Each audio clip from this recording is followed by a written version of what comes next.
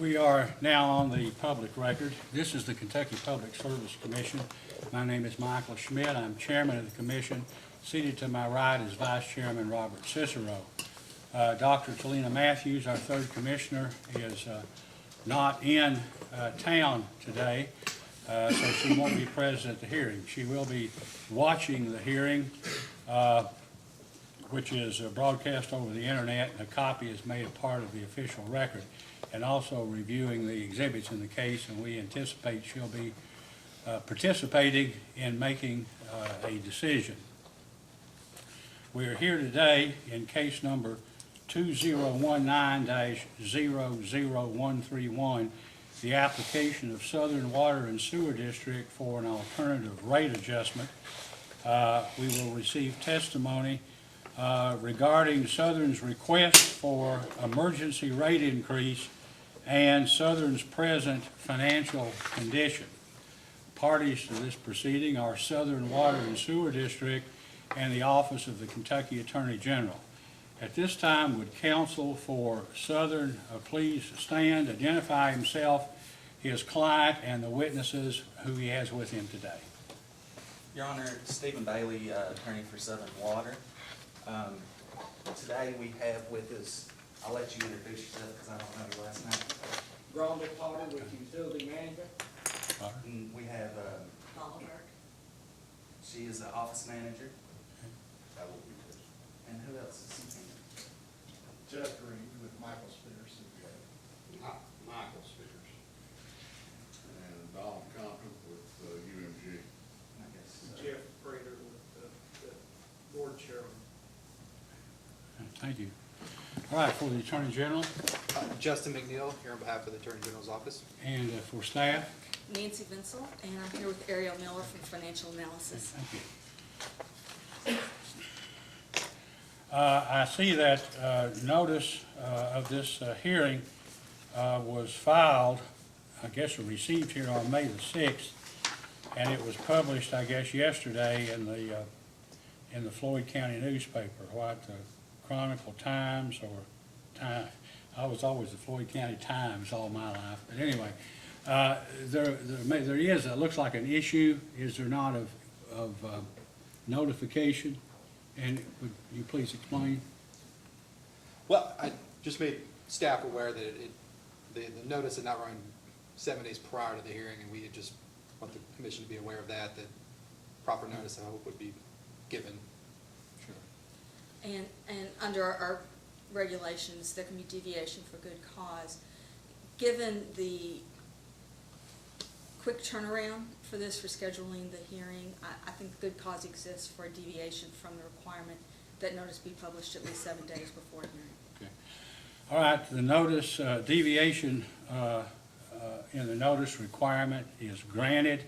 It is true that the order scheduling this hearing was sent out very quickly, and that's because of a number of things that were scheduled, and because Commissioner Cicero and Commissioner Matthews will have scheduling conflicts a couple of weeks after that, and so there wasn't much time. Also, we know that they're in case number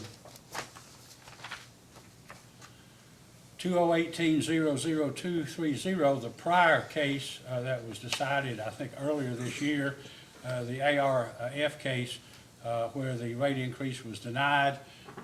We had written comments that were in the record. There's been a number of publications in the Floyd County newspaper about these proceedings. As of yesterday afternoon, I think when I checked, there had been no public comments or written comments received on this case. So I think there has been, the public has been notified and is knowledgeable about or knows about the hearing. And in any event, I think justice would require that we move forward with the hearing because everybody's interested in having adequate water service, and the water district obviously is says it's in need of the money to pay to keep that service operating. So the deviation will be granted. Are there any motions or anything else that would need to be brought before the commission before we begin? I have nothing. Nothing? Okay, you may be seated. Thank At this time, just in case there is some member of the public here who would like to come forward and speak and address the issues before the commission today, either in writing or orally, please come forward to the microphone, state your name and address, and make any comment that you would like. Mr. Larimore, you don't want to make a comment, right? All right. Now, there were, I guess, documents, Ms. Mansell, you said that you had, and those have been passed to council, is that correct? Yes, they've been distributed to all council. We have one on the witness stand, and a copy's been given to the court reporter. Mr. Bailey, Mr. McNeil, have y'all had a chance to look at those? Do you need a few minutes to look at the exhibits? You just got them. Yes, Your Honor, please, I don't know. I'll tell you, why don't we do this then? Let me make a statement about how we're going to proceed a little differently this time than in the past. And then why don't we give you 10 minutes? Would that be enough? And if you need to ask as we go along, if there's something else, we can give you some additional time. Thank you, Your Honor. Normally, in most cases, the Water District would present its evidence, followed by a cross-examination by the Office of the Attorney General, and then Staff Counsel, and then the Commissioners. But because this is an expedited hearing, Staff Counsel has had a longer opportunity to review all of the documents and the financial records, and as I left last evening, I had to walk by Ms. Mansell's office, and she was pouring over some information. So what I think we'll do, Mr. McNeil, and it's only because you've only been in the case for 6 days, that the initial cross-examination will be undertaken by Ms. Mansell.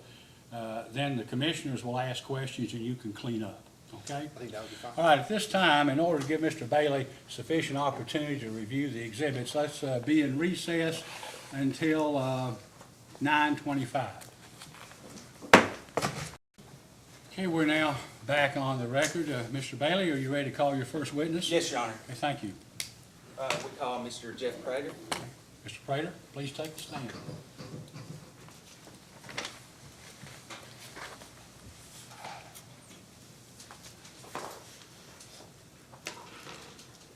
Please raise your right hand. Do you solemnly swear or affirm under penalty of perjury that the testimony you're about to give will be the truth, the whole truth, and nothing but the truth? I do. Please be seated. You may ask, Mr. Bailey. Will you state your name for the record? Jeff Prater, And what is your association with Southern Water? Board Chairman of Southern Water and Sewer District. When were you appointed to that position? February 16th or mid-February of 2019, I was appointed with an entire new board of directors. That's all I have, Your Honor, to introduce him. Okay. Is there cross-examination? Yes, we have a few questions. Good morning, Mr. Prater. Good morning. Can you confirm that all of the previous members of Southern's Board of Commissioners all resigned effective, I think it was February 1st, 2019? Yes, they were all resigned. Myself and 4 other people were appointed to the board in early February. One of those gentlemen could not be, decided he couldn't serve, and so another one was appointed in his place. So myself, Rick Roberts, Steve Dawson, Donnie Daniels, and Bishop Newsom all are new board members. The entire board was changed in February of this year. And is there now a complete board, so all of the commissioner positions have been filled? Yes. And I know that you're chairman. Can you tell me who the treasurer is now? The treasurer and secretary is Rick Roberts is the secretary, and the treasurer is Steve Dawson, to the best of my memory. And sometimes I'm going to be writing things down. I don't want you to think I'm not listening. I just need to make sure that I capture certain things. Can you speak to, in general terms, Southern's condition, financial condition, when the board all first were appointed? Southern, at the first meeting we had and we looked at the finances that Mr. Reed provided us, the first thing that was, that I noticed was the negative cash flow. The district's losing $40,000 to $50,000 a month, or taking in $40,000 to $50,000 a month less than the cost of operations, not even considering depreciation. So there was a negative cash flow, a lot of bills that have accumulated for various reasons, and it just, the system it was and still is in dire need of some additional cash flow to address a various of concerns that we have. You have to have adequate money to operate the district, and there is just not enough revenue at this point to operate it. And I will get into this in more detail with Mr. Compton, but we understand that there are about 750 meters that were registering zero, but that there was actual usage going through the bill. Is that correct? Yeah, as it was related to me, the best of my understanding, there was 700 meters that were minimum billed or zero read. That proportion to the size of Southern was abnormal. It's an abnormal amount of meters to be minimum billed or zero read for the size of the district. And UMG, Mr. Potter and Mr. Compton have been working on that. And of course, they can speak more directly to those questions, but that's my understanding. We're also aware that there appear to be a large number of inactive meters, meaning meters that are still in the ground, but they're no longer a customer account tied to it. Given that, can you give us a good estimate of how many customers Southern has? Approximately 5,400 current customers, and there were 200, as it was related to me, the best of my recollection, about 200 or 200 plus inactive meter accounts with the meter in the ground.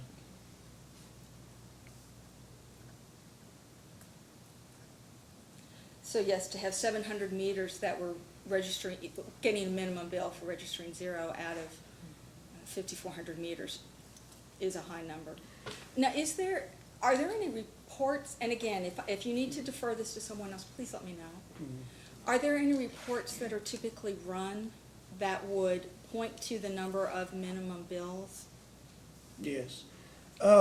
It's my understanding, and that question would be better answered by Mr. Compton or probably, but it was related to myself and the other board members that they had, UMG had done some work with the billing system, and that they are generating those reports, and they have men who are, as quickly as we can, in the field investigating those situations now. Has the board implemented any policy or procedural changes in regard to Southern's finances since it was appointed in February?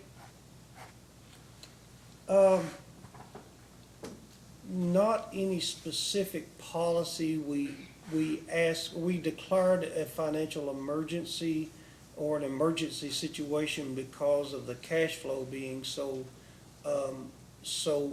negative. We've implemented any kind of emergency savings that we could do. That direction was given to the manager and now the management group.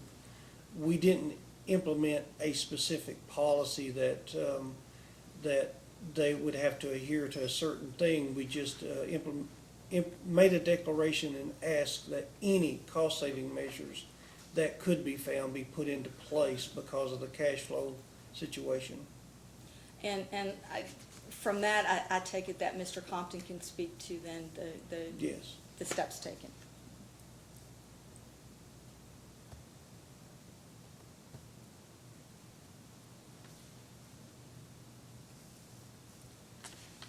The employee handbook, has the board looked at the employee handbook with any sense of any modifications? I have read the employee handbook myself. I couldn't speak for the others. I do believe that we do need to make some adjustments. That's something that UMG has been working on, and they've related to myself and the other board that we need updates for the employee handbook and modifications, and it's one of the things that will be addressed soon, I hope, in a matter of months. And again, I need to be clear with all of these, where counsel for this commission is well aware that you've only been there for a few months. Yes. UMG's been there for a few months, so Yes. I appreciate this. Can you provide an explanation of what services Southern has contracted with UMG, for UMG to provide? We implemented an emergency contract with UMG for management services, and so basically UMG is responsible for all the day-to-day management of the Southern Water and Sewer District. They have, through the action of the board, the complete control of all management decisions, and all the personnel is still Southern personnel, but UMG has the right to make whatever management decisions that they feel are appropriate to address the issues at Southern. And is it correct that this emergency management contract is a 6-month contract? Yes, that is correct. It's a 6-month contract. And has a term for a renewal if the parties wish? Or would it be an entirely new contract? I don't recall that specifically. I know it's a 6-month term, and we are hoping that we can go through a normal procurement process to renew it. We haven't done that yet. Do you know what the estimated monthly charge is to Southern for UMG services? The contract specifies an hourly rate for each person, but we don't have an actual billing amount yet that I could say is what the average has been. And of course, that's going to vary depending on how many people they're utilizing for leak detection and other types of training and the services they offer. The contract is simply based on an hourly pay rate for each type of individual that UMG would utilize at Southern Water. And can you tell us how the hourly rate was determined? It was provided by UMG as a standardized hourly rate. I might say that the other board members and I had concerns. We wanted to do a management contract because of the time frame and needing to put something in place very quickly. I had contacted or tried to contact some others. I talked to a gentleman, John Edelman, and I can't remember the name of the company, from Georgia. They weren't interested, and we basically the only person that provided us a price for the emergency contract was UMG. They were the only company at that point that was willing to come in and offer these services in that short of time frame.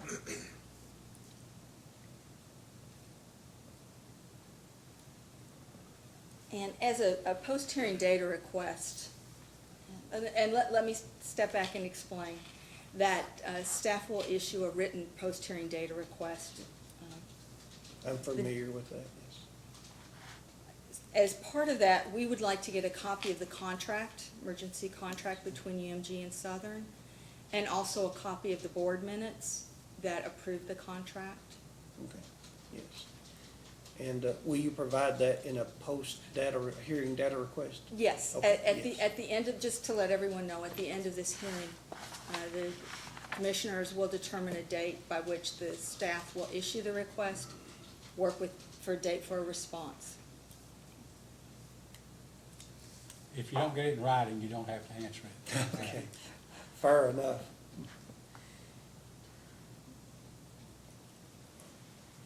Staff has no further questions. Commissioner Cicero, questions? So the contract started on what date? I don't remember the specific date. I believe it was April something. Yeah, So it's, March 26th was, so basically a month and a half or so. yes. You've only had one billing from them so far. Do they bill monthly? Normally they do. They've deferred their monthly billing because of our dire financial circumstances at this point. We have not received the first billing. The services, I don't expect it to be a huge amount. Of the first billing is obviously going to be bigger, but we haven't received it yet because there's a lot of work they've done in training and reorganizing. So you actually haven't even received the first bill yet? No, sir, we have not. Who will review the bill when it comes in and validate the charges and agree that this needs to be approved and paid? I know it'll be accrued because they're not asking, excuse me, for you to pay immediately, but who will be responsible for that? The board and myself will review that and all the charges and make a decision on the payment. So given that it's a 6-month contract and you'd like to go through the typical procurement process, which means publishing a request for proposal and receiving the bids and then evaluating them and selecting someone, at what point, given that you're a month in on a 6-month contract, does the board intend to start that process? We had expected that we could get 3 to 4 months into the contract, but I think the board and I, myself, have realized that that's not practical. So we would either have to start that process probably at the 3-month mark to even have a chance of doing that. The other option that we may have to do is we may have to do something month to month for a couple months until we can get through a normal procurement process. But the goal is that we could do a normal procurement and secure a annual or a multi-year contract with UMG or a management group to continue the work they're doing. I have just recently spoken to the people at Kentucky Rural Water. I don't think the board and I realized at the time we implemented the 6-month contract what kind of time crunch that would be. Yes. To be honest, we didn't realize how long it would take to do the bidding process to get a procurement. But that was our intention, is to give UMG 6 months to see if they could make some progress and to see if that was a viable option. So the contract permits an extension of time with both parties' mutual agreement, or is it a firm termination date, or how does? I believe the contract permits, and I don't remember verbatim or the exact language, I believe it permits an additional 6 months, but I'm not sure of that. I think it permits an additional 6 months. Okay, so you're aware of the timetable that you'd have in order to make sure that you get bids in, and Yes. you're going to confirm or select another contractor that you have a timeline that you need to work within. Yes, we aware of that. And I think we would need a 6-month span of time to properly publish and get contract pricing or bids from other people. And it may become necessary to extend the contract to provide that time frame. You mentioned that there was a $40,000 to $50,000 cash flow deficiency excluding depreciation, and that there's 700 to 750 zero or minimum read meters. And I realize it's a very short period of time since everything has changed over, but has UMG implemented enough of a review of those 700 to 750 meters to improve the cash flow, or is it still at 40 to 50,000 negative? They have implemented measures that I think have made an immediate impact on the system.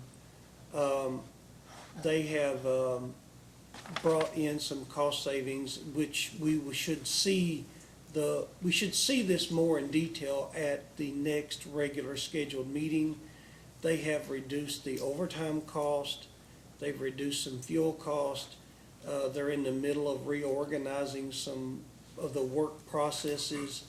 I think they have made an impact on the current cash flow situation, and we expect to see that information in more detail at our next regular scheduled meeting.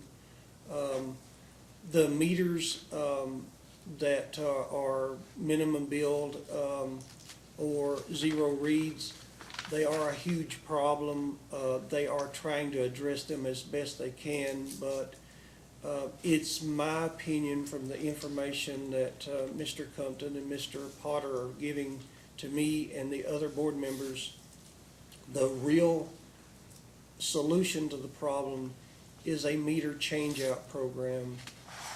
Meter changeout program to radio read meters for operational savings and time, and to address water loss through the entire system of meters that we have that are obviously outdated and are not in compliance with the Kentucky Public Service Commission rules and regulations. So just so you know, I agree 100%. From the sounds of when we had the last hearing, there was, I guess, proposals that were made to the board in place at the time, and there was a resistance to it because of the financial condition of the utility, but it had a payback period of approximately 3 years. That was probably before, that was just with 11% under read on meters of that age, and you're identifying 700 to 750 meters with zero or minimum, and a guesstimate of 200 that may be inactive but may fall into the other category. So certainly I think the board should be looking at that as one of their action plans. And I don't know if the UMG is proposing that or the board is going to take that on their own initiative to implement, but that would be a good going forward point to be looking at in order to improve the revenues. Myself and the other board members are pretty much in unanimous agreement that the major issue that we have to address first is the meters, and both from information from Mr. Potter and Mr. Compton, we believe that somewhere between the number 12 and 20% of our water loss is directly related to the meters. And Mr. Potter has described to us that the only way to truly have a viable leak detection program is to have accurate residential meters so that you can monitor the consumer usage and you monitor the tank drop so you know how much water you've lost in each section of the system. If our meters are 15 to 20% out of accuracy, or we are not having an accurate metering system, we can't really address water loss through leaks in the way that we need to. So for myself, and I think I can speak for the other board members, we feel like that is the first thing that needs to be done to address the problems at Southern Water. You mentioned regularly scheduled board meetings. Given the financial crisis the district is in, is the board meeting more often than regularly? And what is regularly? Monthly, weekly? Yes, regular board meeting is monthly, but we've had quite a few special call board meetings to address the issues.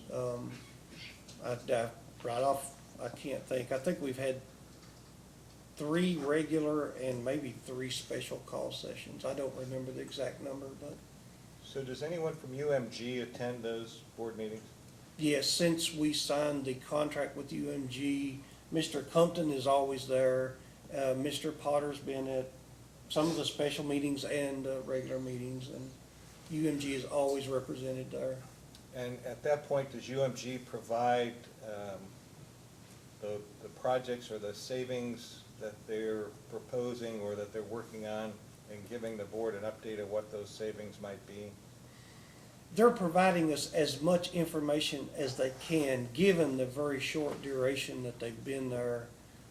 They've provided us some information on overtime savings. But I think the bulk of what they're doing now is basically an assessment of what you're saying. I know they have contacted and they're looking at providing the board with multiple options on radio read meters.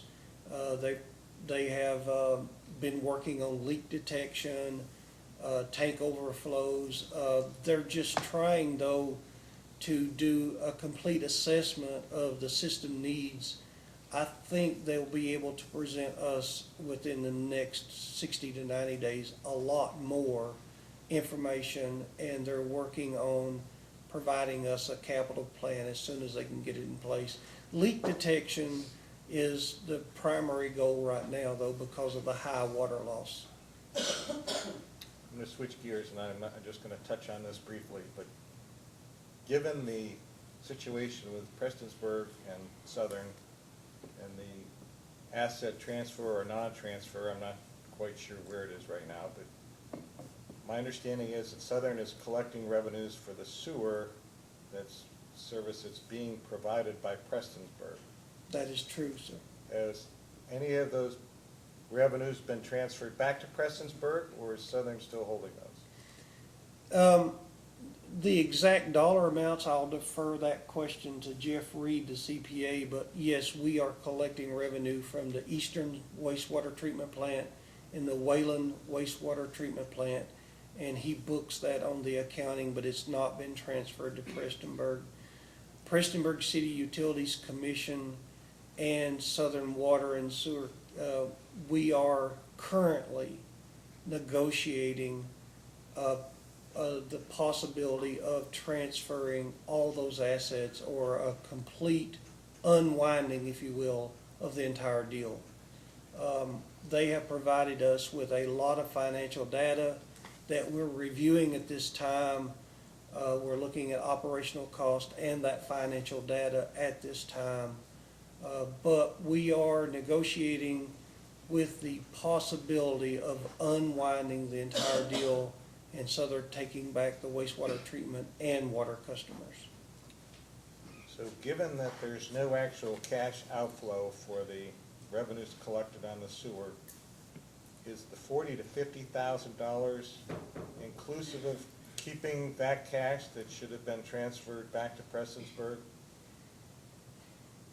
I would have to defer that question to either Jeff Reed or Alan Valines of Kentucky Rural Water. The cash flow is somewhere between $8,000 to $10,000 a month that we're collecting. It was my understanding that money is being booked, that we, as a debt we owe them, so it's not included in our cash flow needs. And that question would be better asked of one of those two gentlemen. And that's fine. It would have to be a cash flow statement that would indicate, if your accounting people are running it, then that would indicate whether they're looking at the total cash flow and including some entry for that or not. Yeah, and the best of my recollection, and Mr. Reed can confirm that, but I believe Southern owes Prestonburg City $137,000 at this point for collected revenue that's not been transferred to Prestonburg. Thank you, Mr. Prater. I have no more questions. Mr. Prater, for the record, can you state how much formal education you have, what your present occupation is, and sort of your employment history up to this point in time, separate from being the new chairman of Southern Water and Sewer District? Yes, sir.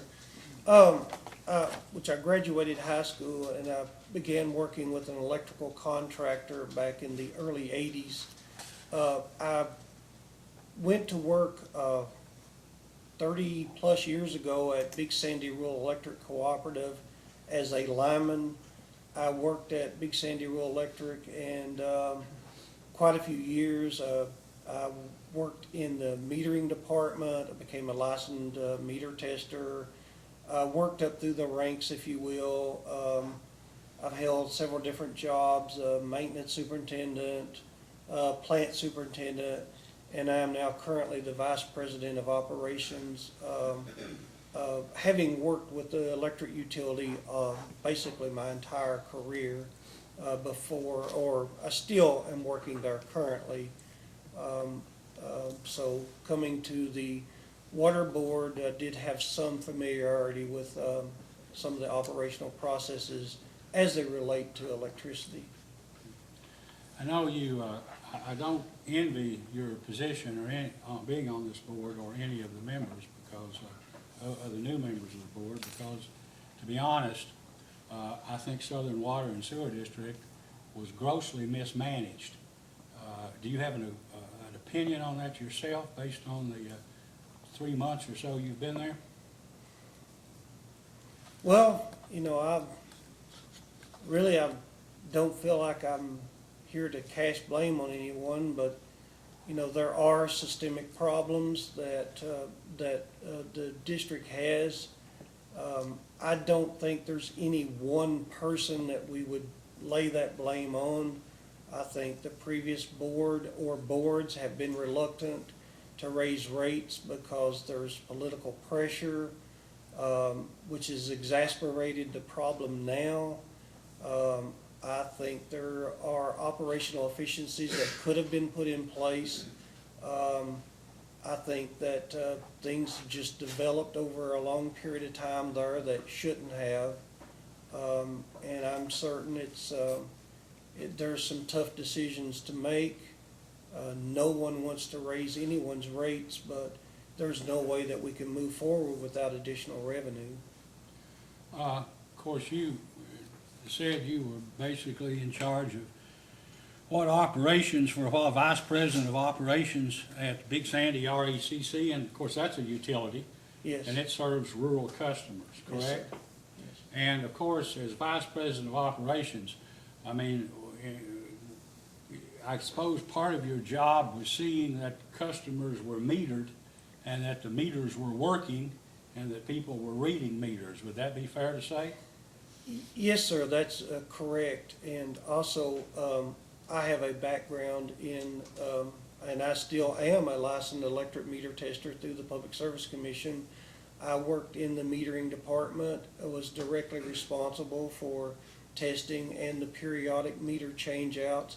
I still am responsible that line inspection, meter changeouts are done in accordance to the PSC rules and regulations. They're a bit different for electric, but they're very common. We do a 8-year rotation on electric meters. The water district's required to do a 10-year rotation. But part of my job is to oversee the timely change out of those meters, their accuracy, and to fulfill whatever needs that come up during those processes. Well, that's what a competent manager and a competent board of directors is supposed to do. See that that's done, isn't that correct? Well, I feel like that's my job and my duty. The board just gets a report that those meters were changed.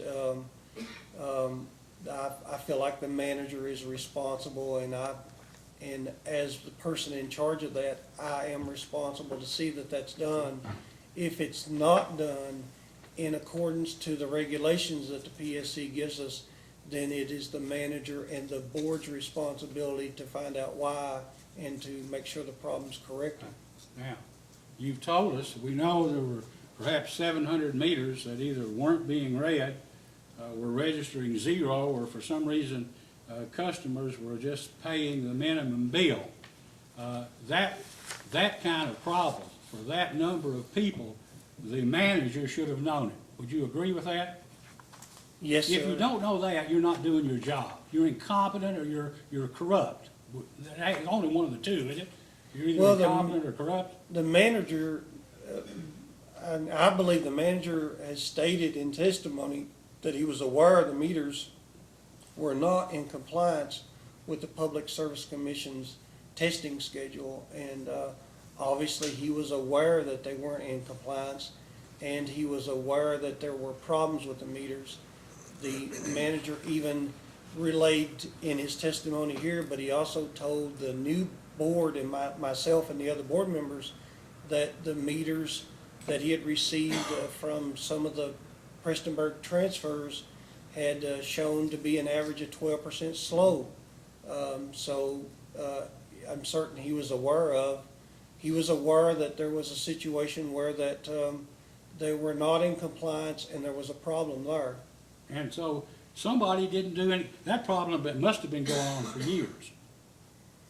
I don't see how, relating it to the electric business, and that's the only experience I have, it would have had to been going on for years for it to reach the point it's at I mean, now. the point is, that I'm trying to make, is simply this, is that management did nothing to see that the problem was either related to the board, or that the problem was, there was a study done to see that, about replacing the meters so that the meters could be properly read and the water district could function as an ongoing business concern. On the other hand, if he did, the board of directors basically abrogated this, gave their duty up, did nothing to take action to replace those meters or to seek any kind of financing that would have made the district able to continue its viability. Isn't that true? I think so. I mean, I would like to respond by saying that obviously someone failed to do their due diligence, and I don't know if that fault lies with the previous board, the previous manager, or whomever it may lie with, but obviously someone failed to do what had to be and needed to be done. Well, of course, part of the board's duty, the commissioner's duty, is to oversee the general manager. Isn't that true? Yes, sir. And you can't always take the general manager's word. I don't know, I know I'm not saying that's easy. I've been on a water board myself, so I understand. But it is the board's duty, the commission's duty, to take steps to basically review the records, and if necessary, have, through an independent audit or something, you try to find out or make sure that your manager is doing his job correctly. Isn't that correct? Isn't that right? Yes, sir. Now, I've always heard under the law that a public board or a public body speaks through its minutes. I don't know if you've heard that or know that or not, but a board of directors or a board of water district commissioners speaks through its minutes. Have you ever seen the minutes of the meetings of the Southern Water and Sewer District? Yes, sir. As soon as I became, as soon as I was appointed as a commissioner for Southern, I went back and I viewed both all the video testimony that was given here in the previous case, and I tried to read all of the supporting documentation that the PSC had posted online. That included perhaps 12 months or more of the previous minutes from Southern Water. So I have read quite a few of the Southern Water's It previous. didn't take much time to read those minutes, did it? No, they're typically like a single page with Yeah. very little information, Well, sir. all I'm saying is this. If I were a lawyer representing Southern Water and Sewer District, and I had to prove that certain action was authorized, or that something was said or done at a board meeting, you couldn't prove anything. Those are the worst minutes I've ever seen in my 48 years of practicing law. I've never seen anything like it. When you, right now, at your present, and I know you're not responsible, and neither is your board, but I would also say, before I ask you this question, I saw a number of incidents or instances where the board would go into executive session. And I can promise you right now that if they went into executive session and took action or talked and came back out and took a vote, a good lawyer could undo every bit of what they did, because the motions are not legally adequate to go into executive session or to take action. There are Attorney General opinions which basically set out exactly what you have to do to do that. At this time, when your board meets, when you have your meetings, do you have an attorney present to advise you? Yes, sir. Okay. Mr. Bailey is, Well, I didn't see the other board, at least, you know, I didn't see many instances, if any, during the several years of the minutes we had, that an attorney was present. And all I would suggest to you is that, I guess next to your general manager or your managing company, your lawyer and your accountant are the two most important people in your organization. And I would just suggest that you have legal counsel there to give you some advice, and if he might need to, I don't know about Mr. Bailey's experience in representing public bodies, but we could even provide some information on minutes and motions and so forth if necessary. But we want to see you succeed. We want to see you succeed. But there are always people out there who, you know, if they can take advantage of you some way, when it becomes financially interesting to them to do that, they may do it, and you need to at least keep your minutes. yeah. And if I could reply to that, I have read the previous minutes, and I agree with you, they were very, very sparse. Mr. Bailey, as our attorney, represents us. I have a copy of the Attorney General's Handbook on Open Meetings that I have looked through and provided to Mr. Bailey. Mr. Greg May of UMG has been providing Mrs. Burke some copies of minutes from other organizations that's much more appropriate, you might say. At our last regular scheduled board meeting, Mrs. Burke used a recording device so that she could record the meeting and go back and produce much better, more accurate minutes that reflect the motions that were made in the discussion. So I feel like that we have made some big steps, but we're going to continue to try to improve that record of the minutes. I applaud your efforts. Thank you, And sir. congratulate you for doing that. Part of trying to know what to do and doing it correctly is having enough interest in it to learn. You'd agree. Yes, sir. I know that I guess when Mr. Hall testified here, the last hearing we had, I mean, he indicated that there were 5,000 meters which were over 10 years old and hadn't been tested. And I don't know if he told me there had been testing or not, but we did get a copy of this water audit analysis from RG3 Meter Company. Have you seen that? Are you familiar with it? I'm not familiar with that. I think Mr. Compton is familiar with it. I mean, they tested apparently 25 meters of the ones, I guess, that Prestonsburg changed out, right? When they took over the system. That was my understanding. Mr. Hall had related to the board that he tested a group of meters that Prestonburg had given him from the acquisition and the change out that he had tested. Well, according to this report, that basically Southern Water and Sewer District was losing on the meters alone $176,299.20.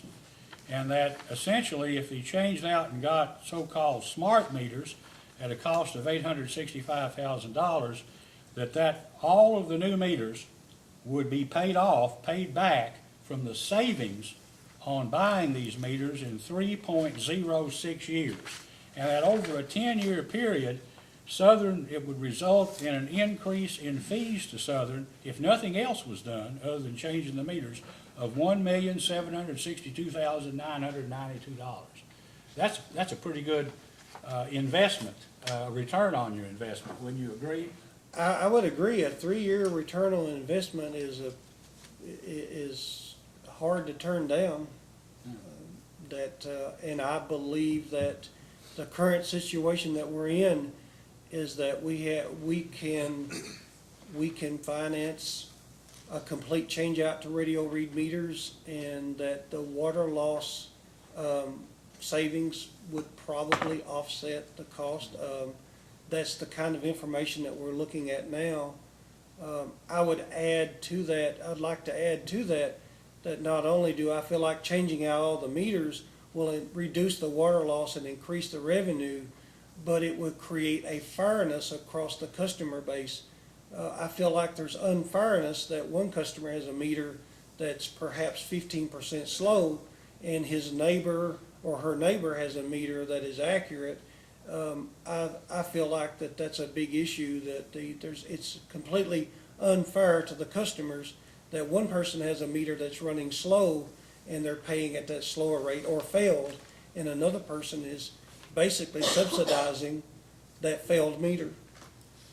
Well, I think you're correct. I mean, if I'm not mistaken, I think perhaps there were as many as 40 meters on Mud Creek or in that area where people were receiving water service and maybe didn't even have a meter. That's hard to justify how that could happen without management knowing it. Would you agree? Based on your experience as Vice President of Operations for Big Sandy RECC.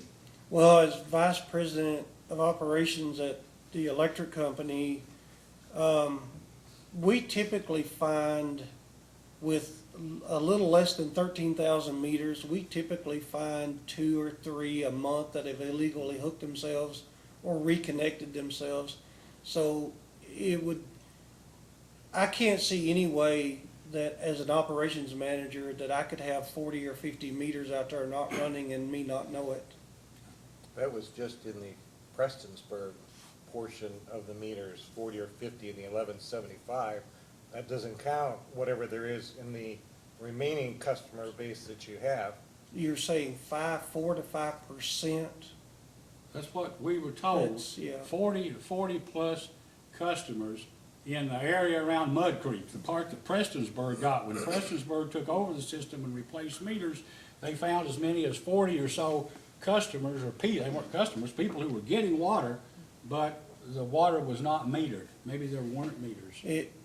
If my manager found out that we had 40 or 50 meters that were not registering or dead within a very short time, I don't know that I would have a job, sir.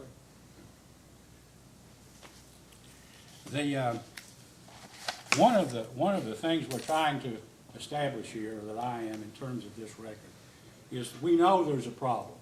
And we know that you and the new commissioners that Judge Williams and the fiscal court have appointed and ratified or affirmed are here to try to do something about it, and we give you credit for that.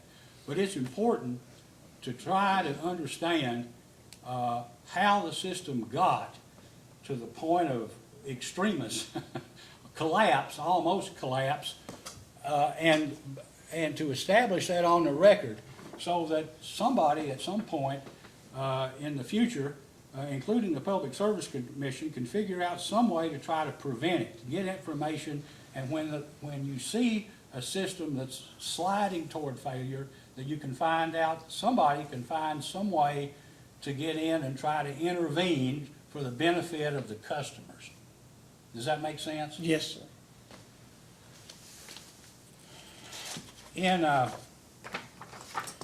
Since you've been appointed chairman, have you found or been told of any contracts that Southern Water and Sewer District has with any organizations or any people, other than perhaps your present attorney? The only two contracts that I am aware of is the contract with Mr. Bailey for his legal services and the contract with UMG for management services. Are you familiar with any kind of agreement? What's the name of the company, Thornsbury? Fraser Electric. Fraser Electric in Martin, Kentucky? I've never seen, I'm familiar with Fraser Electric, and I know they do motor and electrical work. I'm not aware of any contract that UMG, or, I'm sorry, I'm not aware of any contract that Southern has with Fraser Electric.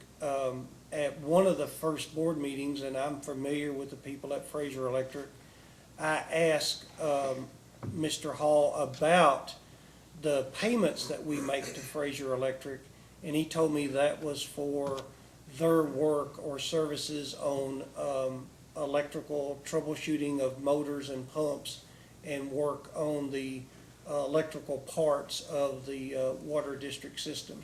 Did he show you the invoices? No, sir.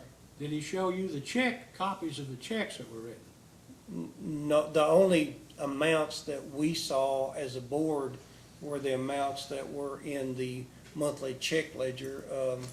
I saw checks written for $5,000. That's why we asked Mr. Hall what that payment, what services that payment was made for. I think that just, I'm sure that maybe there is an explanation. I don't know what it would be at this point, but I think our staff, in requests for documents, got invoices for one amount and payments for substantially more money than was represented by the invoices. I'm not aware of those, sir. Other than, well, I know you've hired, the board now has Mr. Bailey as an attorney. Did the board have any kind of, as far as you know, agreement for legal services with any attorney prior to the time that your group came on board or was appointed? I only know that Tyler Green represented or worked with them, but I don't know of any kind of agreements prior to the agreement we executed with Mr. Bailey. And apparently, Mr. Pillersdorf, is he representing the water district in any litigation? Mr. Hall had related to the board that Mr. Pillersdorf did legal work for Southern. He also represented, it was what we were told, he represented Southern in the previous rate case that was in the hearing here, and that we do have legal bills still that we're paying payments on from the previous rate case.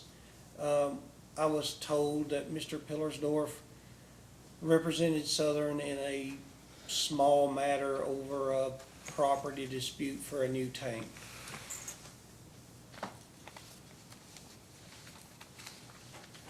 During the course of, I guess, the relationship with Prestonsburg City Utility Commission, involving first the proposed transfer and then the transfer or attempted transfer of assets, being the, I guess, the Wheelwright and Eastern wastewater treatment plants.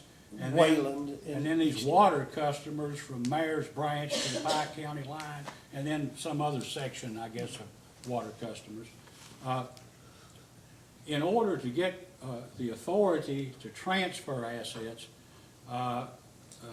Southern Water and Sewer had to come to the Public Service Commission and make a case that that was a fair agreement and was in the best interest of Southern and its customers.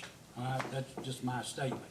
Are you aware of the fact that there was a case here in 2017-00044 where Southern Water and Sewer District and Prestonsburg City Utilities Commission jointly filed an application in support of or asking for authority to transfer assets to Prestonsburg City Utility Commission in consideration of a certain amount of money or payments or transfer of equipment and so forth.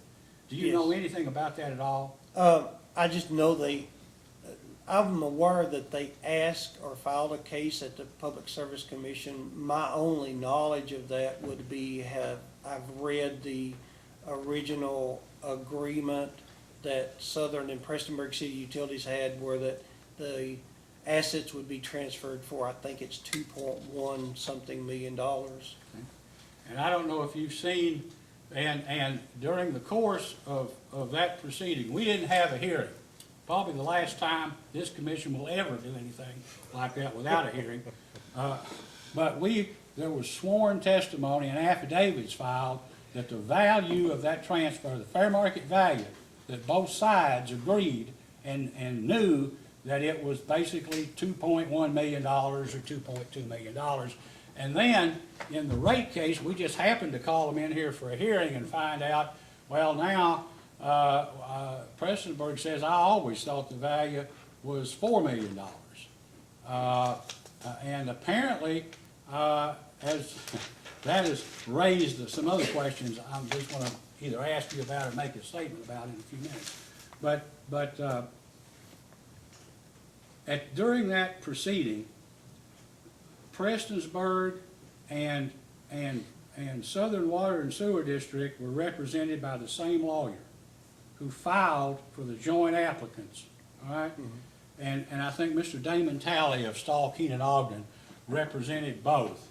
Do you know if Southern ever received an invoice for legal services from Mr. Talley or Stall, Keenan, Ogden, or if they ever made any payment to that law firm? Now, I have no knowledge of that, sir. I have read the agreement that the attorneys you've talked about prepared, but I have no knowledge of any payments made by Southern or anyone else to them.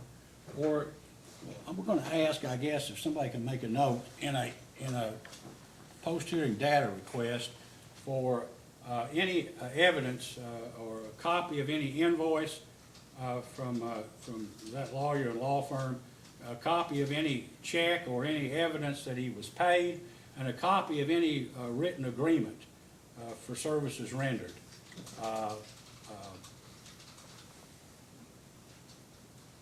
Or any waiver, any conflicts waiver. You know what, you understand what a conflicts waiver is. We'd want to see if there was a conflicts waiver.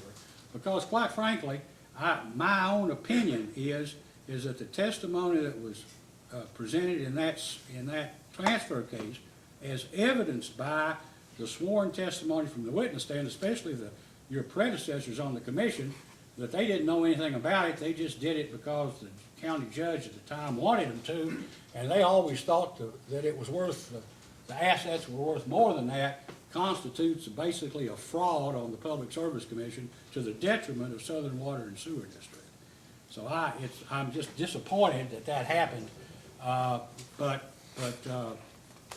I did want to bring that up. And I would say this, I know you're talking about perhaps unwinding the transaction. Yes, sir. There may be differences of opinion, but our acting general counsel has advised us that we must approve any unwinding. So if you get to the point where you're going to be unwinding something, maybe you ought to tell us or file something here so we can go through it in a public hearing and make sure that the public knows what's going on and everybody can evaluate the benefits and the burdens to each system. Yes, sir. Well, and that is our plan, is to reach an agreement in principle with Prestonburg City Utilities Commission, then bring that agreement in principle to the Public Service Commission for your approval before we can move forward. We are trying to look at the financial data and reach some kind of agreement in principle now. And certainly we would bring that to the commission for the commission to scrutinize and approve before anything, any assets are transferred or before anything is unwound, if you will. I know, I guess from what I understand, correct me if I'm wrong, maybe the part of the problem is that the U.S. Department of Agriculture Rural Development Group misled Hilda Legg, that they wouldn't accept some of the value of some of the assets, maybe equipment, vehicles, or money or something that was transferred from Prestonsburg to Southern. They wouldn't accept that as being valid consideration, because what they wanted was, they wanted money applied to reduce Southern's indebtedness to them. Is that your understanding, or do you know? That is my understanding from the information that I've gotten, is that Rural Development, or Hilda Legg with Rural Development, they insisted that if the deal moved forward, that Prestonsburg City Utilities Commission would have to absorb a much larger portion of RD debt from Southern. There would have to be a lot more debt reduction for the finalization of the transfer of the water customer assets. It's my understanding the sewer assets have been transferred. But we're working on the premise now of trying to unwind everything back to the original status, where that Southern would be owner and operator of the 3 wastewater treatment plants, and we would take back the operational and everything associated with the approximately 1,200 water customers. Just a quick comment. Those assets that are associated with the 1,200 water customers are still on the books of Southern, if I understand correctly. They've never been officially transferred to Prestonsburg, so therefore they sit on Southern's books. That's a question I'll have to defer to Mr. Reed. It's my understanding the sewer assets were transferred, but the Correct. water was not. So I'm assuming what you're saying has to be true, but I don't know the answer to that, and I would defer that to Mr. Reed. Okay, because I have some questions about how he's doing the depreciation and how that's all being handled, but thank you. Yes, sir, I've been asking him some of those questions myself, sir. It's a complicated situation, to say the Yes, least. sir, it is. Has Southern Water and Sewers commissioners and Prestonsburg City Utilities commissioners, or Prestonsburg City Council ever met jointly with you all, or to discuss a possible merger of the two systems? Not in the time that I've been working with this. I've met with the superintendent at Prestonsburg City Utilities. We've been working on just getting financial data and information to me so that it can be reviewed. There's not been any talks about any kind of merger. We are just trying to deal with the immediate problem of the water sewer asset transfer deal. So there's not been any discussions in the time with anyone at Southern, or any board member I'm aware of that at this time. Has Southern, or Southern's commissioners had any discussions with any outside entity or organization or company relative to a possible sale of the water district? The only meeting to date is I met with, and I'm sorry I cannot remember his name, but I met with a gentleman that works for Kentucky American Water. They are interested in buying Southern Water outright. I think he met with one of the other board members in about a week ago. I received one contact call or an email, I don't remember which, from a company in Virginia that was possibly interested in acquiring Southern, the assets. So from the position of the board just hasn't had time to take up those options. The board members, we discussed that kind of in relation to, that was an option that was presented before we signed an emergency contract with UMG. The other board members and myself feel like that we need to try to address some of these concerns, and that, that might be something that we would consider, but given the dire nature of the system, we wanted to have a chance to turn things around and see what we could do with the Southern Water District, see if we can make it a viable organization and get some operational efficiencies. And we just felt like that, you know, that might be a more appropriate discussion to have 6 months or 12 months down the road to see what kind of turnaround we can obtain.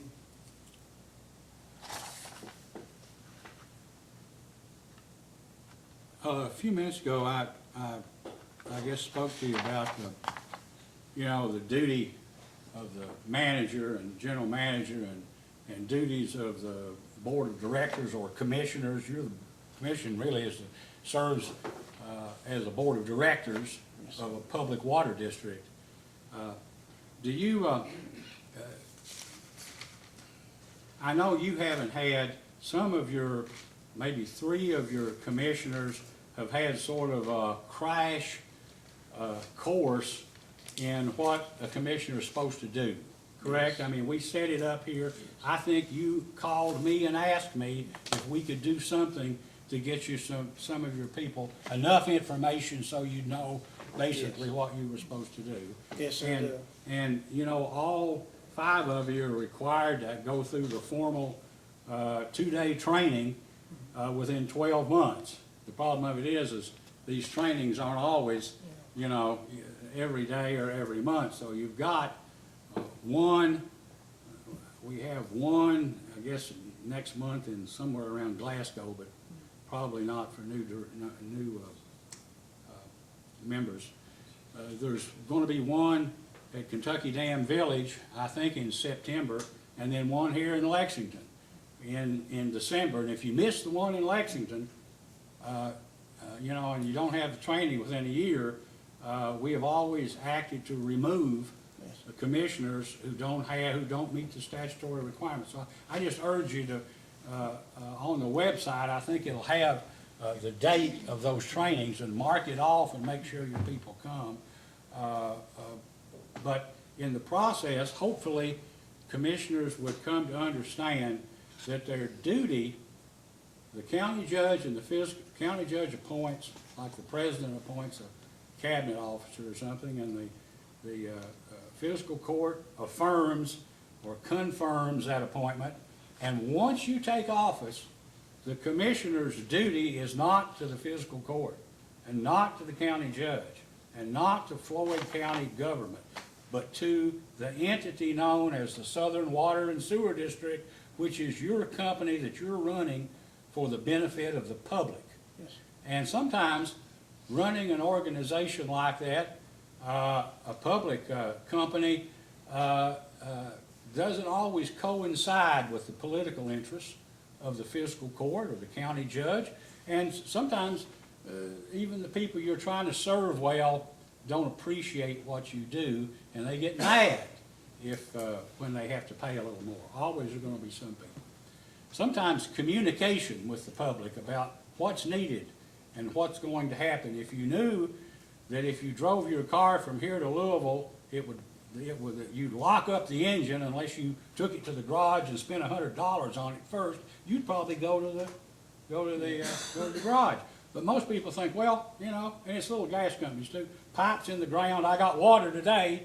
I had water for 10 years. It's like Richard Raff, our legal advisor to the commissioner, said yesterday. Well, so I was going to Louisville, and I didn't look down at my gas gauge, and I ran out of gas. He said, well, what happened? You know, I've gone 300 miles. I never had a problem.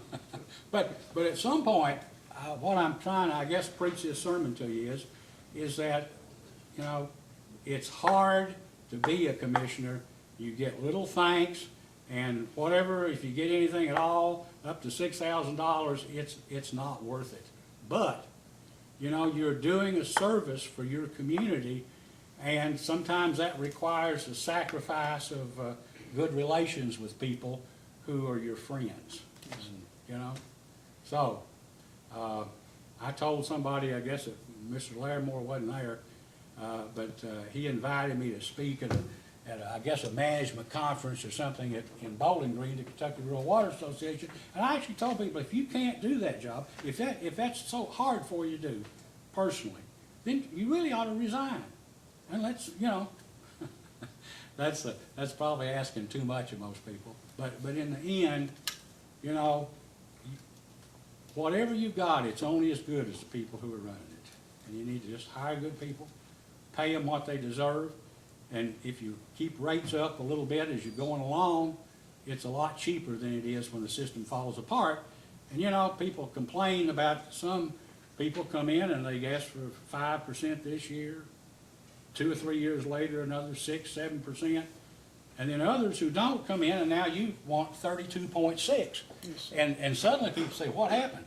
Rate shock, right? Yes, sir. So I don't know. But anyway, I do applaud your efforts. I think you're going to be a good board. And we here appreciate what you're trying to do. I have nothing else. Thank you, sir. Mr. Neal? Just a couple questions. Morning, Mr. Prater. Morning. In the recent past, the district worked with Kentucky Rural Water, and you mentioned them today some. Will you still be working with Kentucky Rural Water in the foreseeable future? I'm sorry, I didn't hear the question. Oh, Kentucky Rural Water Association? Yes. You've worked with them in the past. You mentioned them some today. Will the district still work with them, even with UMG in the future? Oh, yes. Is that gonna be something? Southern Water, the commissioners, Mr. Larimore and Mr. Valines back there have been very helpful. The management group, UMG, is familiar with them and working with them, as well as the commissioners. They've graciously, I would have to add that, Mr. Valines prepared this rate increase. They used grant money, I believe, and so they were able to provide us a much-needed service without with Southern not having to pay for it. We will definitely continue working with them going forward in the future. Thank you. Okay. And we talked a little bit. So the former general manager, Mr. Dean Hall, he resigned recently. Is that correct? Yes, sir. Could you just confirm that he's no longer involved with the district in any capacity, contract, consultant, otherwise, at this time? No, sir. Mr. Hall provided his resignation to Mr. Bailey and myself Thursday night. He has no connection with Southern Water. He resigned last Thursday night, and he has no consulting work or no ties any longer with Southern Water. Thank you. No further questions. Anything else before Mr. Bailey's offered the opportunity to redirect if he wants it? I just have two quick questions. Mr. Prater, when you talked about Dean Hall speaking to the board about testing the meters that PCUC took out of the ground, can you tell me when that was? We've only, Let would have me- been March or April. March, okay.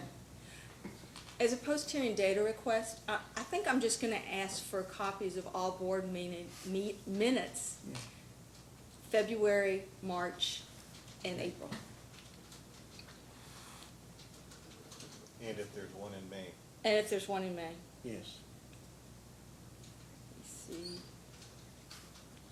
And I just wanted to ask one more question.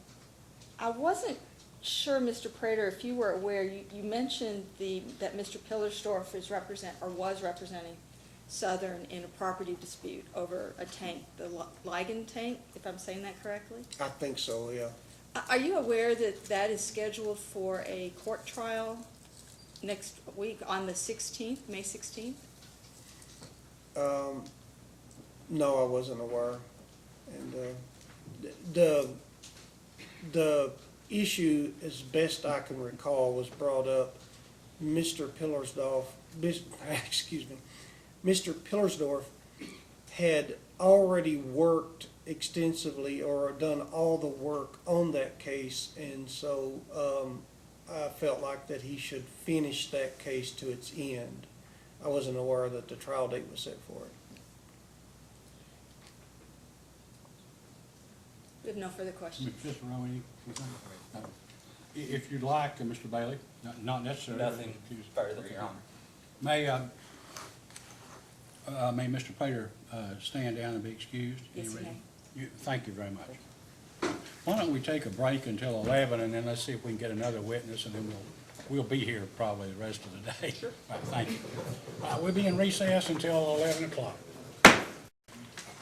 We're now back on the record. Mr. McNeil, I understand that you can't be with us this afternoon. Well, Chairman, if it's all right, my colleague, Mr. Chandler, will probably take my place this afternoon and continue the hearing. Sure, that'll be fine. Be all right. I want to say too, Mr. Prater, I misspoke. Apparently, we had a training, but include training for new commissioners that was in western Kentucky in the spring. So there's the first week in October, there is one at Pine Mountain State Park in Pineville, and then the other is the first week in December here in Frankfort, not in Lexington. Sometimes I live in Lexington, and I think when I'm here, I'm in Lexington. And that's, All the commissioners are planning to attend the one at Pine Mountain in October. all right, thank you. All right, Mr. Bailey, do you have another witness? Yes, Your Honor. I was called Jeffrey Reed.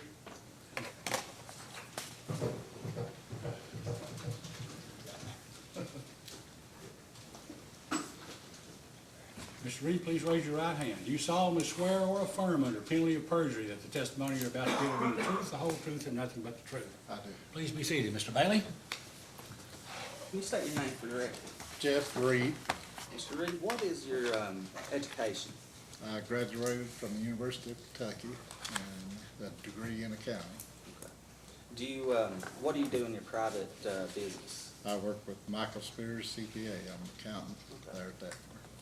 And what's your association with Southern Water? I do their monthly bookkeeping for the firm, How long have you been doing that? and, for quite a few years. It's, back when they were Beaver Elkhorn, we were associated with them then, back 29 years ago. Your Honor, that's all I have for introductions. Okay, Ms. Vincent, questions? Yes, I do. Good morning, Mr. Reed. How are you? All right, how are you? Doing very well, thank you.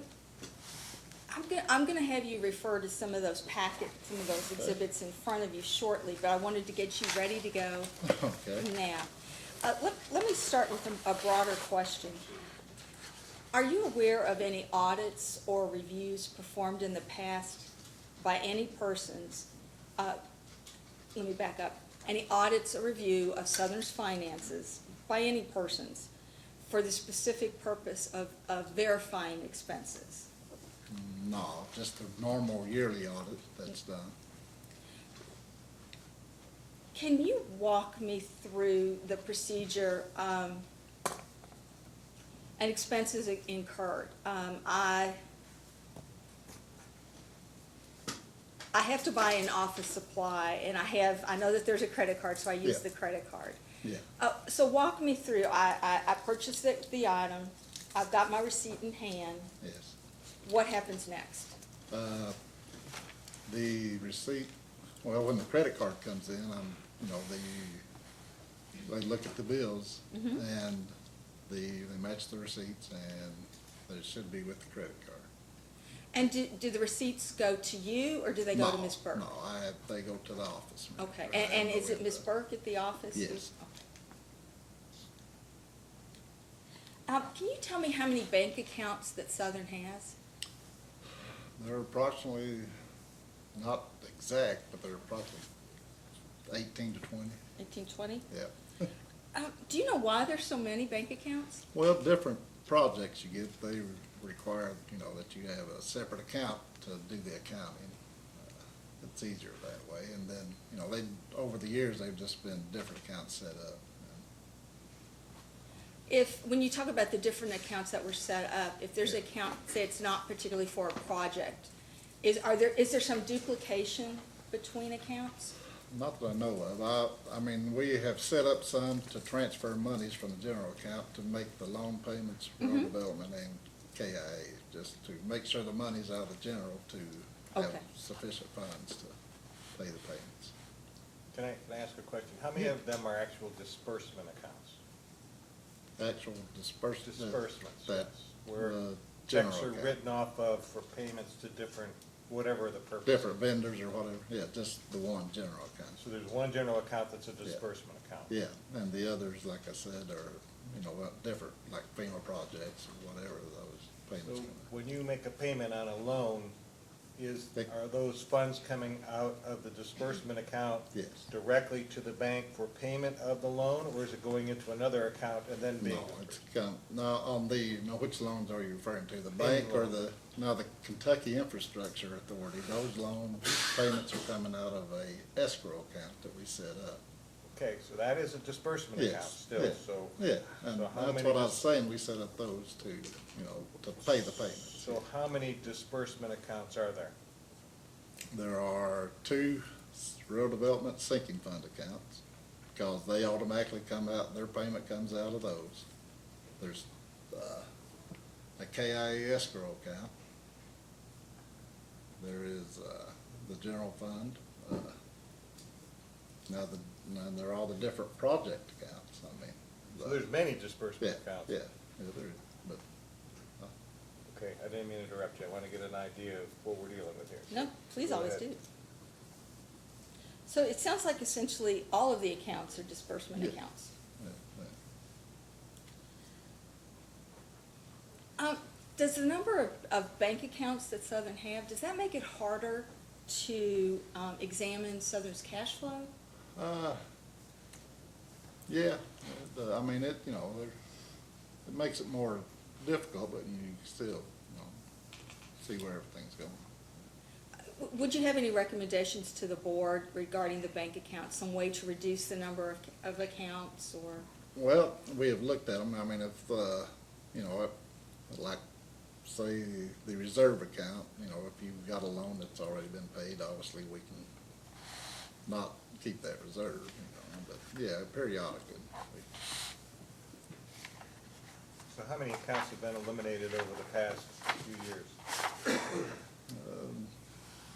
Maybe once. There's not many, we had, when the transfer to the city, they took over a KIA loan, and that reserve was transferred over to the general. I'm sorry, I'm No, gonna. no. comments here. From my understanding, you do the bookkeeping, Right. Yeah, but you work for Spears CPA. correct. So you're not an employee of Southern, you No. are an outside contractor, vendor, whatever. No. I just work for Michael Spears CPA. So how much time do you spend working on Southern's books? Average on a month, probably, I was a day and a half, just doing the bank recs and, all depends on, obviously during the day, I've got to put it aside, and if a client comes in or whatever, then, Are you billing on an hourly yeah, basis? we're billing the hourly rate, yeah. So what, how many hours? Well, we've got a contract with them for Okay. a monthly, For a minimum bill? a minimum bill, and if there's extra work done, we have to charge more, obviously. So what's the minimum, how many hours are on the minimum bill? Their minimum bill is $2,000 a month. So what's the hourly rate? Well, my rate is, I think, $80 an hour. So you're I mean, I'd charging have to about, go back and look, yeah, but I'm sure on our billing software. yeah, so you're charging about $25 an hour? 25, well, we, like I said, if we look at the bill and we've got more time into it, then we, obviously. I'm just trying to figure out the hourly rate to start with. Well, $25 for charging, if it's 2,000 and you get 80 hours for that minimum, it's $25 an hour. No, I said our bill was, our 2,000. charge was $80 an hour. Oh, $80 an hour, I'm sorry. Yes. For 25 hours then. Yes, but, you know, I mean. you So know, your it's- minimum is 25 hours a month. And how often do you exceed the minimum bill? Well, here lately, it's been quite a bit because of all the other, stuff going on with this transfer of assets and, I mean, you know, I couldn't tell you exactly, often. And you work for the same firm that is doing the annual audit? No. Okay. Who does the annual audit? Richard Paulman out of Louisville, Kentucky.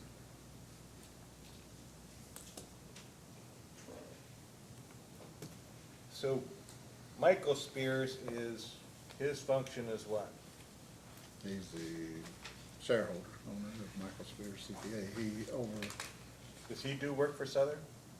mainly I do most of the work, yeah, but, you know, if I need advice or whatever, or, you know, if we have a question on something, So who provides you the entries for the bookkeeping on a monthly basis? Does that come from Amanda, the office manager, or who's doing the day-to-day? You're billing for 25 hours minimum a month, spend more than that. That's still not enough time to do all the accounting entries. Who does that work? the actual accounting entries I do. I mean, It's- you it's mean, she provides me, Paula, Paula.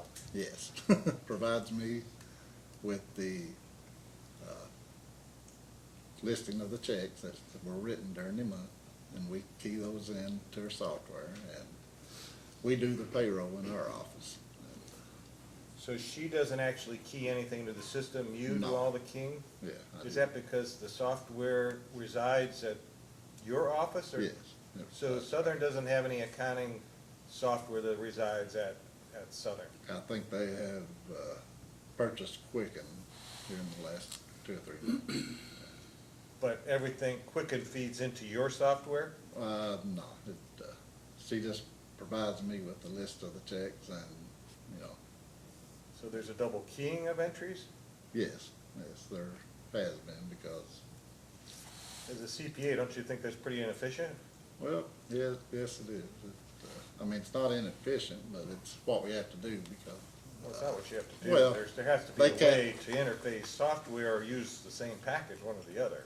Well, if they, you know, they haven't been able to purchase the software that will interface with us because of the money situation.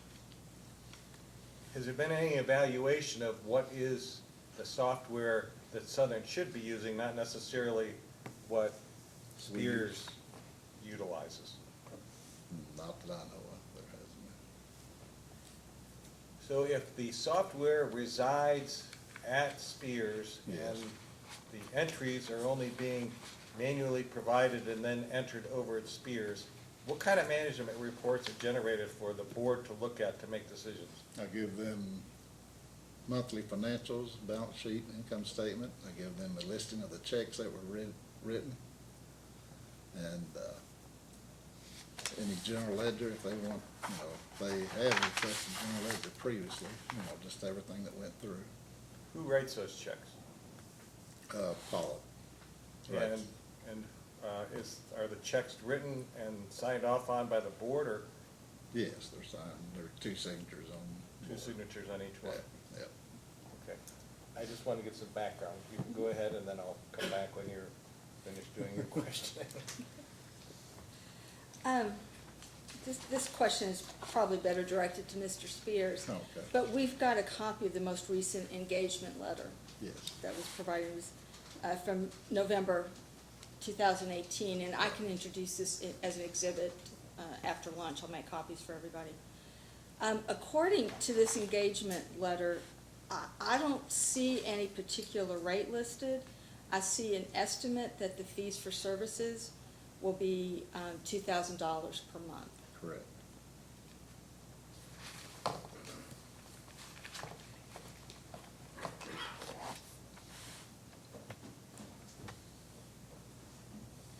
Okay, can I have you turn to, it's exhibit number, PSC staff exhibit number 1 in your packet?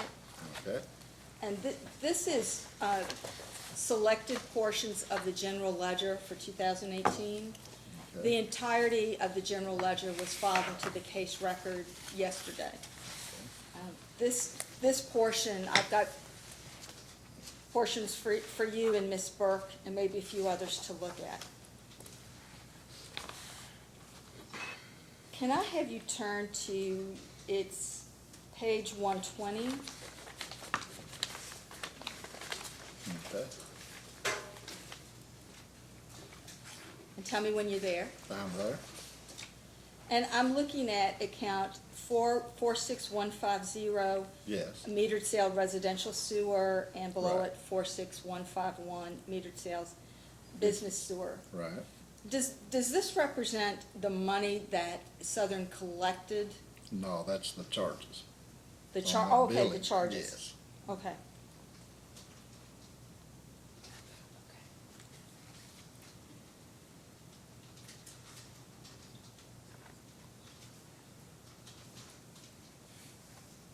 I'm sorry, I need to confer with my colleague for one Okay, moment. that's fine.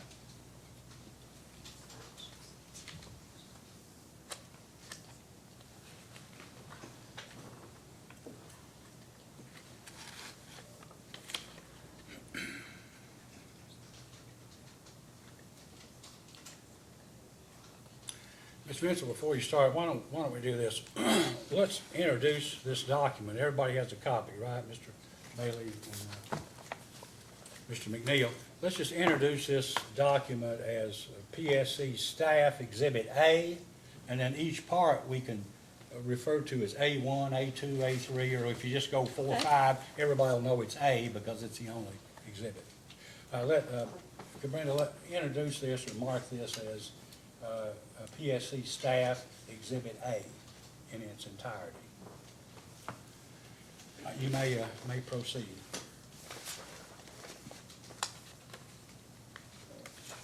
Okay, I just wanted to confirm that this reflects the billing for the services provided by PCUC. Yes, well, Earlier, I believe it was the vice chairman who asked of that negative cash flow of about 40 to 50,000 a month, excluding depreciation. Does that include any of the sewer no, cash that, flow? what It's he's exclusive? referring to is just the water usage on the 1100 water account. Okay. Yeah, So not only exclusive of depreciation, but also Right. exclusive of money collected Right, for sewer yeah, services. yeah. And does the collection, and even though Southern is holding it, does the collection of these payments, does that have any impact on Southern's annual report that they file with the commission? The financial side of it? On the water, Yes, or Division. on sewer, well, or Yeah, in the- regard to water? yeah, well, on water it doesn't, obviously, it's not reflected on it. And I should back up a minute and say, do you have any role in preparing the annual report that Southern files with the commission every Yes, year? yes. And what do you do for that? I actually prepare it at the end of the year.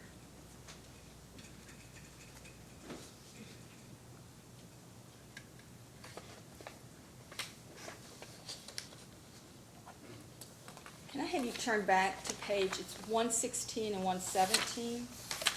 Okay, I'm there.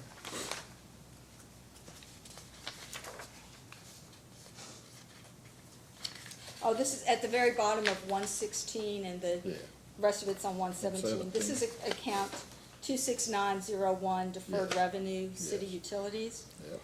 Can you tell me what this account represents? That is the monies that were advanced to Southern from Prestonsburg City Utilities for the transfer of the assets. And does this money represent, is it from the entirety, or is this just for water assets? Well, it's the entirety Okay. of what, when Southern needed a cash flow, Mhm. they would request the advance. And from Prestonsburg would just advance them some of the final settlement. And tell me how if you know, Yeah. how the request was made to PCUC? Who determined that a request needed to be made for an advance?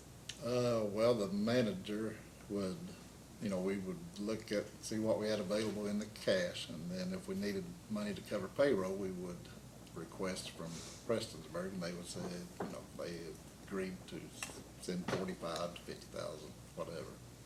So just to interrupt for 1 second. Yeah. So those payments weren't going to any of the debt repayment for Southern? They were using it for regular operating and maintenance? Operating expenses, yeah. Sorry, go ahead. That was gonna be my next question.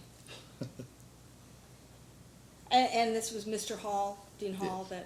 and I need to make sure, I will call him Dean Hall only Yeah. because I'm aware that Barry Hall was the treasurer. Yes, So I want to yes. make sure that I clearly distinguish. Yes. Are these advances reported on Southern District's annual report filed here at the commission? Yes, it's under deferred revenue. So how does the balance in this account affect Southern's financial statements? Well, the only thing, it's not income or loss, obviously, it's deferred until the sale is, they get a final number on the sale. And, so in effect, those advances are just, deferred revenue, which would mean that later, after the sale, they would then be moved down as income or loss.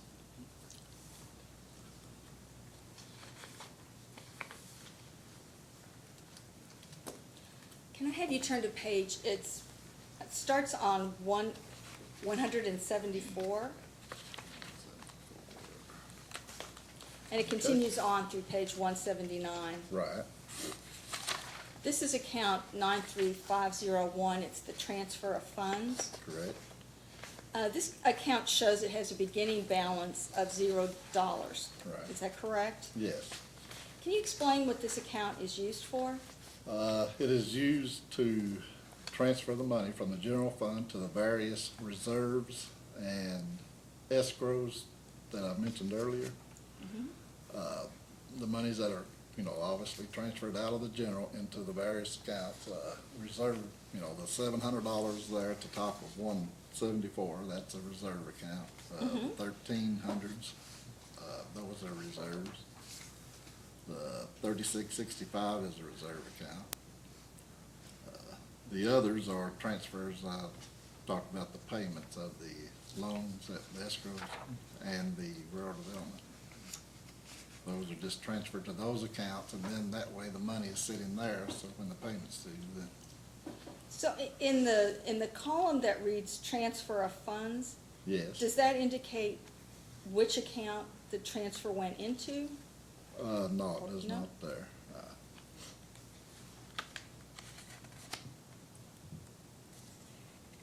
Is there any way to know which account, reading this, is there any way to know which account this money No. was transferred into? Not in that account, but I can, we've got the separate cash accounts. You can see the deposits going into those. Okay. They are in like a general ledger, it's 17801, starting there. Okay.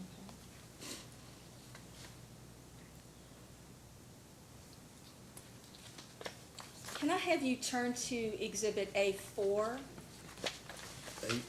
8, I'll just call it number 4. number 4. Okay, there we go, okay. And this is a report with adjusting journal entries. Right. The commission staff, you provided this list to Yes, commission yes, I staff.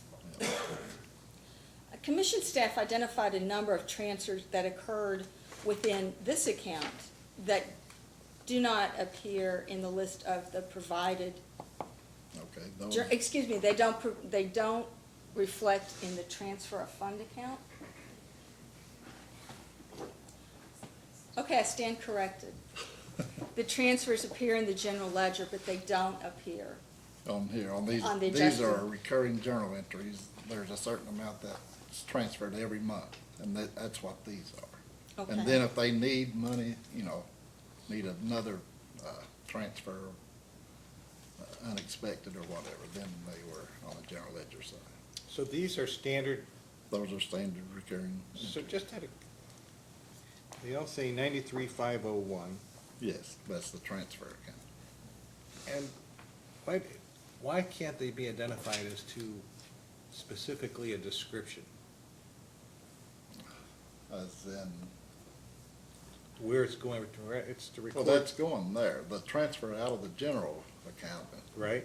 is, you see, it's going out of that account and into this transfer account. And when you key the deposit where the money's going into, you would debit that and credit this transfer, and it should come to zero, which it, So, so, so I mean, their example here, yeah, I've got transfer 700, 3665, 1300, 1300, et cetera, it goes Right. down the list. exactly. That's a standard monthly amount. That's a standard monthly. Going amount. into this one account, 93,501. Yes, that's not a cash account, that's an expense. That's just the offset to make sure that we got the transfers recorded. So here's my question. Yeah, In order to track so that, and this may be just because you're using Spears software instead of Southern, using a Southern type of software for their own purposes. It's impossible without having knowledge of the accounts, this is a standard amount and it's not described on what it's for. Do you understand what my comment is? On the 700 account, we should say transfer to reserves instead of transfer of funds, is that what you're Yeah, getting? in other words, I got 700 every month, Yeah, but it still just says transfer of funds. All of these just say transfer of funds, even though it's a standard memorized journal voucher Right. that occurs every month, that Yeah. could have a description of what it's for. It doesn't. it's just, I know, I hear what you're what you're saying. saying, yeah. Is that a shortfall of the software that exists at Sears? no, not to my knowledge. I mean, you know, Then, if it's not that shortfall, then nobody's ever bothered to put the descriptions in. no, maybe. It's gotta be one of the two. Yeah. It's either a shortfall or the description's not in there. It Well- can't be neither. No, the description is not as detailed as you would like it, I guess, is what we're getting at. Well, it's not as detailed as I'd like, because they all say transfer of funds. Yeah, well, that's the title of the account. That's your account title, the transfer of funds is. I'm transferring funds into which account? Your okay, I see what you're saying. We should make a separate entry for each one, is that, No, it just should be the description on the line. well, that description is the chart of accounts description. I can't change that description. I can change the explanation that,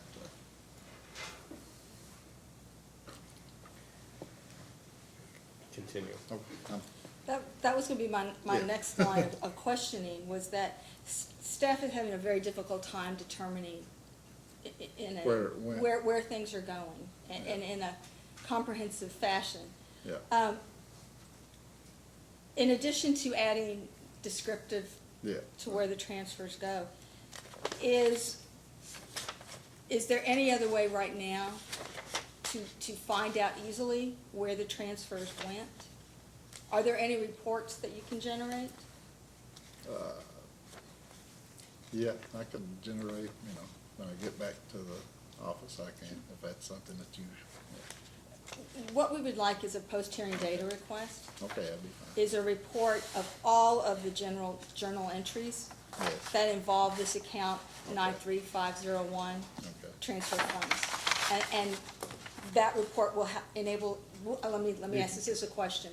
Will that report enable staff to identify the $700 on January 9th was transferred to X? Yes, we Okay. will, We would like that. yeah. Okay.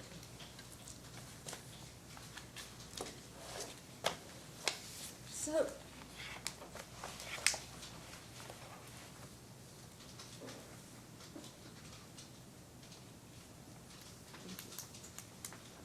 the US OA, Uniform System of Accounts, for Class AB water districts and associations, it does not specifically provide for an account of the nature of this one.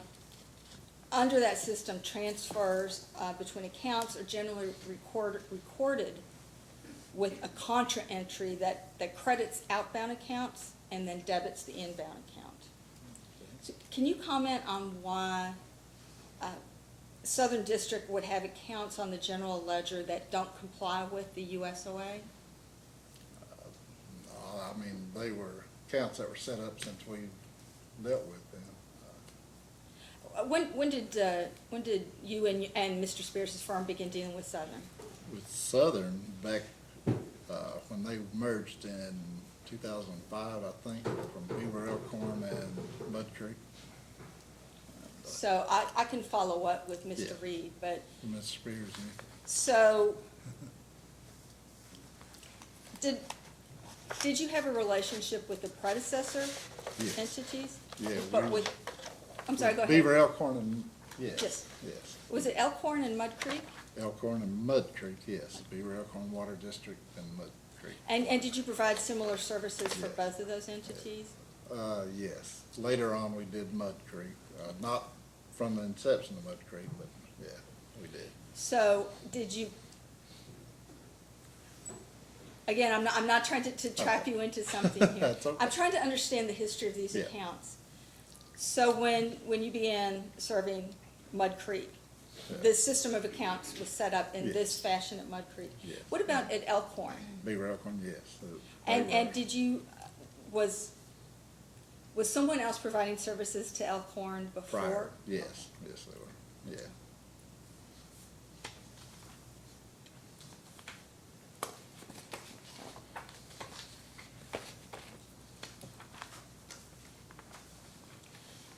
I'm gonna have you turn to 3 of the exhibits. It is Exhibit 5, 6, and 7. And let me first explain what each one is, Okay.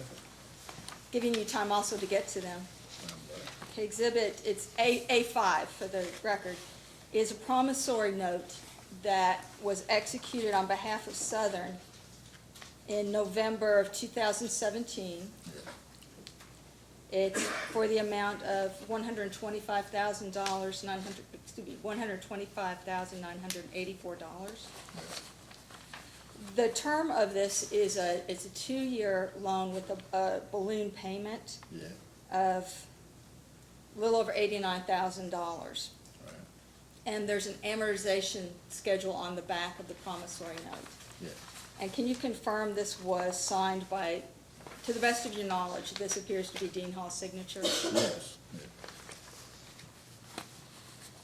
Based upon your knowledge of Southern's finances, could Southern have paid a $89,000 balloon payment? No.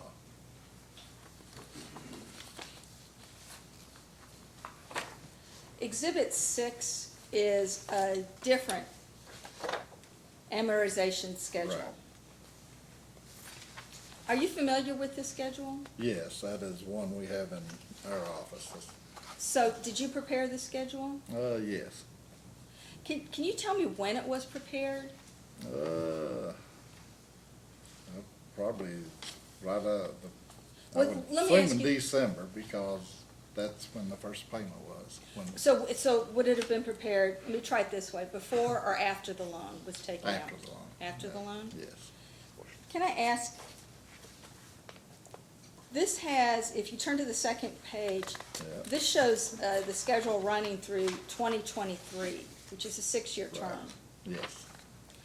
Why does it run for a 6-year term if the loan was for a 2-year term? That's the only way, our software, it doesn't allow a balloon payment after 2 years. So the loan was a 2-year loan, but based on a 6-year payback, so. Our amortization schedule has it for the full term, to get the payment amount. And this is your software that Yeah, doesn't? yeah. Does your software allow for any other period of a loan? Is it just? No, you can do, But not 5 a. years, but the loan was based on a 6-year payback.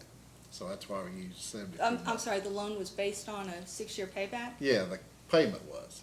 The payment was based on a 6-year pay. I mean, it had to be because they couldn't Right. pay it off in 2 Exactly. years from the very Exactly. beginning. Right. Everybody knew Yeah. that, right? Yeah, and that's why my amortization schedule. It's got the, you know, the current, the payment amount.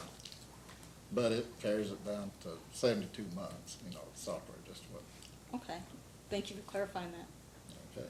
And then let me ask you to turn to page 7, excuse me, Exhibit 7. Yes. And this is page 39 from Southern's 2018 annual report. Yes. And did you also prepare the 2018 annual report? Yes, I did. And I don't want to be redundant, but I just want to be clear Yeah.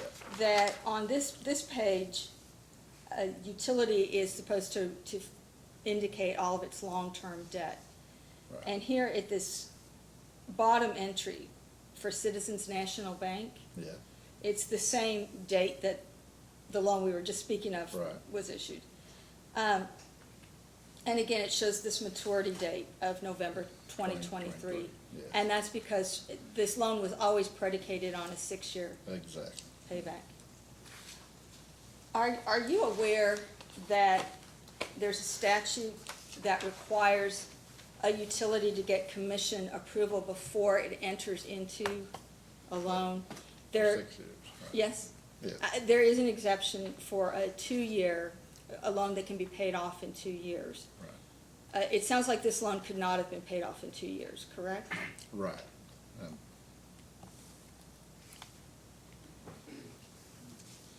Do you know why Southern decided to take out this loan?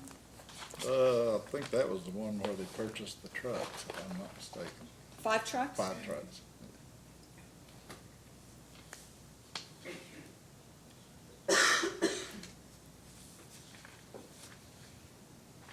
Double checking my notes. I think that is all the questions that staff has right now.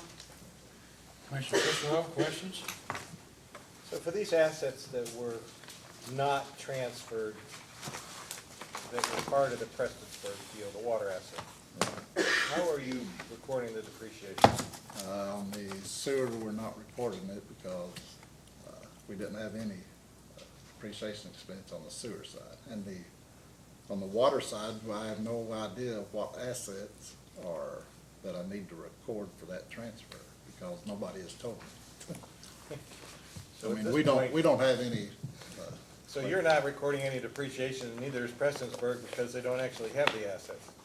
on the water or the? yeah, Water. Water, right, yeah. I mean, that's why we set up the deferred revenue because, you know, we don't have a total of what the sale would be. So the deferred revenue, though, is on the sewer Right, that's on the sewer. portion of it, and those assets were transferred. Yes, So you're just deferring, you've just set up a liability on the revenue that you're collecting, but you've taken those assets off the book, there's no depreciation. But the No water depreciation. assets still sit on the books, yes.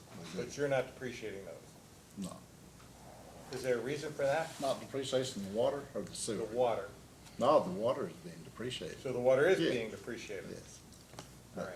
So you're handling it right now as there's an expense associated with the assets, but no revenue. Right. And on the other side, are you setting up any anticipated receivable for revenues collected by Prestonsburg in anticipation of a change, or you're just leaving it open with just a depreciation entry? Just leaving it open because I have no idea what the receivable would be. There is a question as to the total selling price, I mean. So, I don't, should I be asking Mr. Spears, asking Mr. Spears about the duration of the contract, when it was negotiated, how much has been paid in 2018, or is that something that you can answer? Actually, the contract with Prestonsburg City Utilities, see, we were never, The contract with Spears Oh, CPA. all right. The duration of it, I know the answer, but Well, if you know duration's the answer, 5 years. 5 5 years is the duration. So 5 years in an automatic renewal, or how does it work? No, we have to go before the board and they approve the renewal. It's not automatic. So it's a 5 years, terminates, and then a renewal. Then, Does notice have to be given, or is it just automatically terminates at 5 years? it automatically terminates. And then we get a prior, then we go to the board and request an extension, And so, when we talk about the rates and the minimum billing, is that renegotiated every 5 years? Is there an escalation in it, or how does that work? and that's renegotiated if we can. So your $80 per Yeah. hour charge, that's fixed through the 5 years? Yeah, Is it this, is your rate of $80 the same as what Mr. Spears? no, He charges a different rate. yes. So I'm sure you probably can't say off the top of your head, as a post-hearing data request, I'd like to know the total amount that was billed by Spears CPA to Southern for the last 3 years, okay? And so far in 2019. Okay. So take me through I think Ms. Vinsel started to ask you about the procurement process, and she asked you about a credit card, and Yes. so somebody goes out and they make a purchase, and a receipt comes in to the office. Yeah. There's a credit card statement. Who pairs that up? The office at Southern Water. The office, somebody at Southern Water. So you Yeah. have I nothing have to do with that. nothing to do with that. no. In terms of the initial approval for the purchase, It's at that's Southern Water. at Southern Water. Yes. So Yeah, I don't approve any. it looks like, is Paula, Paula Burke. what is her last name? Burke, Or yeah. is she the one that would be responsible for all of that internal Yes. hearing and?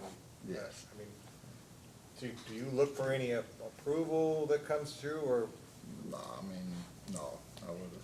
who actually makes the payment to the credit card company? Does that come out of your office? Southern, no, we don't do it here. So you're just doing bookkeeping entries, That's you're all doing we're none of the We're internal not- we're- processing? Yeah, we're not paying any bills at our office.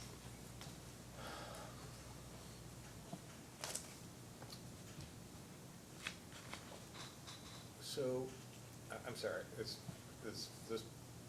okay, so I can save questions for her when she has an opportunity to come up. Let's see if I have anything else for, but as a CPA that's basically being retained, do you provide any type of management suggestions for how to improve or what they should be doing, or do you just strictly fulfill a bookkeeping? Well, if they ask us to look at something specific, then yes, I can, tell them that, like, when I'm doing the payroll, if there's a exorbitant amount of overtime, I'll call and say, what's going on here, but, just normal. Just if I look and see we're paying too much, Let me give you a different yeah, example. give me So, there was a question here in terms of,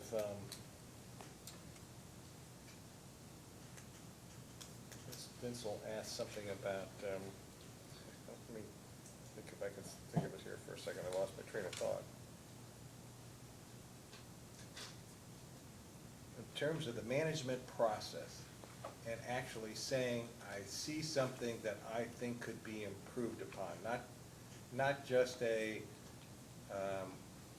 see there's an excessive amount of overtime, but I think, for example, she asked you if you knew that there was the 6 years limit, that there was gonna be a 6-year loan, and that PSC required anything longer than 2 years requires PSC approval. And I Right. thought you said you knew They- that.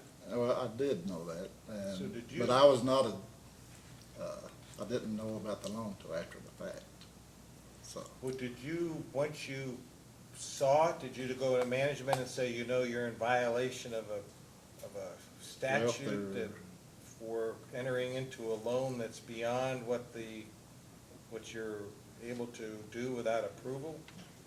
Well, the management was aware of that. I didn't know anything about the actual, loan being processed until after. But So if let's I go- would have known before, I would have said, yes, you have to do a 2-year, and, So let's go back to the procurement process. Yeah. Do you look at that and say, the system that they have looks good, or you're just not familiar enough with it to even may have an opinion about it, so, well, I'm not, their procurement process, I mean, they do that on a day-to-day basis. I don't, you know, they don't call and say, we're getting ready to, you know, Okay. purchase something or, All right, that's fine. I'll ask okay. questions later. Thank you. I agree with you, they did know about it, because in the 2012 rate case, they had several loans which exceeded, were in violation of the statute, Yeah. and Paula Johnson admitted it and assured the commission that it wouldn't happen again, and within 2 years, the unauthorized loans continued again unabated. If this commission had been there, somebody would have been writing checks to the commission, or the Kentucky State Treasury, I guess. Let me ask you this. I guess there's a difference in a duty depending on what you do. For instance, if a lawyer is working for a client in the capacity of a lawyer, that lawyer has certain duties to tell people, and if they don't follow that advice, to document it or go somewhere else or do something. Yeah. On the other hand, if I'm a lawyer and I'm hired as a paralegal, I may not have any duty, I don't have that duty. See, I don't know, you were doing bookkeeping services, were you hired as the ongoing accountant? Maybe you switch roles, sometimes you're the accountant and sometimes you're the bookkeeper. I mean, that's possible. Yeah. I'm just trying to understand the relationship. No, we, basically, we're the bookkeeper. I mean, we do. I noticed that back, but I guess when we were getting ready for one of the other hearings in a prior case, Yeah, I went through Mr. Paulman's audits. right. Mr. Paulman has been auditing Southern Water District for a number of years, right? 5, 6, 7, Yeah, 8 years? something, yeah. Okay, do you know why or how, under what circumstances Mr. Paulman became the auditor for Southern? No, Are you aware of any agencies in state government that recommend and to some extent require that auditors be changed every 2 years? yeah, I've heard that. I mean, isn't that a good practice? Well, yeah, it is, you know, Right, well, why is that deemed to be a good practice to change auditors every 2 years? well, I mean, you can change them and get a different perspective, but as far as the actual work done, it should not change, I would think. you know, Well, between the one thing I didn't understand, I saw Mr. Paulman's first audit, and at the end, he just put this as an at-risk client, and I never saw that again. I'm just wondering what, I don't know. I don't know when what. Mr. Paulman comes to audit, does he come to see you? No, but he calls me, you know, if he has any questions on the book. Would he actually would come to the He- Southern's I mean- office? Yeah, he goes to Southern's office and does field work, yeah. I have no further questions, thank you. No, yeah. Oh, I'm sorry. Any questions? Chairman? All right, may this witness, I actually have a follow-up question I'd like to ask. We received Southern's minutes for past years in the last ARF case, case number 2018-00230. Okay. And I'm looking at the minutes right now. And in July of 2017, the board voted to accept Pop Chevrolet's offer as the lowest bidder, and I presume I know it was for those 5 trucks. Trains, okay. As I look going forward, I see no mention in the minutes of a loan. So let me ask you, in your experience, if Southern was to take out a loan, would the board approve it at a meeting beforehand? Yes. I mean, I would hope so. Yes, but in your Yeah. experience, because I see that Yeah. you attend, Yeah, not yeah, every, I attend. almost Well, every. Almost. And it's your testimony that the board did not approve this loan at a meeting that you were at? Well, I might not have been there, no. Okay. I don't know. And again, because as we've discussed earlier, the Yeah. minutes leave a lot to be Oh, desired. yeah. Yeah. But there is no I mean, mention. yeah, they could have, and it might have not been recorded, I don't know. But it sounds like, and you were at this meeting, that Southern was had already put out a bid and accepted the bid Right. for the trucks Yeah, I in wasn't July. there. And then the loan was actually executed in November. November, yes. And that loan was to cover repayment for the 5 trucks. Yes, as I recall, that's what it was. Okay. That's all staff has. Commissioner Cicero? I have no further questions. And, of course, if a board speaks through its minutes, there's no evidence it spoke at all, correct? Right. Or gave Dean Hall the authority to sign a note obligating the district for anything, correct? Right, if it's, it's not in the minutes, I mean, they may have. Thank you, I have nothing further. May this witness be excused? Yes. Okay, thank you, you may step down. It's 7 till 12, why don't we go into a lunch recess until 1 o'clock, and then we'll try to finish up by 3 or so. Thank you. Okay, it's now 1:08, we're back on the record. Mr. Bailey, do you have a witness to call? Yes, Your Honor. Mr. Sears? Not Sears. Please raise your right hand. You solemnly swear or affirm under penalty of perjury that the testimony you're about to give will be the truth, the whole truth, and nothing but the truth. I do. Please be seated. You may ask. Thank you, Your Honor. Can you state your name for the record? Michael Ray Spears, And can you tell us a little bit about your education and qualifications? graduated in 1986 from the University of Kentucky. Been a CPA since 92 or 93. And what's your primary employment? I do tax, it's basically a tax basis and write-up and payroll. It's What- basically the services we provide. What is the company name? Michael R. Spears, CPA, PSC. And how long have you been, or what is your current association with Southern Water? We just do the bookkeeping monthly, and then we do payroll service for them as well. And then anything, if they ask us, we'll do whatever they need done. That's all I have, Your Honor. Okay, Mr. Spencer, questions? Oh, yes, I do. Good morning, or good afternoon, Mr. Good Spears. afternoon.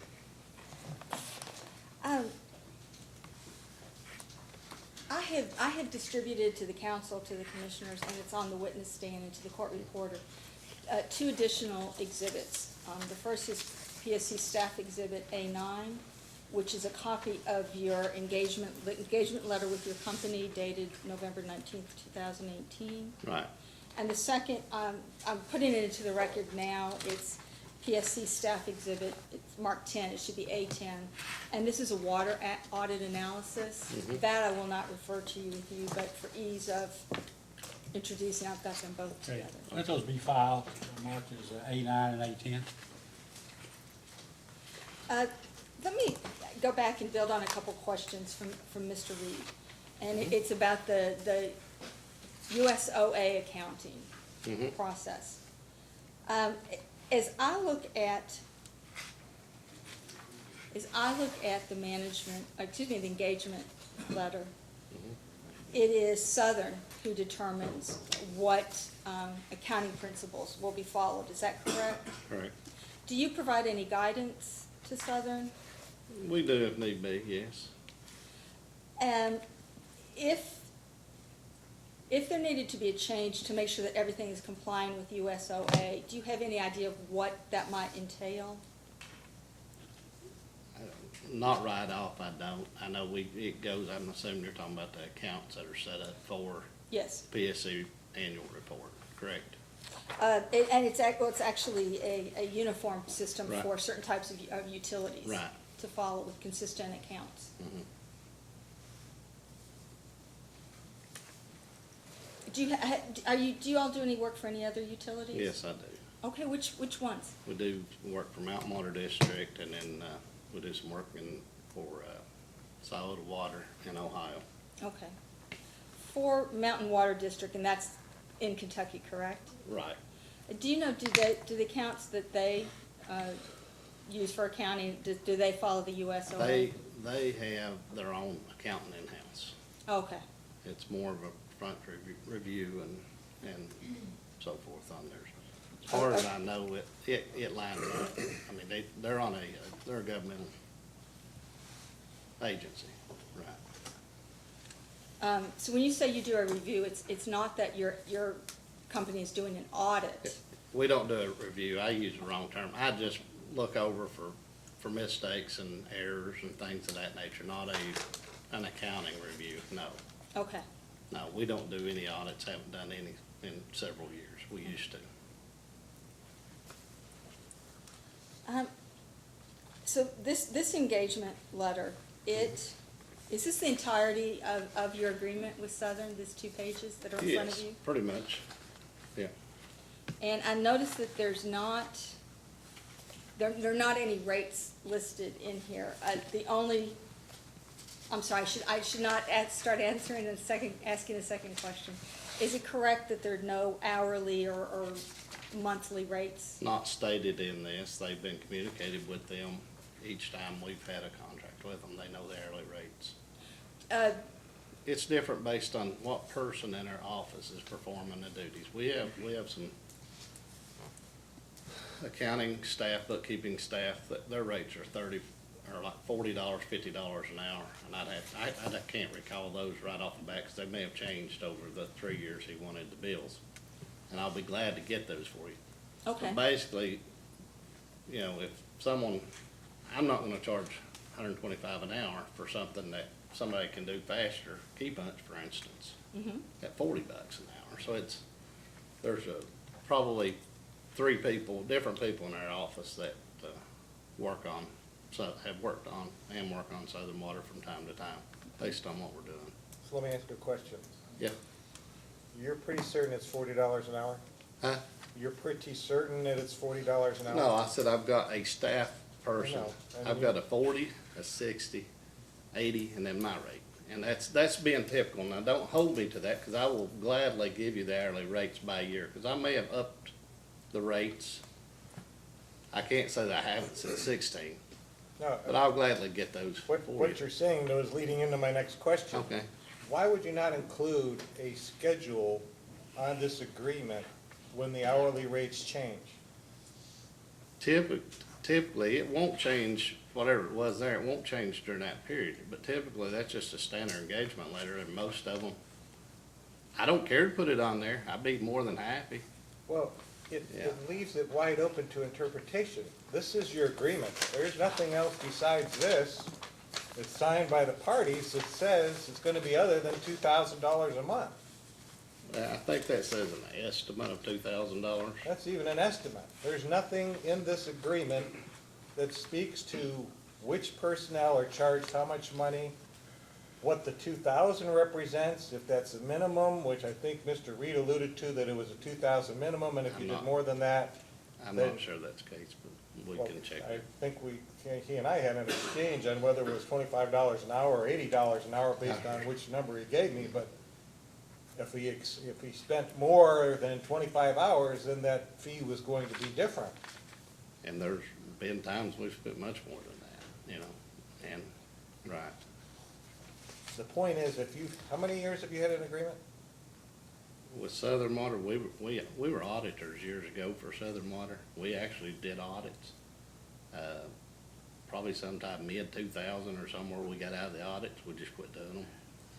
And And during this entire time, there's never been a specified, other than I don't know whether it's a minimum or average or what it is, $2,000 or whatever it was each period of time when a contract was signed?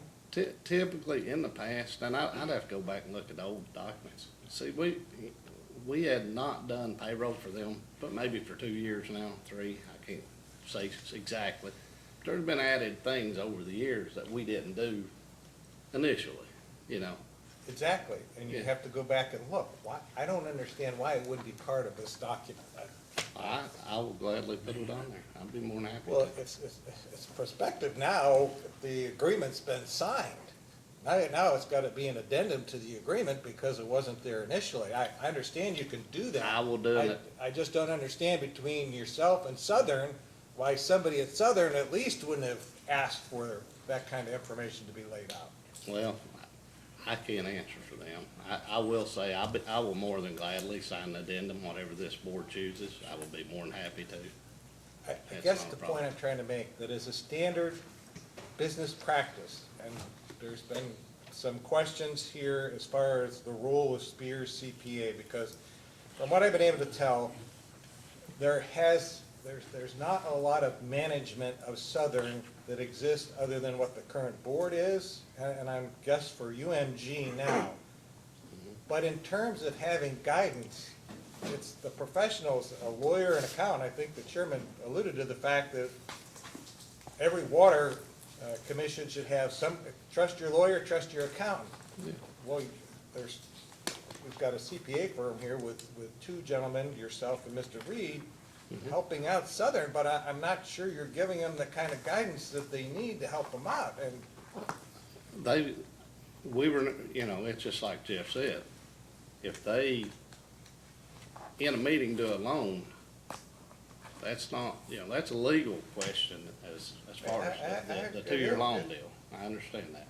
That's a legal issue. They've had counsel. Now, we have told them, yeah, it's 2 years plus. Now, the reason we did the amortization on 6 is just for monthly, we can move the interest out of there, and that just gives us a guideline. That's not anything that they had. the reason why you did it on 6 is because the payments are based on a 6-year amortization, and that's the only way you could do it if you couldn't do a balloon payment. It has to be set up that way.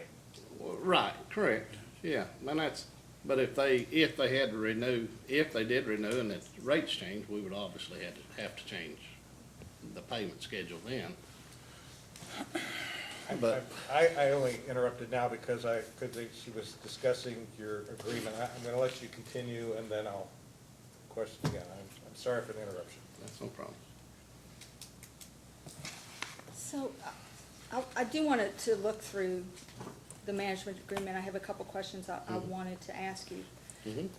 Under our responsibilities, on the second paragraph, saying that you're not required to verify the accuracy or completeness of the information Right. that you're provided. And then down below, under management responsibilities, let me ask, is management responsibilities, that would be Southern Districts? Correct. Okay. On number 2 there, it looks like it's Southern's responsibility to design, implement, and maintain internal controls. Yes. Do you know what internal controls are present at Southern? To a small extent, because they're short-staffed. The internal controls are a lot harder to meet the ideal standards with two personnel inside the office, just like opening mail and deposits and so forth. You can't get enough separation of duties to be able to adequately have an adequate internal control. Jeff probably could give you more information about the daily internal controls, as I've not been there at their office as much, as he does. But Well, I don't, as far as, spoiler alert, Ms. Burke, I was going to address some of these questions to you, so if I need to, I'll ask Mr. Reed to follow up. well, I mean, she may be able to answer what they do inside, in the office there daily, yes. And also similarly, in the 3rd paragraph, under our responsibilities, again, it's not your office's responsibility. You can't be relied upon to identify misstatements, including those caused by fraud or error, or to identify or disclose any wrongdoing within the district or noncompliance with laws. Yeah, because it's the type of service we're doing. We're not doing an audit, we're not doing a review, we're not even doing a compilation with disclosures. It's a management use financial statement. And that's standard verbiage out of the AICPA's engagement letter. Thank you. That's, my next piece was going to say, you've already answered it, thank you. Okay. And again, turning to the 2nd page, on the 4th paragraph that starts, and I'll just read this for simplification. We estimate that our fees for these services will be $2,000 per month, and then says what the fee is based upon. Our invoices for these fees will be rendered each month as work progresses and payable within 30 days of receipt. Do you read this to be a $2,000 minimum, or is it truly, this is what you can estimate, it may be more, it may be less? I think that was probably what we'd estimate if nothing extra comes up. It's not a minimum in my opinion, I don't think. Okay. It can be construed that way. I see how you're reading it, but I don't, This is not included in Exhibit 1 in the packet. This is page 161 of the general ledger. If I can have Ariel. Chairman, can Ariel approach the witness? Yes, you may, go ahead. I'll wait until Ariel passes it out. Okay. Now, the page before this is in Exhibit 1, page 160. Thank you.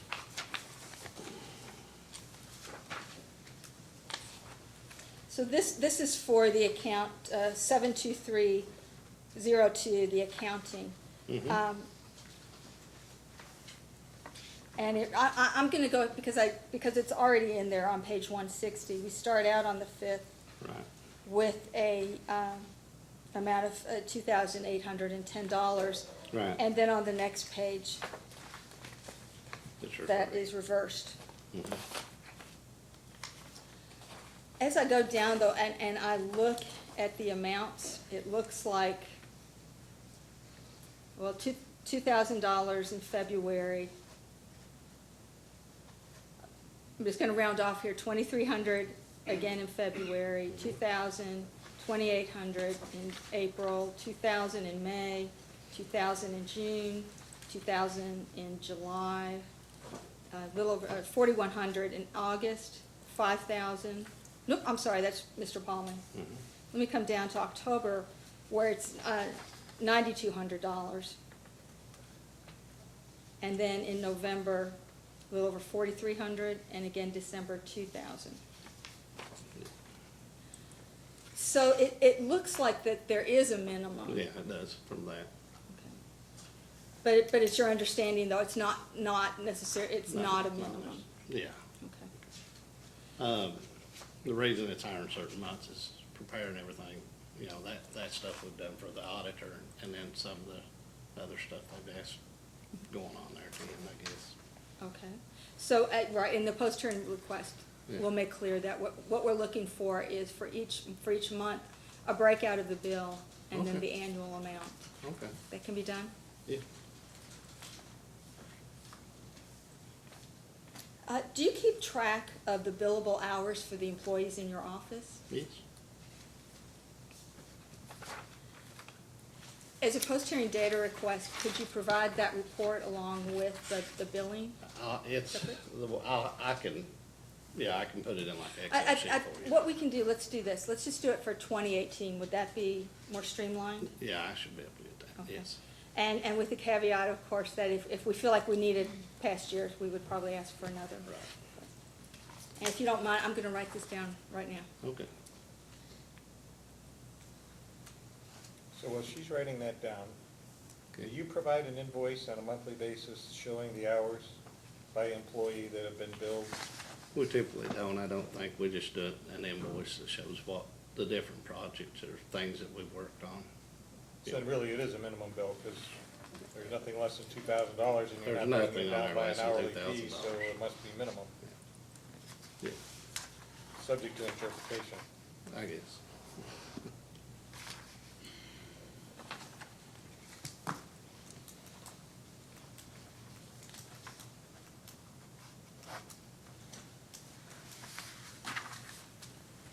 Mr. Spears, you said that you began initially as an auditor for Southern, correctly? Does your relationship with Southern go back to the predecessors of Elkhorn? Yeah, and- Beaver Elkhorn, and, Okay. And were you providing What? auditor service or financial, more like what you're I doing now? don't remember the exact year Southern, I worked for Stephen Allen, CPA, and he did audits for Okay, Wayland and Beaver Elkhorn. I don't know at what point, okay, I don't remember what year they merged. that's fair. Yeah.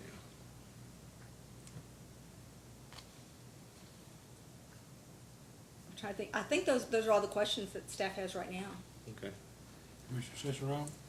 So looking at that last exhibit that was handed out, the October 10th, $9,212 to Michael Spears, why was that invoice so high? Would have been probably prepping the files for the audit, more than likely during that time. For the audit or for the For the annual audit, for the auditor, Mr. Palman, When does it, do anything on a fiscal year or calendar year, this calendar year, ending in December? ending in December, yes. And you would have already been working on it for billing on October 10th? We'll go, no, we'll go back. He comes in usually in September. He's coming in, he's already scheduled for June of this year, I think. He typically comes in, but we go through, make sure there's no audit adjustments, nothing's gonna come up that's gonna red flag, you know, or hopefully we don't have any audit changes. We may have had a couple over the years. And this year, when we were asked to do this, we did this right in the middle of tax season, right in the middle of our corporate deadline, to try to get ready for this. When Robbie Williams, our Floyd County judge, called and said, we've got to get a rate increase filed. So we have hammered in February to try to get everything over before we can file the annual report, which we normally do after the audit in case there is an audit change. You know, that way it doesn't have to be amended. So we could get it for the rate study. So What services do you typically perform yourself?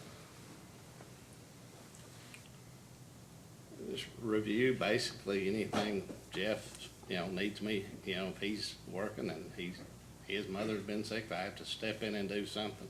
It's basically, you know, from time to time, Jeff does probably 90% of it, I would imagine.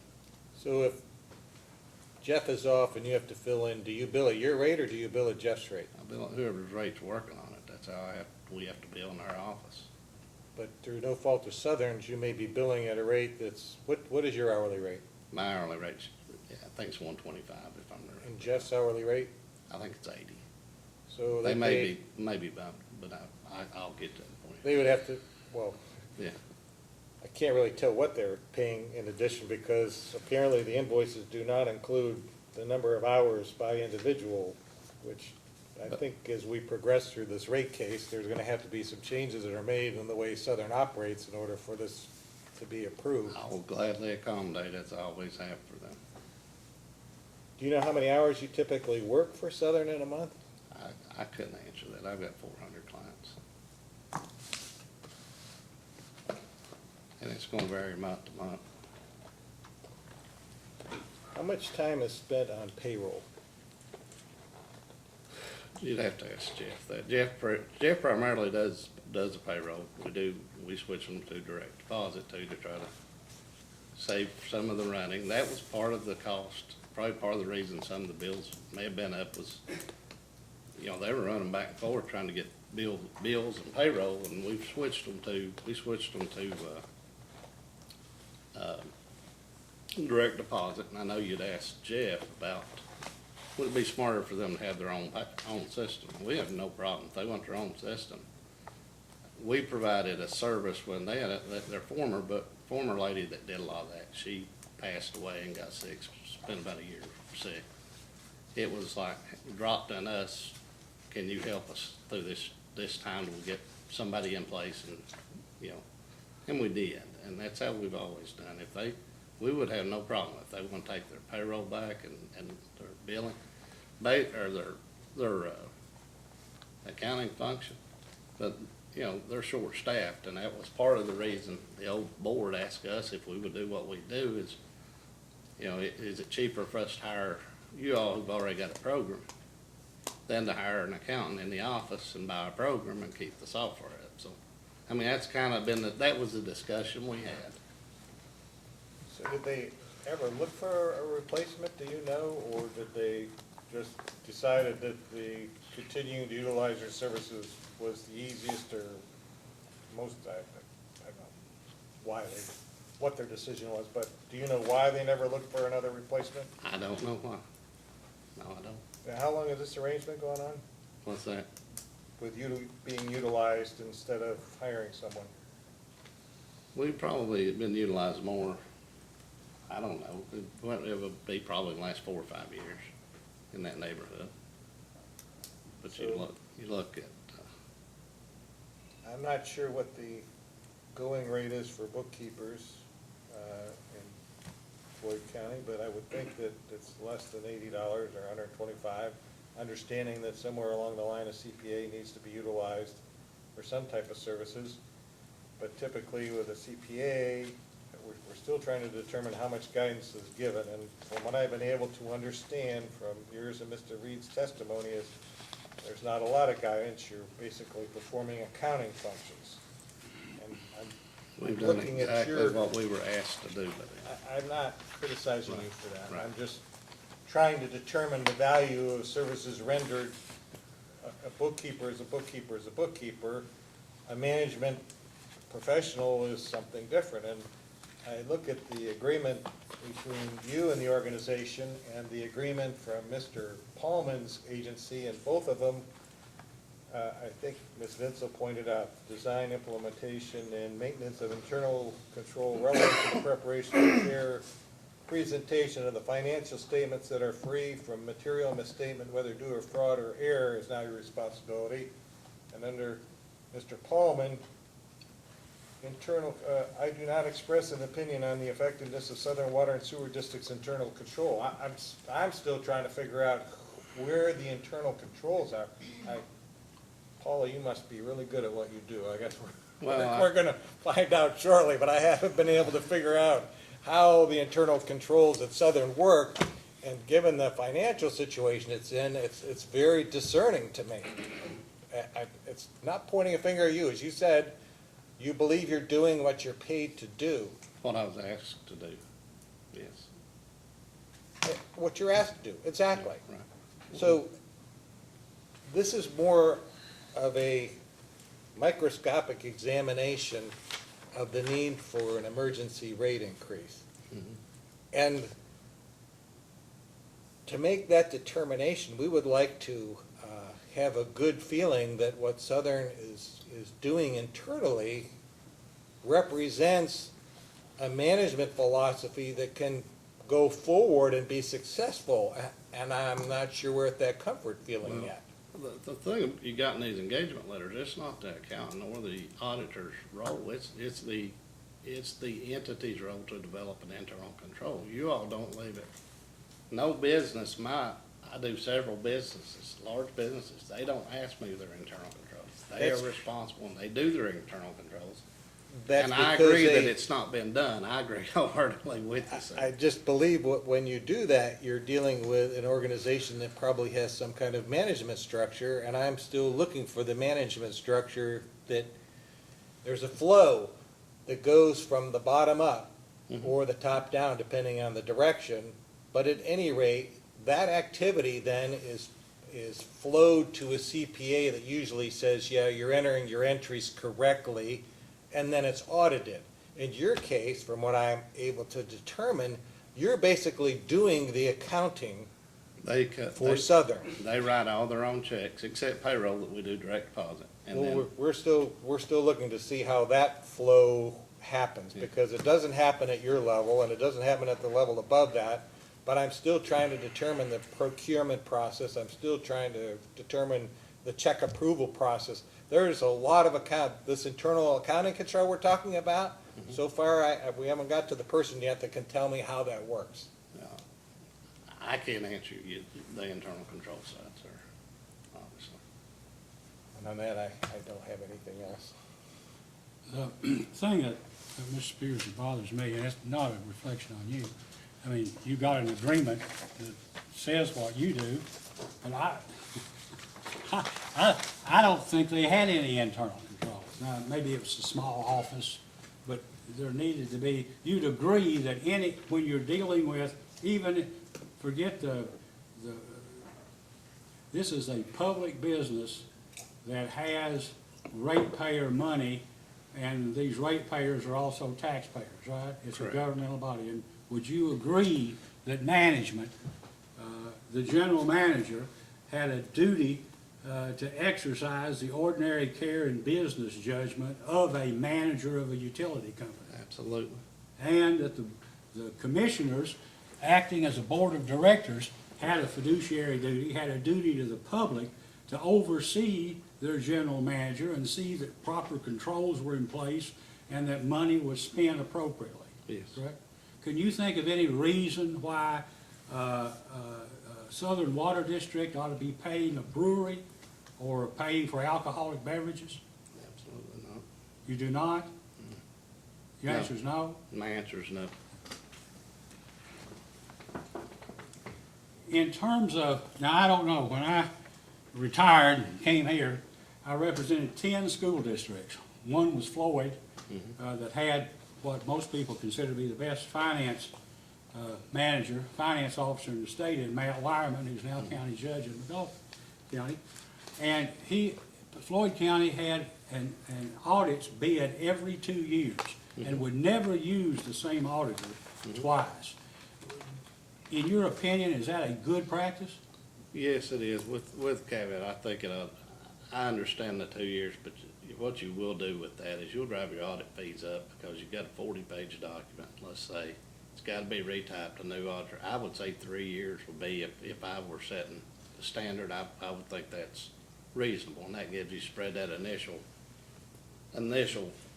your typing and your format over 3 years rather than one. Well, in all of the school districts that I represented, when the audit report was made, there was a report and then generally an executive summary or something that went with it. Management letter. And almost always, there, no matter all the training that the school principals and everybody went through, there were comments about a breach of an internal control. I mean, you know, inadvertently, those things happen. Somebody wasn't, they have a red book or something, the Department of Education has published, and all school districts and all financial matters have to use that book and go by the procedures. But in Mr. Paulman's audit, the thing that I saw was, in the end, he basically disclaims any responsibility for any internal controls. He says in his audit, I have done an audit, or I've commented on the internal controls on his exhibit. His letter says by letter of October 20th, 2017, and then he goes on a 2-page single-spaced letter explaining why he basically didn't check any internal controls. And it seemed to me that the whole purpose of having an audit for management, for the commissioners, was to check on the operations of the general manager. Isn't that what the audit is supposed to be for? Correct. I'm not, I'd have to look, if you. No, I know, I Let me know. look that I'm, you know, report. Yeah, I know. it's sort of rhetorical, but, okay.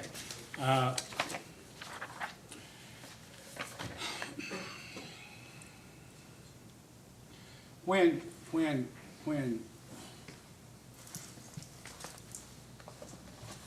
if, and maybe Mr. Reed knows this, maybe he's the only one who does, and I should have asked him if I didn't.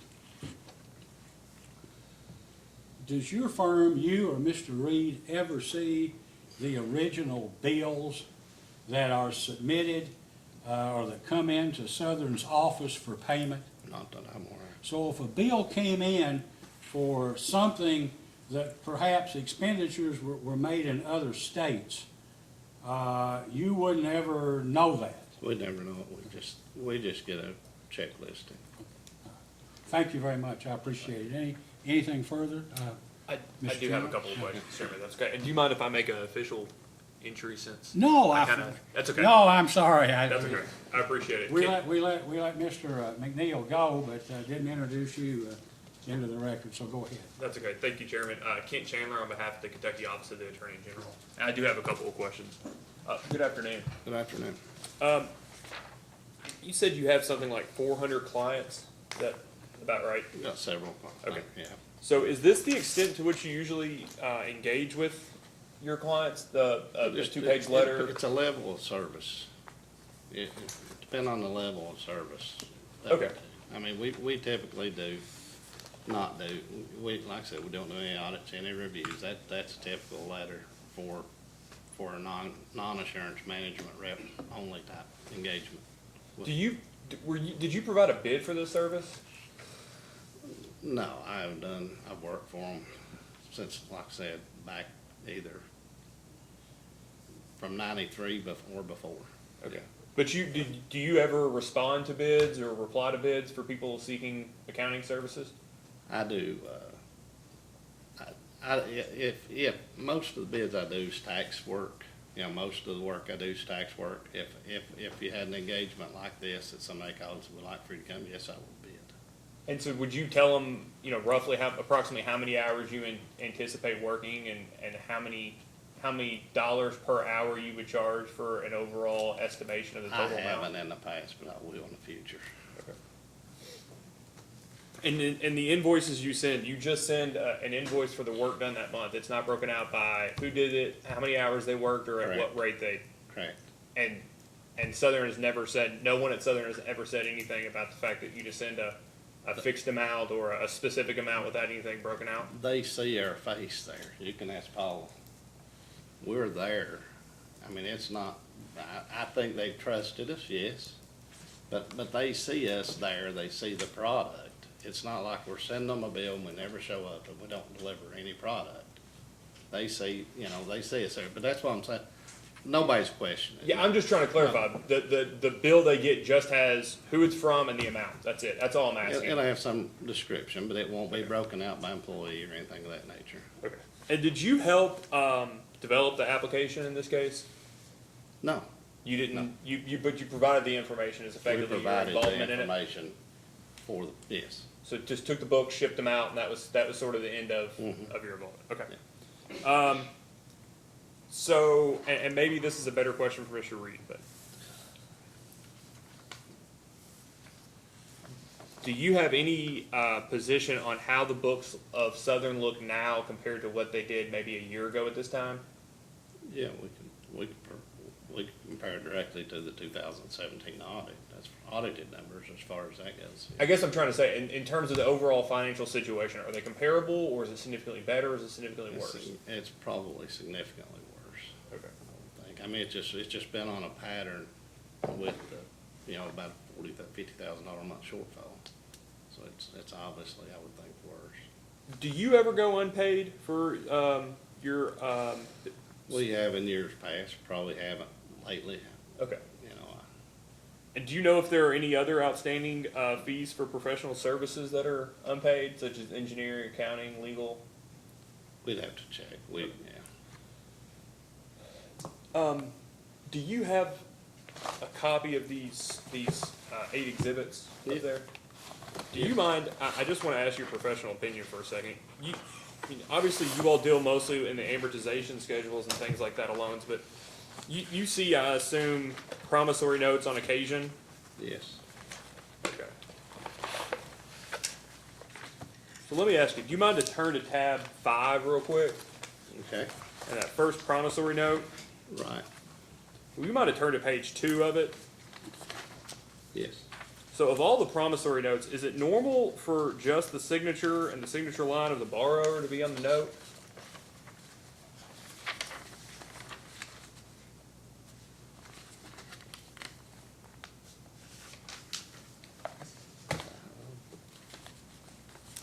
Let me withdraw that question.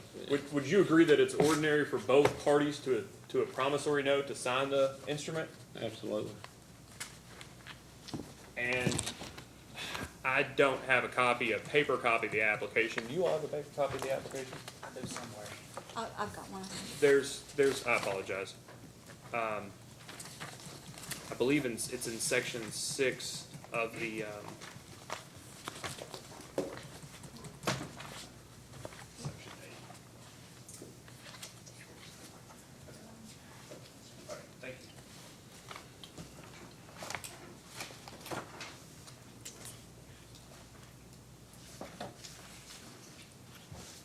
Okay, may I approach, Chairman? Yes, you may. Okay, so this is attachment 9A to the application. And this is the promissory, do you mind if I ask from here, Chairman? No, you may.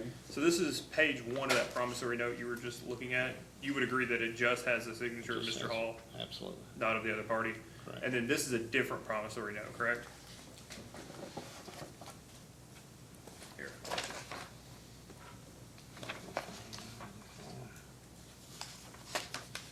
Yes. Okay, and then you would agree, going further to that promissory note, that there are signatures from just the borrower on that note as well?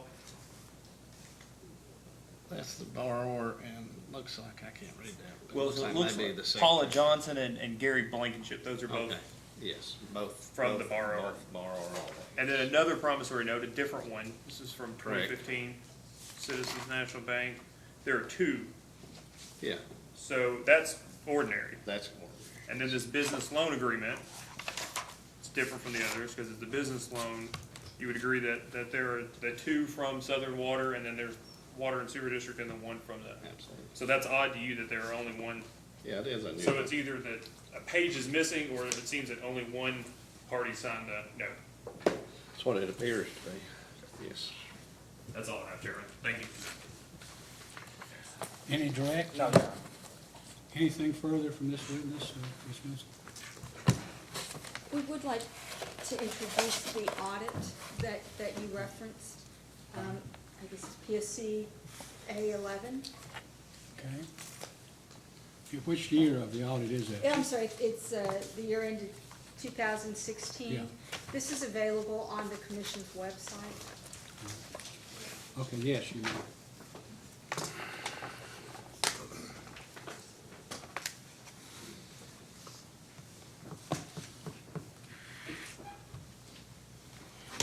But other than this exhibit, staff has no further questions. May Mr. Spears step down and be excused? Yes, but we do believe we should be recalling Mr. Reed. All right, you may step down, Ms. Spears, but hang around because they may need to recall you for We a will do question or so. two, Thank you. depending on what somebody else says. Do you have another witness, Mr. Bailey? Your Honor, Ms. Paula Burt. Ms. Burke? Please raise your right hand. You solemnly swear or affirm under penalty of perjury that the testimony you're about to give will be the truth, the whole truth, and nothing but the truth. Please be seated. Mr. Bailey?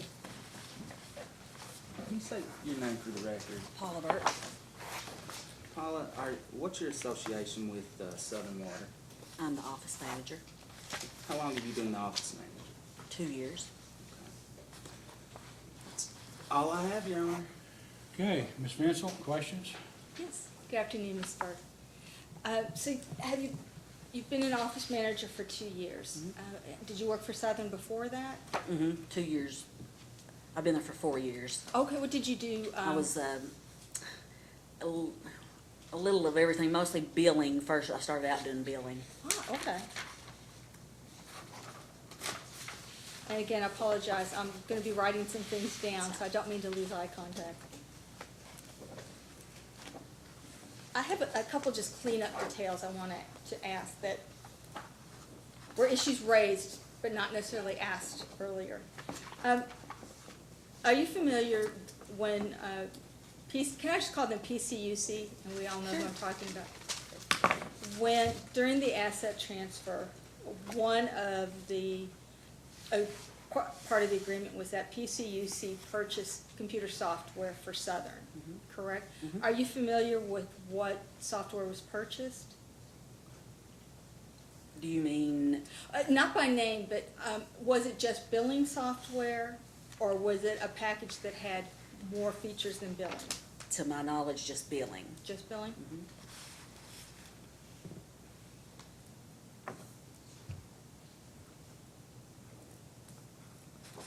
We've talked about internal controls, so let's just jump to that. What can you tell me about the internal controls? What are the internal controls at Southern? Well, what exactly do you mean? In what way? Okay. Start with procurement. Well, you mean like as far as like when we, I'm somebody in the field and I need to buy something. What do I have to do to get it? a customer comes in to sign up for new service. Is that what you mean, per se? You know, I'm a field person and I need to buy Oh. something for the company. Yes, they usually call in, and say they need to get something from somewhere and ask for a PO, and one or other of mostly me or one of the other girls will give them the PO number, and write down in the PO book who it is and what they're buying or where from, basically is where that, and then usually those places will send a copy of that PO back with the bill, with the invoice at the, at monthly. So is there an initial approval of a purchase, or can anyone call in and say, I need something and get a PO? To my knowledge, the guys know to ask, like, their boss if they can do that, and then they'll call in and get the PO number. Does their supervisor ever sign off on anything prior to the purchase? Or even after the purchase, for that matter? Not that I know of. So as far as the supervisor approval, there isn't one. They're instructed that they're to obtain approval, but there's nothing to substantiate that approval. Correct. You give out the PO number, they make the purchase, the invoice comes in from whomever that they purchased it from with the PO number. You take that information, and then what do you do? Just ask if it's okay to pay that invoice. Who do you ask? I would always just ask the manager, the general manager. Okay, so who would that be at this point? At this point, it is Don Compton. Okay? So he's the one that's now approving the invoices, Yes, going prior, forward, yes, approving payment of invoices Yes. Before the check is cut. yes. Who signs on the check? There's two of three of the commissioners has to sign the checks. So two commissioners, there's a line for two to Yes. sign, and Yes. you have to have two. Yes. Okay. So now you've gone through, and we're not certain who's authorizing it, but somebody has decided that something is needed, and so say it's something that would constitute an asset that would go to fixed asset ledger. How would that process work, that it would go from that purchase into a transaction into the fixed asset ledger? I don't know. That's a little over my head. I don't know I don't know. Say you buy pipe for repair. Okay. Is it kept in inventory, or is it kept in okay, so how does that pipe make it onto the asset ledger and inventory? To be honest, I don't know. One of the other supervisors is the one that does that ordering. It comes in, and then I get the invoice at the end of when it comes time to pay it, and I make sure it's okay to pay it, I pay it. That's all. I don't really know how the other goes. I don't. Is Mr. Compton gonna be coming up as a witness? You Yes. sure can. Well, I'm trying, and no disrespect, Ms. Burke, I'm trying to determine the flow of information through the accounting system, and it's been a challenge. I understand, yes. I have to admit, it's been a challenge. I'm still trying to figure out how this process works. From your perspective, what are your duties?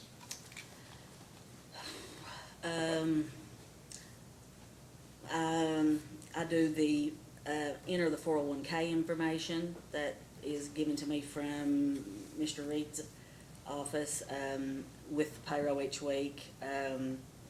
I obtain the time sheets and that information and get that to their office. I don't really do anything like balancing any of the accounts, but I do go in and look at the accounts and see what's cleared and that kind of thing, like the checks that I've written, and I do any checks that are returned. I take care of voiding them and getting those customers contacted. I help answer the phones, help do the billing. You're saying you're basically a jack of all trades? Yes. And a master of none, yes. As far as payroll goes, do you process timesheets? Do you collect them?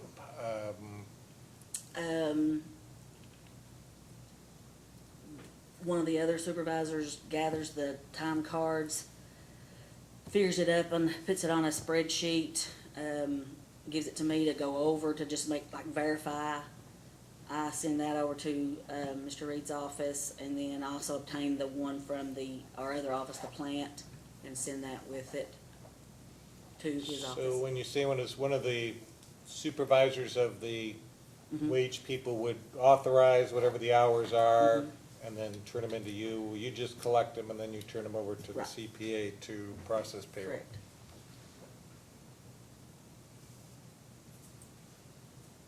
Why don't you continue? Okay. I'll- Can I take a couple steps back? Okay, you're the office manager. Who else is there in the office with you? Let's do it in 2 different time frames. Other than UMG staff, as of today, say today, if it was a normal day and you were at work, who else would be in the office with you?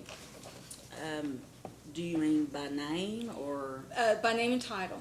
Okay, well, there's Elizabeth Tate. She actually is, she's just a clerk. She takes the payments for the people that walk in. There is Tanya Salyer. She now does the billing, the entering the work orders and prints the bills and does all that. And then we have one that we recently took on that is, she's part-time. She was brought on by UMG to just kind of help out some. And what does she do? Clerk, she just helps, she helps answer the phone and do work orders and helps take payments and. So if I buy something on a credit card, I'm an employee of Southern, I buy something on a credit card, I bring a receipt in, who do I give it to? Me, And then what do you do with it? I just file it in a credit card folder that, I just kind of keep those all together. Okay. And then they eventually go to, or do you give the information to Mr. Reed, or do you keep the receipts with you? Just keep them with me always. And then does Mr. Reed ever see the underlying receipts? No. So when a credit card bill comes in, do you then match up receipts against Yes. the credit card? Yes, and then I do send a copy of the credit card statement to him, Okay. to whatever he booked or whatever he does, and then it's paid by our office. And the expenses on the credit card, who would, I mean, you've walked through what would happen if somebody called in. Who all would have authority to authorize payments on a credit card? To make a purchase with a credit card?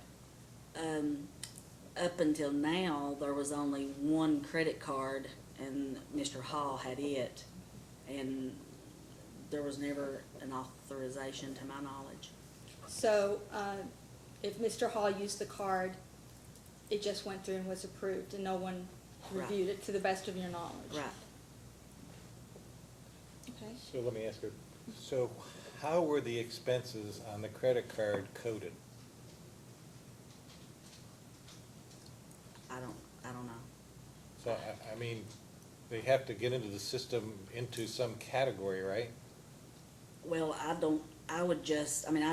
didn't do anything with them. I just made sure that what was on the bill was the receipts I had, and then, paid the bill basically. Vice Chair, Yes. I don't want to interrupt you, but Go ahead. Be my guest. it may be helpful to know that we have some specific questions about the credit card, Go and if ahead. Ms. Burke can't answer them, we would like to recall Mr. Reed. Go ahead. That might help get to your Oh, question. that probably will. Go ahead. I do not want to be interrupting you, though. Oh, no, you were going to the same place I'm going, so you might as well drive. Okay. We've got some questions about the general ledger. Can I ask you to open up the exhibit, the tab number 1?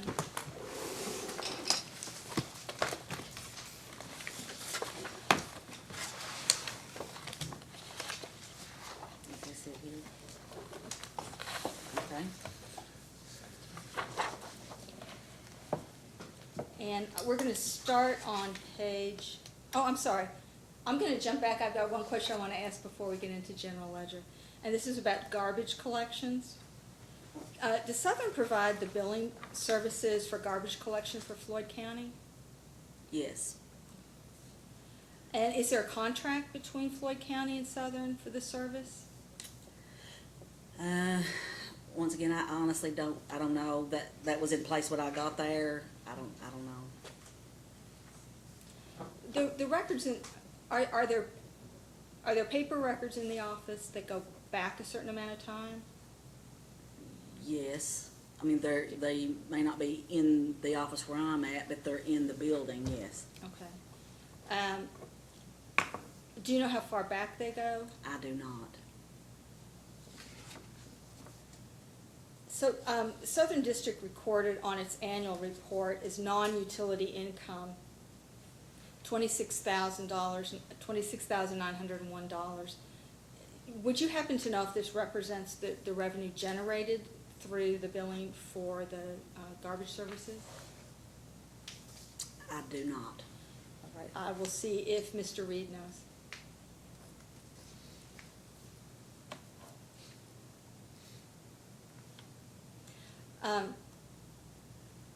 Do you know, is the rate for this service, is it a flat rate or is it a percentage? For the contracted rate for providing the billing services? Or the rate, let's just call it the rate. For garbage. Do you mean? For providing the billing services for the garbage? Yes, I mean, I think you're talking about how much we get from doing Yes. that? Yes. Yeah, it's 3%. 3%?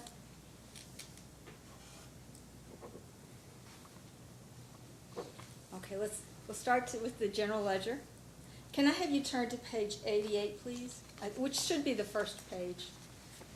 Okay. Looking under account 14801, AR, former employee. This is an accounts receivable account, is that correct? Or are you not familiar with it? I honestly am not sure. Okay, well, let me ask, do you know who Tina Mosley is? I do. Who is she? She was a former employee. And do you know why she owes Southern money? To my knowledge, there was,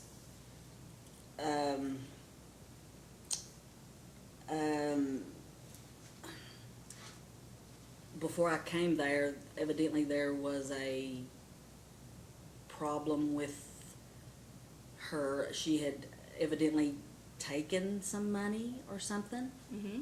and this was her payback. Oh, a reimbursement.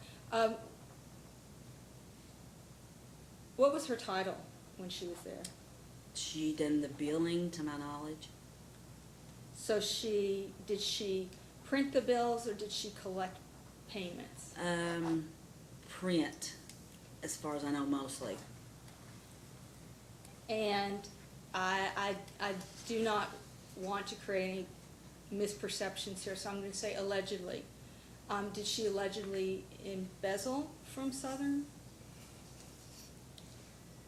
Yes, as far as I know. Allegedly. Yes.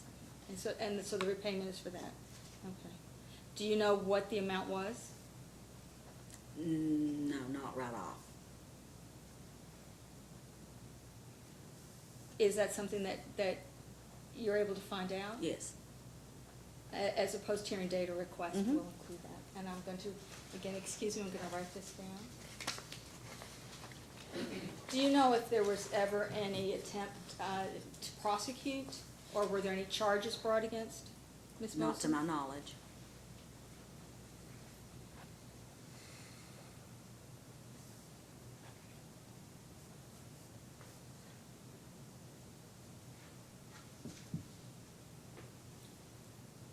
Do you know if the amount's been paid back in full yet? Yes.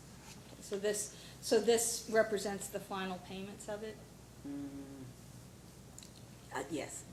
And was Ms. Mosley related to any other member, any other employee of Southern District? Not that I know of. Any member of the Board of Commissioners? Not that I know of.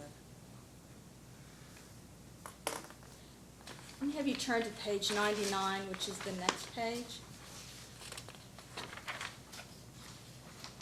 I'm looking at the account at the bottom, 17817, it's FCB, healthcare reimbursement. Mhm. And this, just for reference, it continues to page 11. What does the FCB stand for? Do you know? First Commonwealth Bank, maybe? Okay. So I'll ask Mr. Reed this. Does Southern District provide healthcare reimbursement for its employees? They did. They did, but they no longer do? No. When did that stop? Maybe with the new year. And was it stopped, did well, no, UMG would have been in March. Right. Was it, who decided to cease it? Dean Hall. And what did the healthcare reimbursements cover? I think any kind of expenses incurred that you had to pay yourself out of pocket, Okay, so up anything in to the a certain dollar amount. Okay, under the deductible, basically. Yeah. And do you know why Mr. Dean Hall decided to stop it? I do not.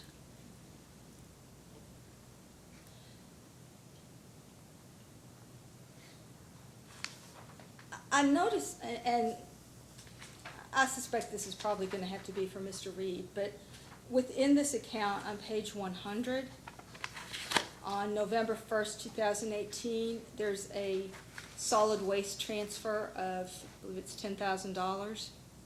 Mm-hmm. Do you know what that refers to, what that transaction is about?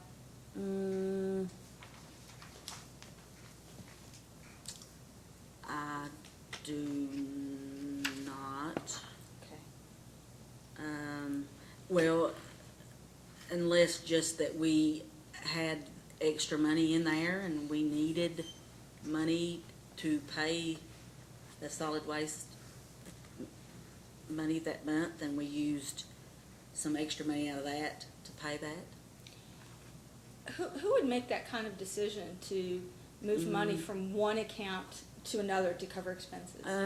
I would usually just mention it to Dean, the situation, and he would then advise me maybe to ask Jeff what he thought, if he thought we was able to do that, and then we would make the decision amongst us three, I suppose.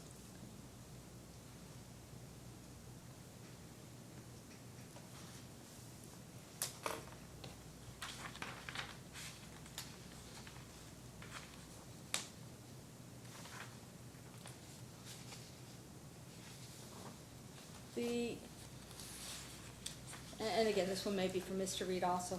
Could I have you turn to page 102? I'm looking at its account 23150. It's the accounts payable for PCUC sewer repairs. Mm-hmm. Do you know what this account is in reference to? I do not.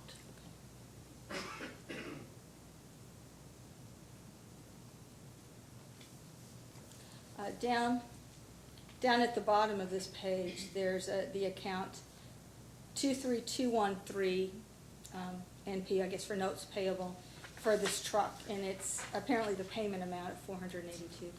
I would also note, it's not reflected here, but in the general ledger, the loan for the 5 trucks is in a separate account.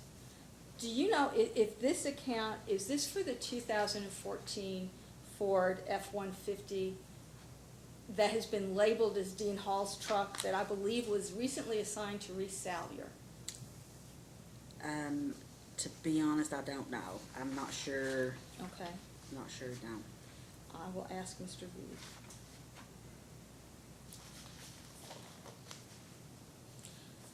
You mentioned, if I'm saying the name right, is it Tanya Mm-hmm. Salyer? Is she related to Reese Salyer? Are they, what's their relationship? Husband and wife. Are there other employees at Southern who are related to other employees or commissioners at Southern? No. What does Mr. Sawyer do? He's, one of the supervisors. And anything in particular that he supervises? To my knowledge, the crew, the men.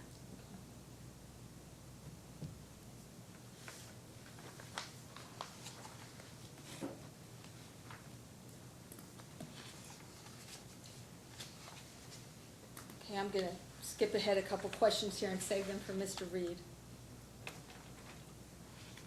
Can I have you turn to page, it starts on page 129 and continues to page 130? This is for an account labeled contract labor. The account title is at the bottom of 129. Mm-hmm. I will also say,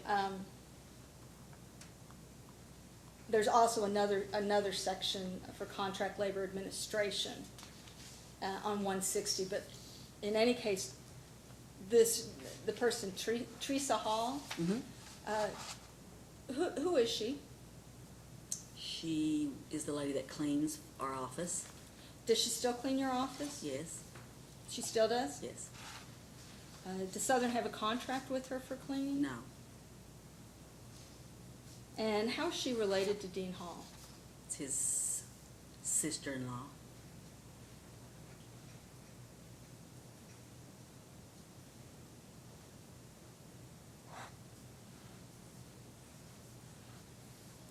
And I notice it looks like she gets just $200 a check. Is that, looking here quickly, is that per week or per month? Per month. Per month?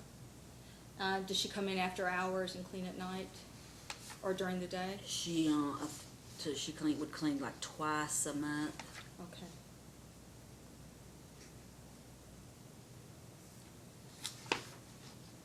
Okay. I know that under Southern's employee handbook, which was filed in the last ARF case, 2018-230, there is a provision in there for conflict of interest. One of the conflict of interest is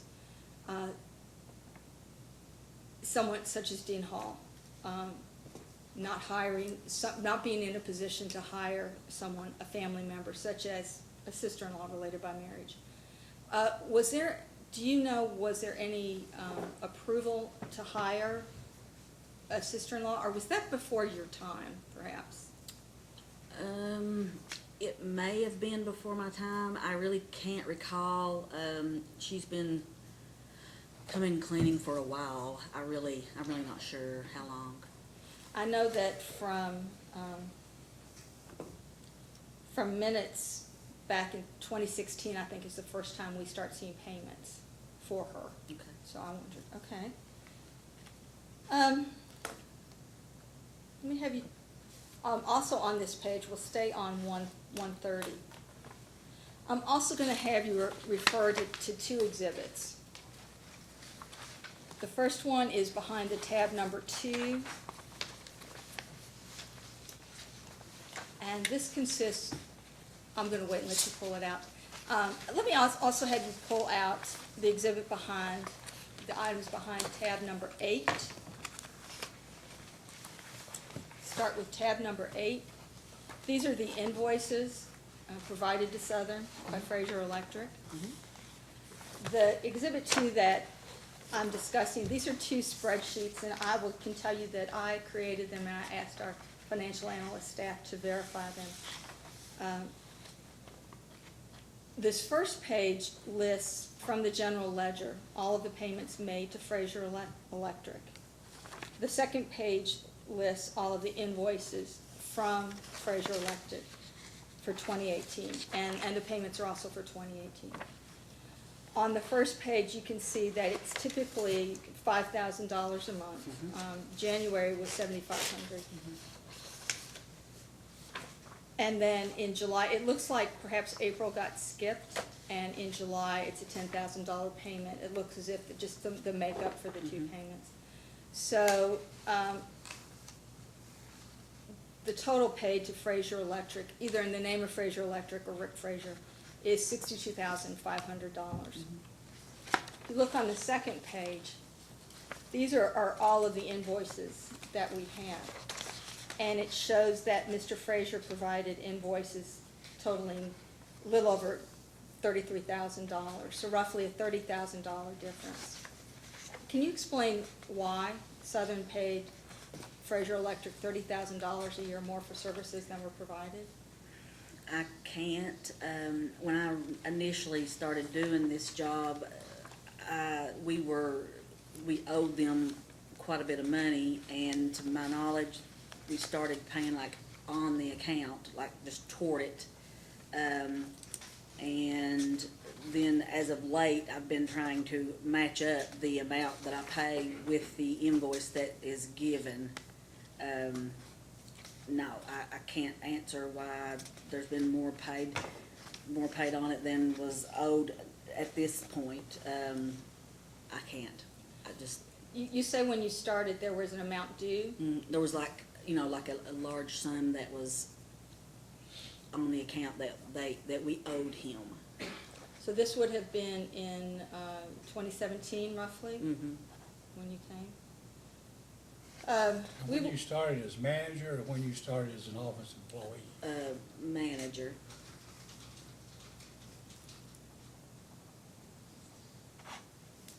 And there will be records that indicate what the payments were at that time, or amounts due, correct? Yes. So when the check is cut, does it identify the amount being applied to the past balance and what is being paid towards current? Yeah, I mean, I feel like I would just kind of put like on account or, on balance or something of that nature. So the check would show two lines on it, so that one would be reflective of what he was currently billing and the other what you were trying to catch up on. No, I mean, I would just write the check and just put, on account, and,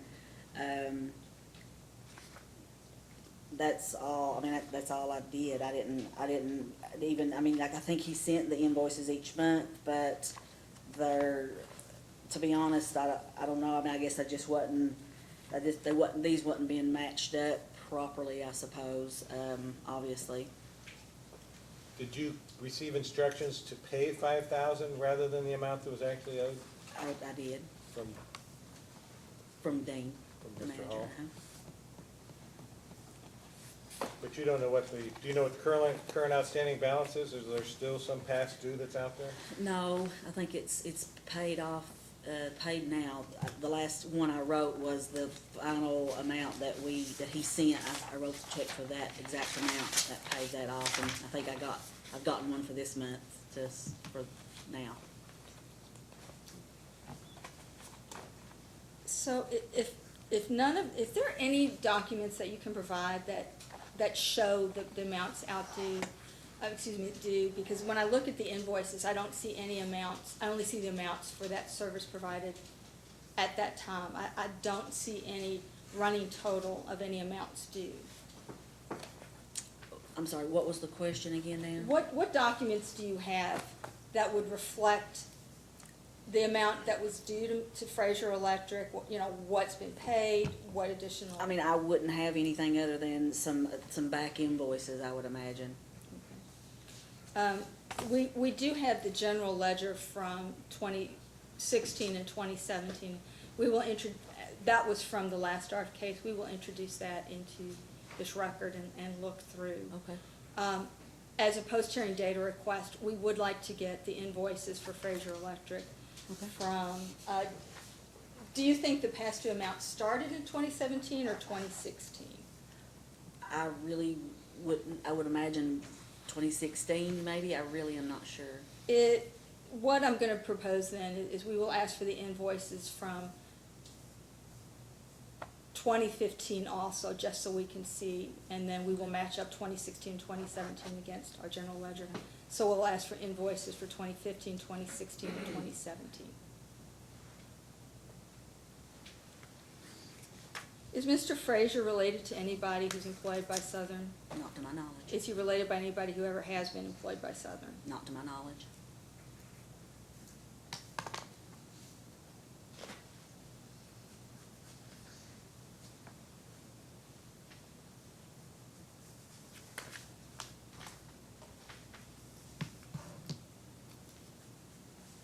And to the best of your knowledge, Fraser Electric does not have a contract. No, I did ask him, and he said no. Great, thank you. Do you think Mr. Fraser would be able to provide you with a statement of going back? Of, you know, a more of a summary of payments made by Southern? Maybe, I'm hoping so, I don't know. Okay. It may be that we ask him separately then. Thank you.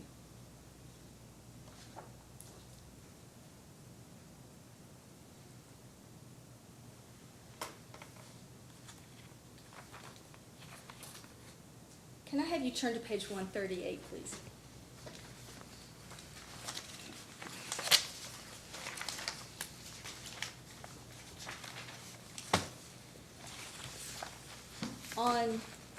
And this is from an account that supplies TD. Is that transmission distribution? Or perhaps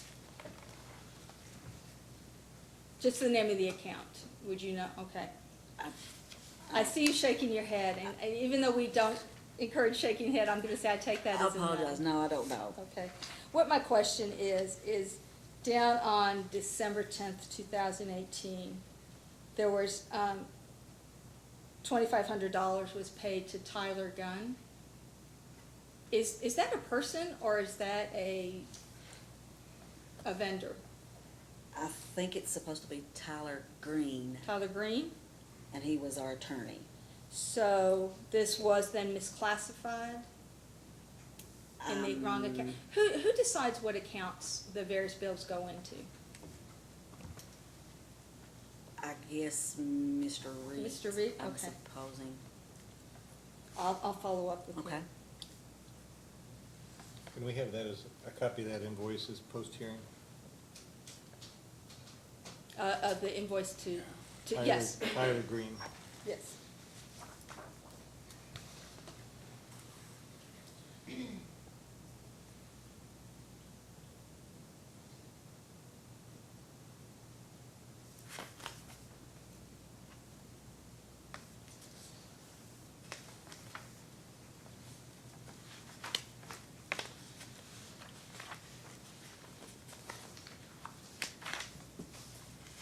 I've got a few more questions. I'm trying to stay organized, so I'll make sure that I don't lose the things I want to ask Mr. Reed about. I'm sure he's waiting to answer. On page 148, I'm going to ask you about this account in the middle, the 64109, the fuel gasoline. Mhm.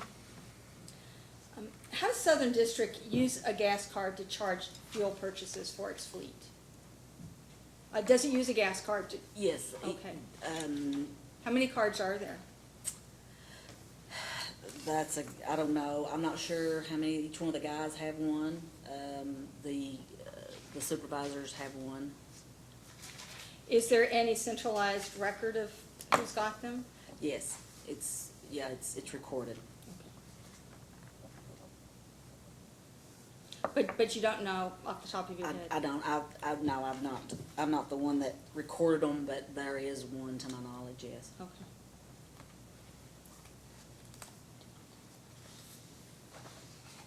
As a post-hearing data request, we're gonna ask for how many cards there are Okay.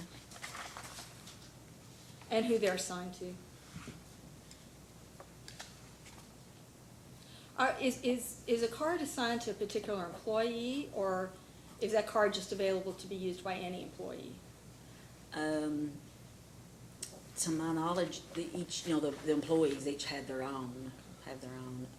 I'm not sure, now with UMG, I'm not sure how exactly they have done it. I feel like they've made some changes, obviously, but I don't know exactly what kind of changes have been made in that category.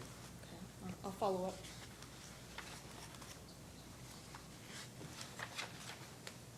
We're gonna defer the rest of these questions to Mr. Compton. Have you turned to page? I'm Oh, sorry. go I'm ahead. sorry. No, please go ahead. No, I thought you were finished, that's why. Oh, I'm sorry, I've got a little bit more to go. Let me have you turn to page 151 in office supplies. Beginning on May 31st, there are, I think in all, there are a total of 5 entries for payments to Home City Ice, 2018. And I think it totaled a little over $1,000. What does Home City Ice, what service does it provide to Southern, other than ice? They bring ice, and we have a cooler in the back that they fill however often. And what's the purpose of the cooler? I mean, I don't, to my knowledge, they keep ice in it for the guys to use when, like in the summer months and that sort of So- thing, to use for their coolers. Okay, so not to put words in your mouth, but that ice would go in the, the big Yes. jugs of water that would go on a truck. Yes. Okay. To my knowledge, that's what they do, yes.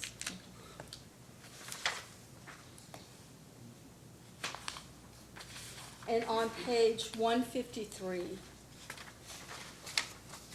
we've got account 72105 for bank charges. Mhm. Can you explain what charges are included in this account?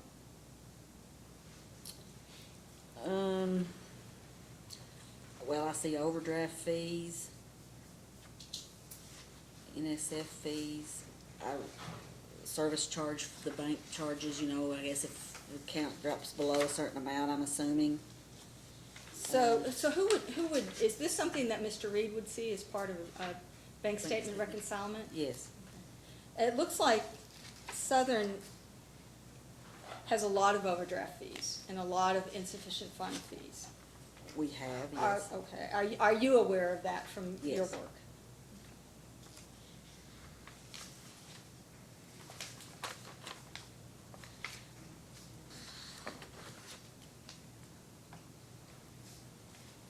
I'm surprised that, looking at the overdraft fees, one in particular in June is for $980 on page 154 towards the bottom.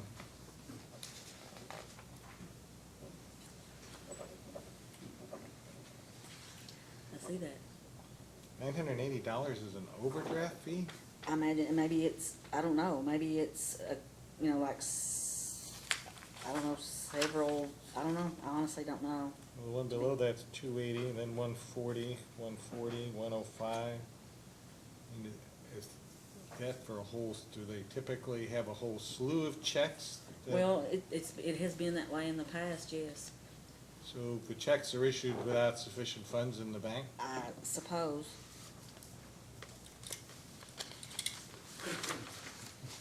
Total of this account comes to $16,800 that are for fees and overdrafts and NFS and SF. So $16,000 in bank fees? That's what yep. What about the one on, just up from the $980 on page 154 for $2,644 to First Commonwealth? What would something like that be? I'm not sure. I would have to look, I'm honestly not sure. I'm interested in what that one is, if you can. I'll follow up with Mr. Reed, but we can do a post-hearing data request also.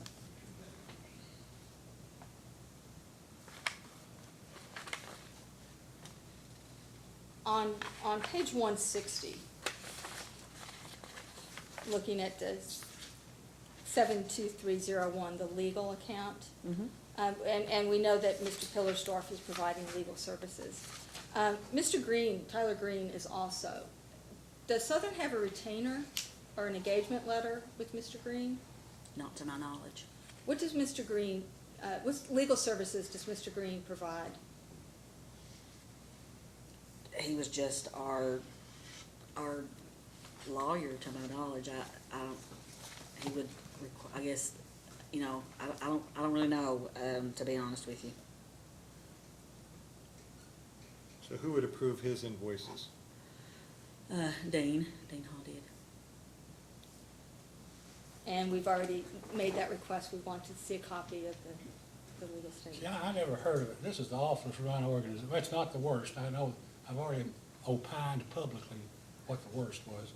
But, you know, the commissioners approve payment of bills.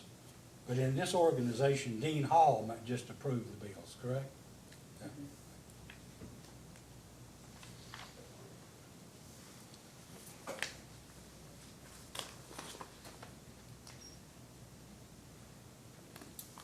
Okay, this is gonna take a little dexterity. We're gonna use the general ledger, but I'd also like to have you pull out the documents after tab 3.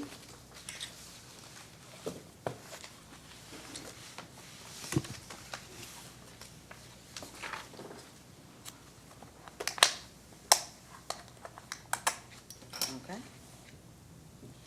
These are the credit card statements that you provided. And just to give you a heads up, we are going to ask for, in a post-hearing data request, for copies of the November 2008 statements and the January 2019 statements. 3, okay. This is one, again, I kind of want to take a step back and walk through the process. So there was one card at Southern. Dean Hall had control of it. And it looks like the statements, there is some duplication, just to explain to everybody. Looks like statements came both to Barry Hall and to Dean Hall. Yeah, the bank said that that's the way that they had to have the statements come in one of the commissioner's name and in Dean's, but there was only one card issued, Okay. to my knowledge.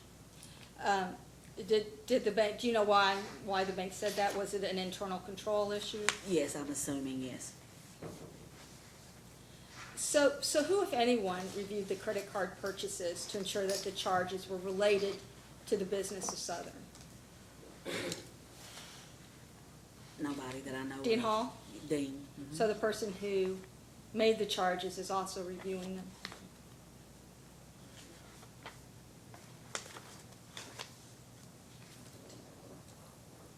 And Vice Chair, I realize that some of the questions we have, we'll have to ask to Jeff Reed. Has to do with the transfers for the accounting. Quick question, who has the credit card now? The last I knew, Dean had it. Not, Of course, At- that account's been closed now, so. oh, okay, the account is closed, I was gonna say, he's resigned, so he doesn't have it anymore, correct? Sure. But if you close the account, okay. Right.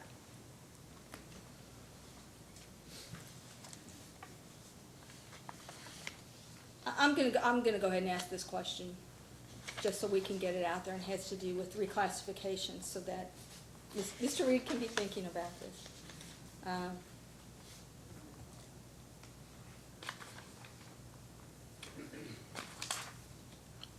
me just look through to make sure.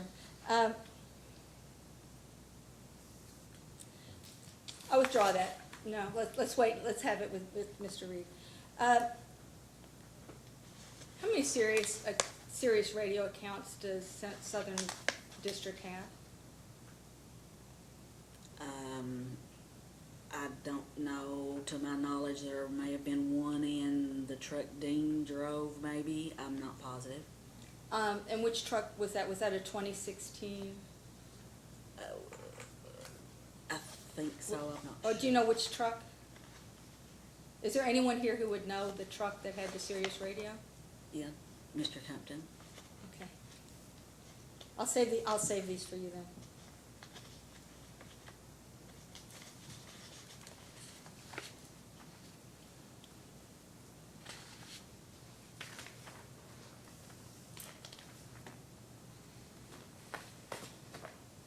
In the general ledger on page 166,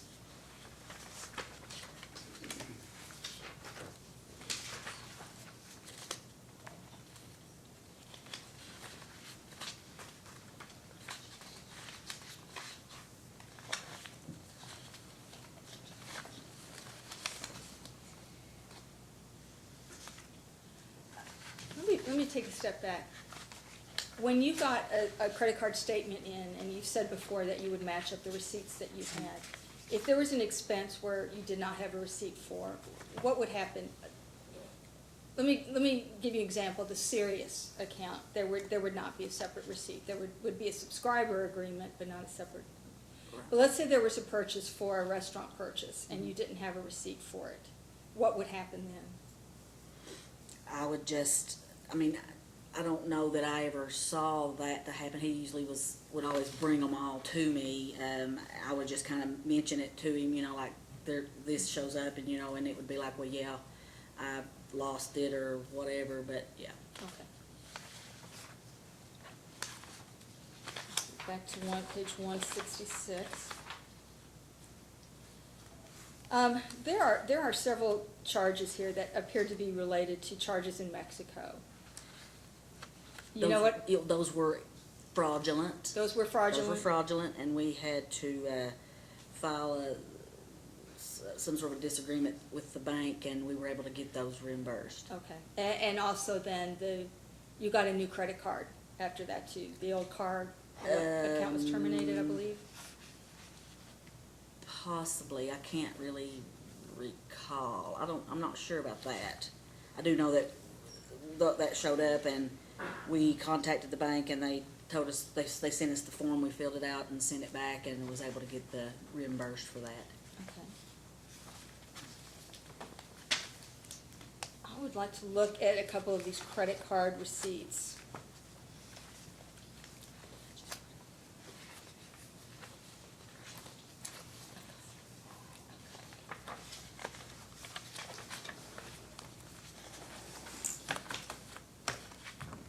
What is Southern's policy about reimbursement for meals?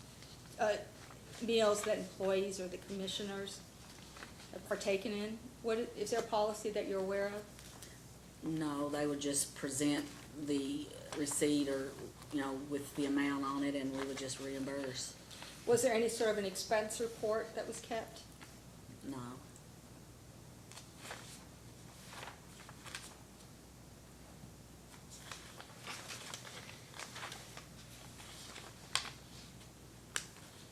There are a large number of meals in the credit cards. Mm-hmm. There's also separate restaurant listings in the general ledger.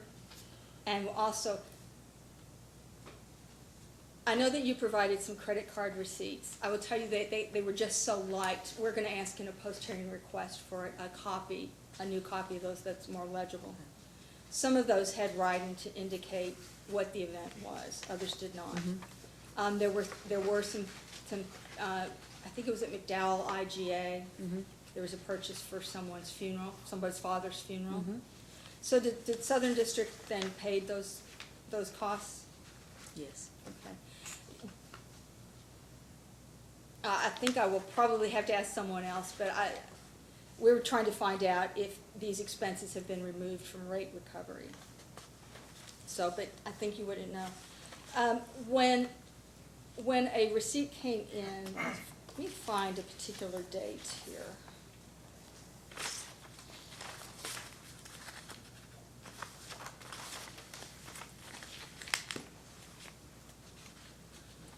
On the February 2018 statement.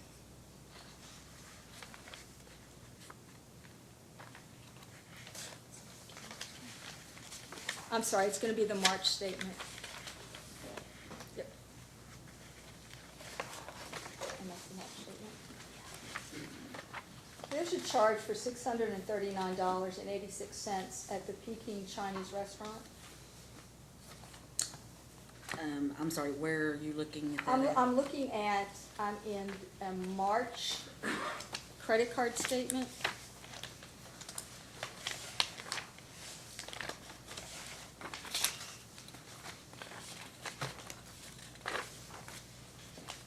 At the top of it, it says handwritten paid, or PD 4/11/18.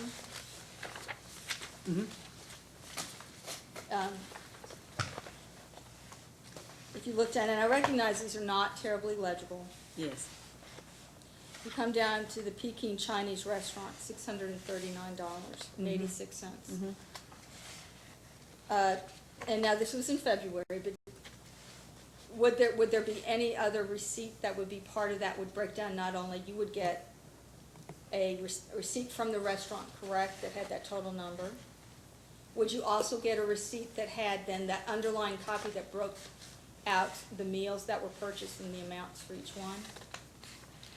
I'm not positive.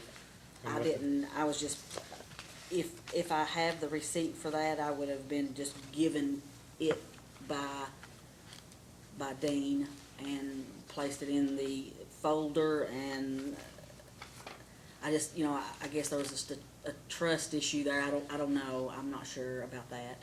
So he would never provide a business purpose or the attendees or?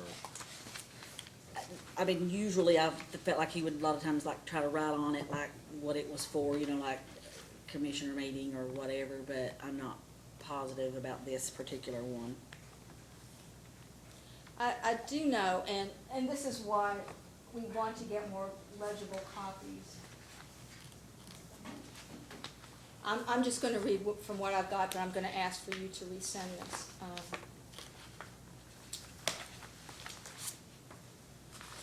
Whatever it is, it's hard to understand how ratepayers ought to have to pay $639.86 for a dinner or dinners at the Pikeville Peking Restaurant on February 16th. I mean, and there's a lot of Peking restaurant charges throughout here. Who like to go to Peking? I guess Dean. There's also one from the Hofbrau House, which is a brewery in Newport, Kentucky. It was for $135. I know that there's one in here that we don't have the statement for to be on January. It was from Joe's Crab Shack, which is in Louisville. I believe it was $160. There's no explanation of what it's for.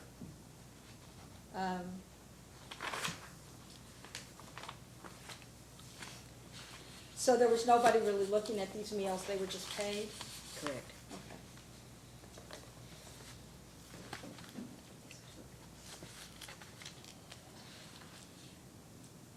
Although we've done our best to try to isolate out, as I've said, within the credit card expenses, we have been able to create a spreadsheet of the restaurants and that. But within the general ledger, there's still a lot of entries that are in miscellaneous expenses. And I probably need to direct this to Mr. Reed, but we need to get an isolated of all these meal expenses, the grocery store expenses, so that we can then look at that.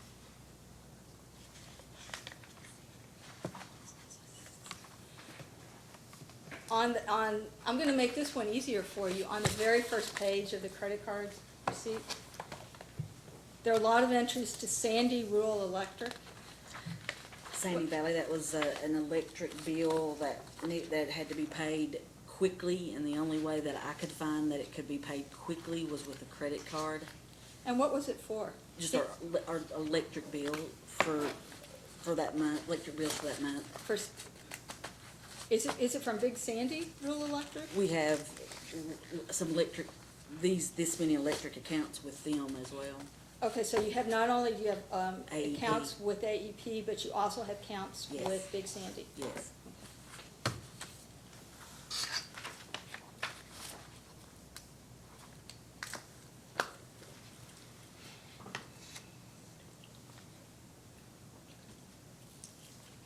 I think with that, commission staff, there's no further questions. Mr. Cicero? I only have one or two because I've been bouncing in and out of this conversation, so mine should be pretty easy. As I look at the credit card statements, there's something, it's Appalachian Wireless, which I could see as a wireless bill, but I'm curious, it's $1,539 2 months in a row, and then another $561. Why would it be, is that for all of the cell phones that Southern has, or why is that such a large amount? That was, we had three that had phones, at that time, and that was just the monthly bill, to my knowledge, for, I guess, data and, calls and. But it went on a credit card just for those 3 months? Well, I guess just because it was one of them times where it needed to be paid quickly or something, and in order to do that over the phone, I had to use a credit card. So this was the backup plan for payment? Well, at times, yeah. And what would, there's something called, I think it's Barclay PL, 2,500, twice, 2 months in a row. When was that now? This is on the statement from, December 2018. And it's the, looks like it's the first page of it. So the statement is December 2018, and it happened, the charge was made on 11/30 with a posting date of 12/2. It's called Strobo Barclay PL. Oh, That's a law firm. yeah, that's law Was it firm, Strobo? yes. We had to pay that down on their legal work they done for the last hearing. That's all I have. How many of the 5 commissioners are bonded? Have a fidelity bond or a payment bond, some All of kind of them. bond? All are bonded? Mhm. Do you go to all of the board meetings? Yes, Was Attorney Green at all of the board meetings? no, Was he at any of the board meetings? yes. No further questions. Nice, man. Anything further? May I Oh, ask- I'm sorry, I skipped you, Mr. Chairman. I have a bad habit of doing that. Subconsciously would like to, I maybe. know what it is. Yeah. Good afternoon, Ms. Carter. How are you? Good. Okay.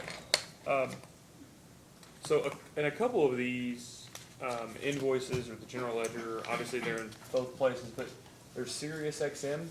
Is that satellite radio that's being paid for in the vehicles?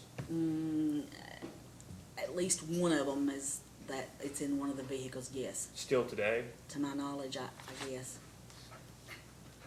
And going through the credit card statements, it seems like there are a handful of trips that were taken on the credit card. Are you aware of any of those trips to Bowling Green or to, here's 3 or 4 nights, maybe 3 nights in Covington, staying at the Marriott River Center. This is, I don't know, April, 3 or 4 nights at the Marriott River Center in Covington for $312 a night.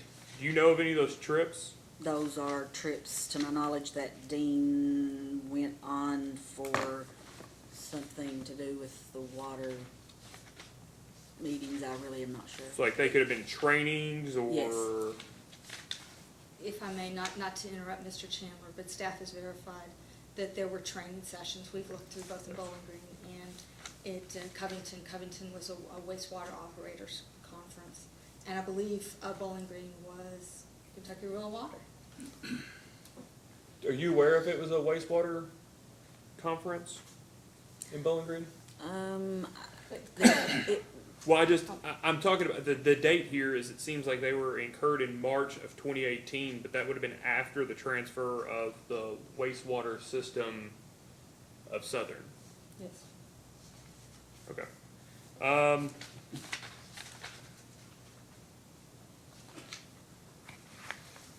You've been there for about 4 years, is that right? yes. So we talked about, and now just platitudes. Sorry, I have things all over the place. Talked about Miss Mosley and the payments that she's been making. On a related note, in the 4 years that you've been at Southern, has there been, well, let me take a step back. In the agreement between, and I'm not picking on Mr. Spears, but it something came to mind. In his management responsibilities, it noted that he's effectively not responsible for ensuring the district complies with laws and regulations applicable to its activities, and also somewhere in there where he doesn't have to prevent or detect fraud and doesn't have to make people aware of fraud or anything like that. In the 4 years that you've been at Southern, have you, are you aware of or been privy to anything that you believe to be inappropriate in terms of billing or payment or misuse of funds? No, not billing wise or anything of that nature, no. Not billing wise, but like, you know, the ledger, there's, you know, significant amounts that are just paid to, you know, Chris Francis. There's a lot of individuals that things seem to be paid to, Well, that Chris- are miscellaneous, and that would seem hard to explain. Chris Francis works at our plant, our wastewater plant, and when he purchases supplies, different things for the plant, he would buy them himself, and then he would give us the receipts so we could reimburse him for those. Okay. And then there is one for $500 for you in July 22nd of 2018. Do you remember what that was? That was to get money out of the bank for petty cash Okay. for the office. And so instead of writing a check for petty cash, you did it yourself and asked for reimbursement? No, there was kind of a discrepancy as to how to do it, to be honest. They wouldn't let us make it out to cash, I guess. I can't remember. I'm not sure. I just Okay. did it that way and then signed the back, and then that's the best I can remember. Okay. And one last question on the Fraser Electric. Are you the one that writes the checks to Fraser Electric? Yes. Okay. So can I ask, the invoices are for very specific amounts, and Ms. Vinsel on page 2 of this one exhibit, I think it's number 2, I've torn my book up over here. It shows the individual monthly subtotals. Are you aware of that? Do you see that on the second page? And so each month is not a rounded amount, but you wrote checks for a rounded amount. But you said earlier you were unaware of the amount that the utility actually owed to Fraser Electric. So you were writing more every month than what you owed. So how did you know you weren't paying more than what was owed to Fraser Electric? I really didn't. I just done what I was told. I was just told to, write them a check for $5,000 each month, and that's what I did. Okay. And it was Dean Hall that told you to write it for $5,000 each month? Yes. And then the one month that's $10,000, he told you to do that as well? Yes.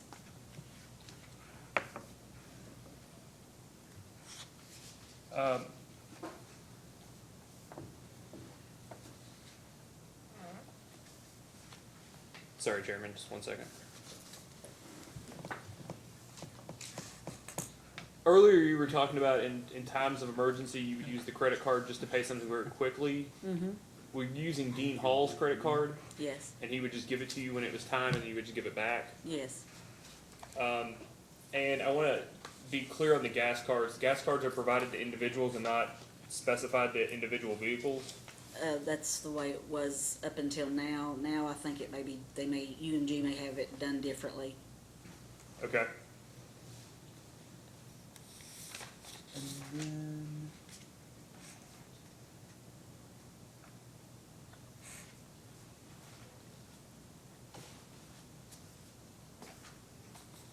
Paying Tyler Green, was that based off invoices or was that just you wrote a check on occasion? I just wrote a check on occasion. And it was because you were directed to, or Yes. because there was like an agreement that said every quarter a certain amount or every month? I was just told that he was to be paid X amount of dollars every 3 months or whatever, and then it was just kind of one of those things like, how long has it been since we've paid him, and then I'd kind of try to find out like when we paid him last and try to pay him like for 3 months or something of that nature. So we were talking earlier, do you think that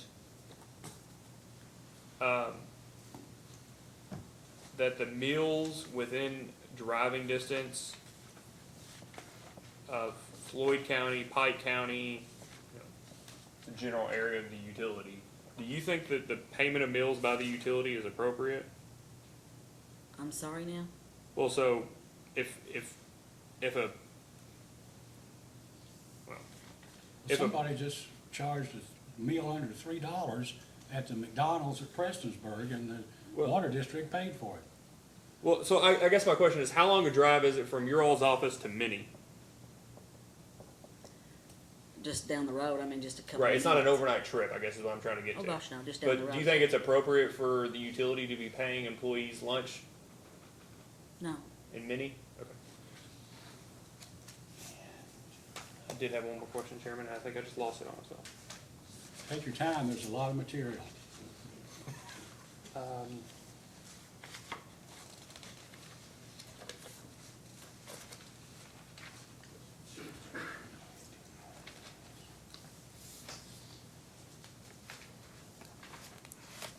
Okay, so you write some of the checks, correct? Mm-hmm. So, and maybe I've missed this at some point, but is the same person who's writing the checks receiving the invoices? Yes. And both are you, right? Yes. So the one clerk, and I'm sorry, I just wrote their titles and not their names. So there's one clerk, and she's, are they all females? Yes. Everyone else, okay. So there's one clerk, and she's taking the money and maybe sending bills out, like sending people's monthly bills out. What is she doing? She mostly just, waits on the foot traffic, people that comes inside and pays their bill. Okay. And then the one billing person, Yes. who's that? Tanya Salyer. Okay, what is she doing? She does the, does the work orders, prints the meter sheets, inputs the meter readings, prints So the she's bill. doing back office so that they can send the bills out? Yes. Okay, that's all the questions I have, Chairman. Mr. Bailey, anything? No, Your Honor. Anything else? I just wanted to clarify, I misspoke, that the Covington conference was both water and wastewater treatment operator. Let me ask Ms. Miller, our financial analyst. Ms. Miller, it is my understanding that there were checks, in the information we were furnished so far, did show checks made payable to cash. Is that correct or incorrect? That's correct. At least 3, 3? yeah. Do you know about how much they were or what they were total? One was for $500, one was for $1,500, and one was for $2,300. $2,300 for one check and 15, do you know what time period? One was in December, one was in October, and the other one was in April. Of 2018? Do you have any idea what those checks would have been for? Yes, the two larger ones were to get money out to give the employees money for Christmas and Thanksgiving. And the other one was to get petty cash money. You understand it's not legal to give an employee cash for a bonus? I did not know You that. got to withhold, give them a check and withhold, you know? I did not know that. That wasn't done. That's what Dean told you to do, correct? Correct. And no further. Chairman, I did have one more question, if it's No, go ahead. a question. Do you have that number 2 with you, that had the Fraser monthly invoices? I did have a question about that, because something seemed interesting to me. So do you know Mr. Fraser that runs Fraser Electric? I know of him, I don't know Okay. him personally. But he's not the only person that works for that entity, correct? I mean, he has employees, and are you aware? To be honest, I'm not sure. Okay, I thought it was just him, I'm not sure. that's okay. That's perfectly fine. So I just ran through this real quickly. And do you have that second page available? So these invoices run from January 1, 2018 through December 20th, 2018. And they started invoice 7086. And do you see that the invoices are sequential? They run from 7086 to 7212. And there are a total of 38 invoices during that just roughly 12-month period. Is that about right? Does that seem about right? 38 there? So during that period, they wrote out between 7086 and 7012 126 invoices. Does that sound about right? I guess so, yeah. So 30% of the invoices that this single business wrote to, or that this single business had, are to Southern. That's what it looks like. Okay, thanks.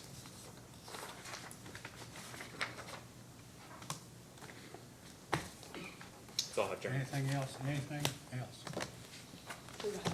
Mr. Bailey? No, Your Honor. Hey, May, this witness, you may step down, you may have to come back and answer a question, but thank you very much. You're welcome. Appreciate it, Ms. Burke. Who's next? Your Honor, I guess Mr. Compton will go next. Could we, Unless you want to. Wait, could we take a brief break, but also recall Mr. Reed? okay, that would be fine. I did suggest too, that maybe we call for purposes of getting the current financial condition of the district, we call the gentleman from Kentucky Rural Water that prepared the application. I have just a couple of questions, that'd be great. Okay, all right. All right, well, let's, well, I mean, sometime we got back. All right, let's take a break until 3:15. We're now back on the record. Who's your next witness, Mr. I'd recall Mr. Reed. Okay, thank you. Mr. Reed, take a stand and you remain under oath. Your Honor, I don't have any additional questions for him that I think, Ms. Mansell, do you have I questions for do have Mr. some Reed? additional questions. Good afternoon, Mr. Reed. Hello. I've written my notes, so I want to make sure that I'm asking you everything I want to ask you Okay. here. Let's go back to the garbage collection for Floyd County that Right. Southern District does.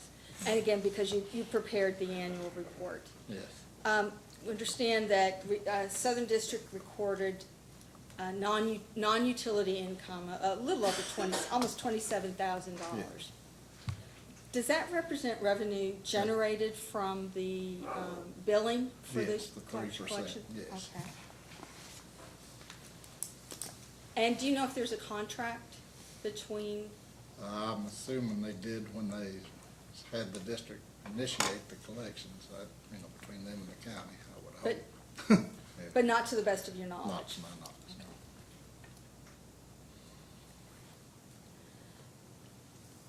no. Ms. Burke testified about some money getting moved between accounts, for Yes. example, the solid waste transfer and healthcare Yes, reimbursement. yeah. I don't know quite where to begin with that, but tell me, when that would happen, who would authorize? Well, she would look and see, if they needed money in an account, and then she would tell Dean, and then they would call me to see if we could move that. And obviously, I didn't want to move anything out of a reserve account or anything, so if it was available, then they would do it.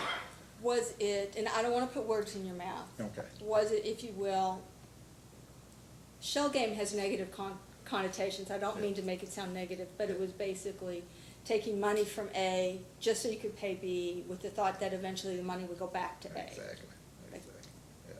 And the accounts would be accounts, you said, that were not reserved, so they Not would be money. restricted, right, yeah, we could not touch any of the restricted accounts. Can you tell me about Tina Mosley? What is your knowledge about, and again, I don't want to besmirch her name, Yeah. but clearly she's been repaying Right. Southern District. Yeah. Do you know how much money she repaid? There's an agreement. Oh, there is? Yeah, I think there is. We need to, I would like to get a copy of it. Yes. Who has that agreement, do you know? no, not all, I do remember one because it spelled out the total amount, and I'm thinking around 30. I don't, I'm sorry, 3,500? 30,000. 30,000? Yeah, but I don't know, like, we need the agreement. I don't know the exact details of it, but I just remember it back in, Do you know when this occurred? not the exact date, but I'm thinking maybe in early 17, or I don't know. Or I'd hate at some point perhaps in 2017, maybe.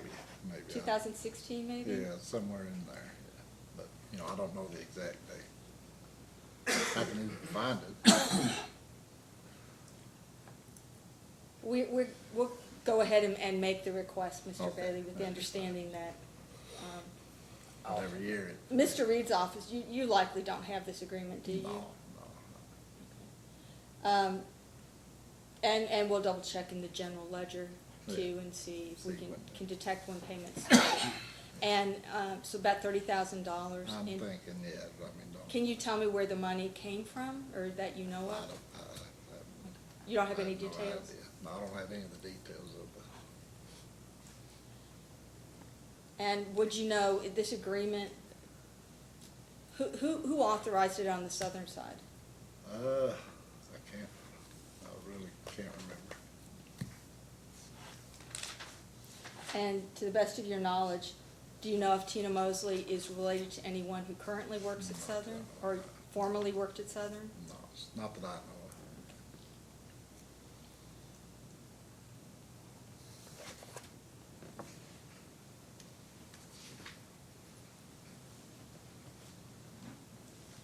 of. When we asked about one of the accounts Yeah. that was titled FCB and Yes. then I think healthcare reimbursement, Yes, is that First Commonwealth Bank? First Commonwealth Bank. So that, is that account, that money is at First Commonwealth? Yes. Are all of your accounts? They're all except one. There's a community trust account.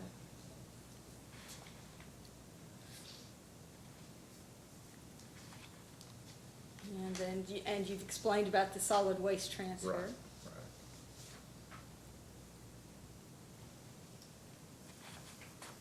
On page 102 of the general ledger, it's Exhibit 1, page 102.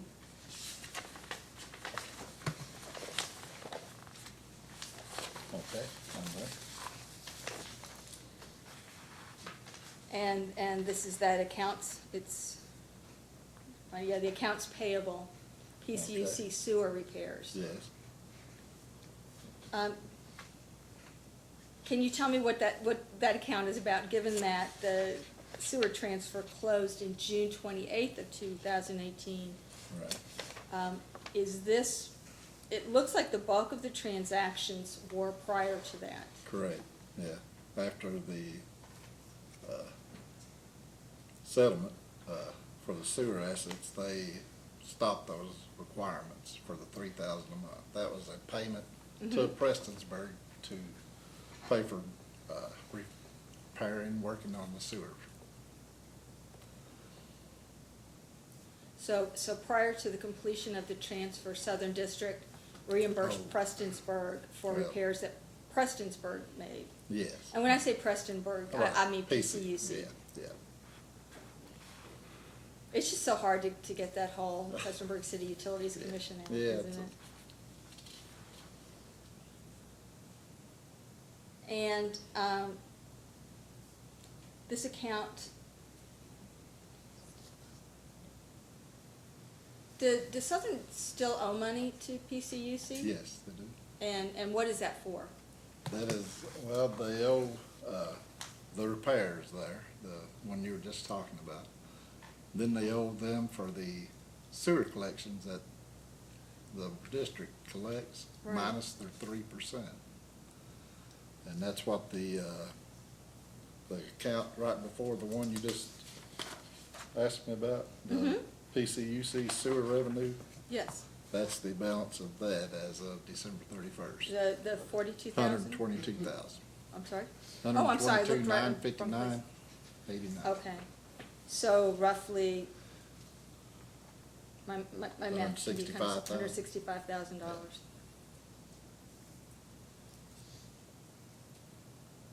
And I presume, has Prestonsburg PCUC asked for this money?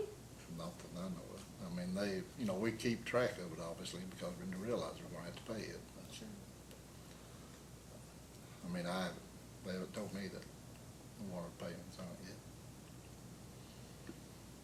And I had asked about the truck that's listed, the Right. account 23213. Yes. Is this again, the 2014 Ford F-50? Yes, I think. And it's believe it's labeled as Dean Hall's truck. Yeah, that's just a specification, that's the one he had driven and. Was that his truck until he acquired, I got well, that. Southern purchased for him the 2016? Yes. I think it was a Chevy Mm, 250? Or an F-250 maybe. I believe it One was of the two, Chevy. a Chevy Silverado. Yeah. I do note that it had leather heated seats. Oh, okay. Is that a typical thing that you would know that would be part of a truck used by a water utility? I mean, not, I wouldn't think so, but, you know, nowadays they got everything, so.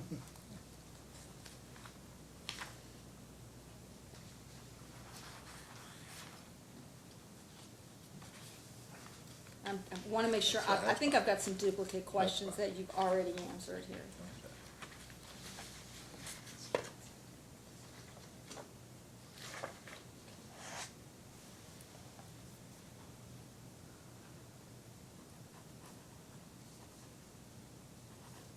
Tyler Gunn. Tyler Gunn, I think that was green, isn't it? I'm sorry, and this is on page 138. First of all, what is account supplies TV? TD is a transmission distribution. Okay. And just to jump back again, Yeah. when Ms. Burke sends you, the documents, do you then, not only when you record it, you also then assign them to the Yeah, accounts? Yeah, I mean, you know, based on who they were to, I mean, you know, So again, this Tyler Gunn was probably, you think it was so. I Tyler? think it's Tyler Green. Tyler Green, and so Yeah, that it was just keyed in wrong. keyed in wrong, okay. Yeah.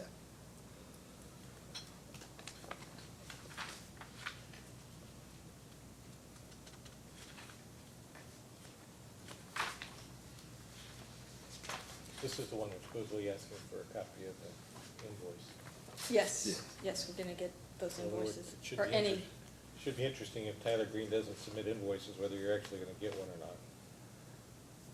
well, yes.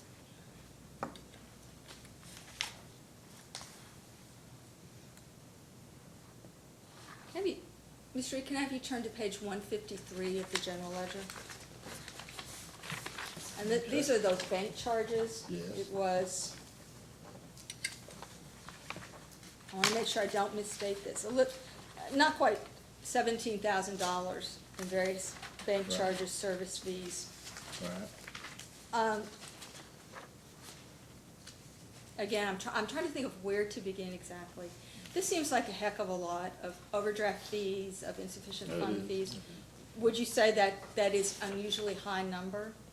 Yeah, it would. And you had a question about the 2,644? Yes. Thinking that is a bank fee to renew the line of credit. A bank fee to remove a line of? Renew it. Oh, renew. Renew it. Every year, the bank charges a fee to renew the line of credit, so. And that, the renewal is usually in May, so that fee hit June 6th, so that's probably it. This is a revolving line of credit. Yes. So is this facility totally consumed, or, I mean, because it sounds like Ms. Burke was making emergency payments off of a credit card. Was there credit available on this Well, bank line, or is we it? had it drawn, they changed their policy on the loan, and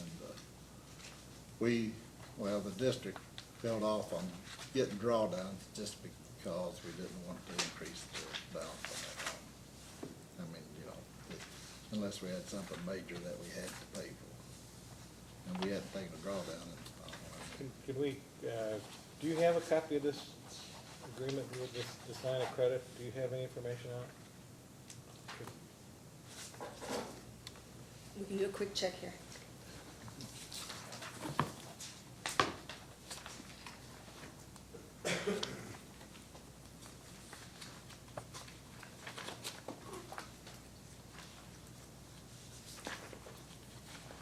Mr. Reed, do you know the balance on the line of credit? It's around 230,000. 230,000? Can I ask you Yeah. questions, Chairman? Yeah. Is this, do you mind to go to 102 in the general ledger? Just jumped out at me earlier. Yes, the 235. That's the same line of credit? Yeah. Account 23203? Yep, that's it. So it's $235,000? 235,773, as of December 31st, yeah. We don't seem to have a copy of it in the application, so, So we're gonna need a copy of that.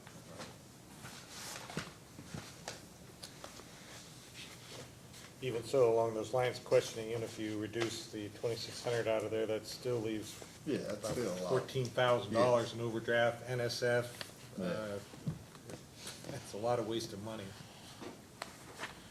So, from a procedural perspective, is this a case of just checks being written without knowing the balance? Well, yeah, I mean, you know, to get a running total balance, I mean, obviously you got different packages, you're gonna have outstanding checks, that, you don't know the actual balance when you write the checks. Mhm. But, Actually, you do if you keep a check register. You're Well, just, if you've you're got a saying deposit that in there's transit, yeah. you're claiming there's a float out there and you don't know what the float is, but, well, yeah, if you've got a check register there, well, I mean, you'd have to, in the office there is obviously no, software there, but we can remedy that. I mean, we can put, I know what you're saying. If you've got a Even bank at account that, keyed in on the software. even understanding that the software is not there. and Right. Especially when you get into these batches of overdrafts, where there's multiple on the same day.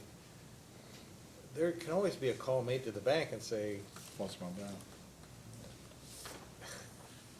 I mean, that seems an easier way than just incurring hundreds or thousands of dollars worth of bank fees. I mean, that may be.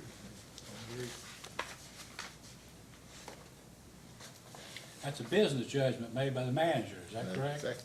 That's,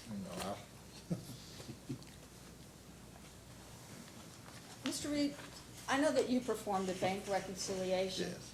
Does Ms. Burke do you ever give it to Ms. Burke to review? No, I haven't. So Ms. Burke doesn't necessarily see a copy of the bank reconciliation? No. Should, I mean, if she needs to, I can start giving them to her. Well, I mean, to, I would say $14,000 worth of well, I these mean, kinds each of month. fees that needs Right. to get addressed. Yeah, when I give them. I mean, we talk about it, if I see a large number of checks, I tell her, but I don't give her an actual copy of the bank reconciliation. Do you monitor Southern's accounts on a daily basis? Not on a daily basis, no. How often do you monitor so that you could say you have a good knowledge of what's in the bank account? Periodically, I mean, maybe, every week or two when I get ready to do a payroll, maybe I look and see how we're doing there at that time. Make sure we've got enough money for the payroll. And is payroll done weekly? You may have already said that's bi-weekly. Yes.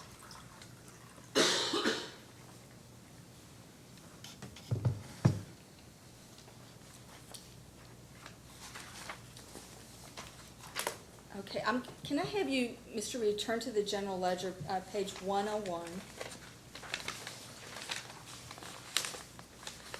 Okay.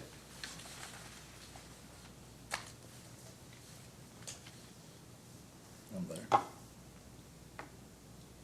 And this is the accounts payable MasterCard. Yes. So when I look here and I see, let me make sure that yes. So it looks like that the total amount of the monthly bill typically is recorded in this account, 23116. Correct. Is that correct? Yep. How are the charges reclassified once the card is paid? Reclassified. Do- This is the liability recorded in this account, Mm-hmm. and when you key that in, you debit the The expense? expense. Okay. So that's like the first one there, or the entry number 7 in February, it's $2,463.50. Mm-hmm. Then the actual entry would have the breakdown of that, Let me, what accounts that goes into. okay, so yeah, let's look at the,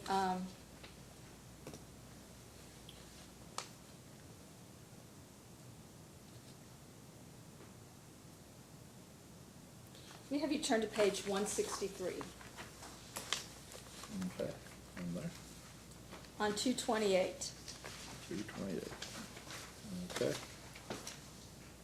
there are 4 charges there that are Right. listed to record MasterCard charges, and this is the miscellaneous expenses act Right. section. Well, if I go back to the credit card, and I won't make us all look right now unless you want me to. I can see that the $45 is the amount that was charged to Champ's Restaurant on I believe on 117. Right. 27.75 is, on the date 117. The next day, again, $27.75 was charged at Champ's. Okay. On the 29th of January, the 525 was charged, I'm looking at 129. $19 was charged at Champ's. Okay. And then the final one, the 525, was the amount charged to Walmart. Okay. So that took a while for us to go back and look through. Fine. Is there a different way that you keep track of this? No, instead of, doing to record MasterCard charges, I could change that description now in this software to who it was to. And, you know, it just, that would make it easy to trace, I would say. Because when you put an entry in it, whatever description you give that entry, that is what the both sides of the account says.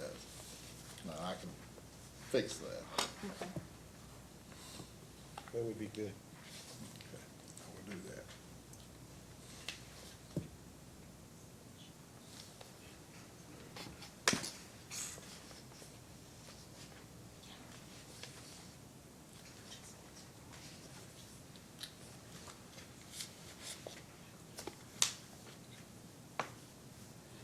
As a post-hearing data request, we're going to ask for a copy of the journal entries that classified from the MasterCard and then out to the expenses. Okay, that'd be fine.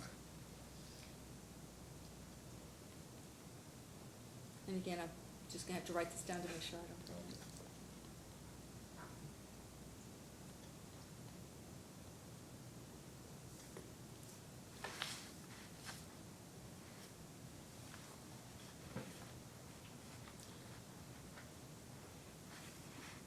Going back now to the meals. Okay. So you get a credit card, all you see is, the statement, X amount, X amount, X amount, X amount. Did you ever get any reports or anything to supplement, to justify what was happening, No, why? if I saw one, I would ask, call and say, why did we, if it's like the large one that you were talking about. The $639 one at Peking Restaurant? If I see something, I'll just say, did they have a, meeting or whatever? Pay And- more than just, one employee. And would you document that somewhere? I don't know that I documented that one, but, But- I usually write on it, say, if they, You usually write on. write on the actual, my copy of it. Your copy? Yeah, I just put on, that I asked them about it. Okay, I think you know where I'm gonna ask. Yep, I you would want like a to get copy? your Sure. copies. Do you have Okay. them still available? They should be, yes. And it's just I'm looking for the Any notation? No. January 2018 through January 2019. Okay.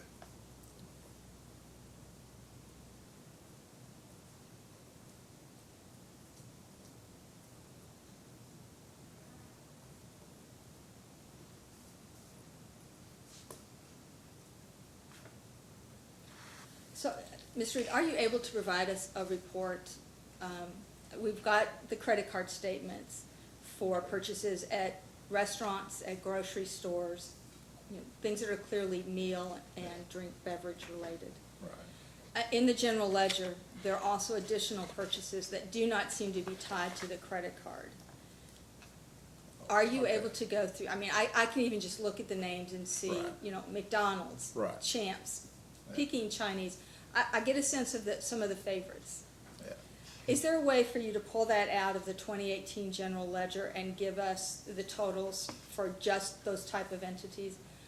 And I will tell you, when I ask that, I understand because of the nature of the classification, most of these probably a miscellaneous expense. Right. So I'm gonna understand that some of them may get missed in that process, but is there a way that you can do that? Yeah, as far as going back and looking at each credit card and breaking it down, is that No, not the credit card. I'm just talking the other about- expenses? Right. Yeah, I could, you know, make From you the an general Excel ledger. spreadsheet or whatever of that account.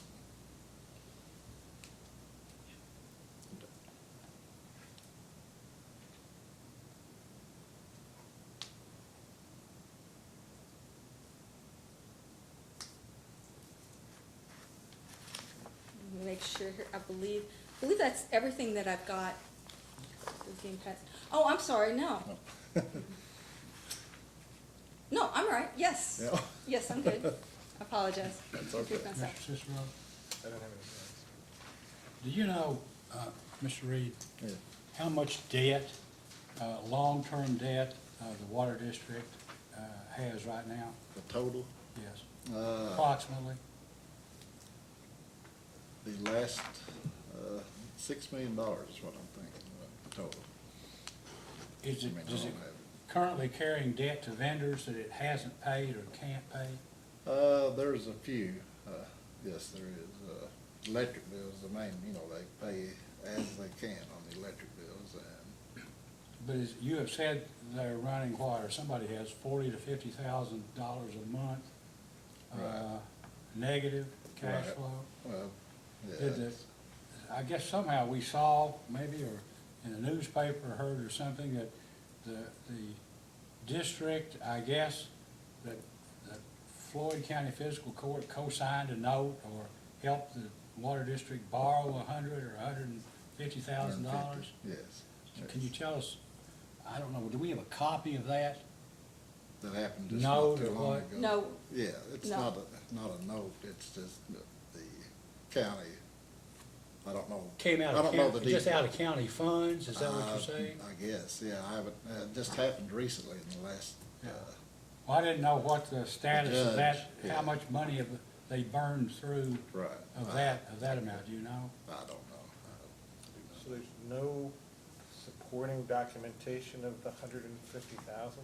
Well, the judge brought the check over, it happened within the last month. Didn't they get into this situation with Prestonsburg, the Prestonsburg's deal where the county claimed that they owned some of the assets, and that's why there was no substantiation, and that those debts were discharged by the commission because there was no supporting documentation for that?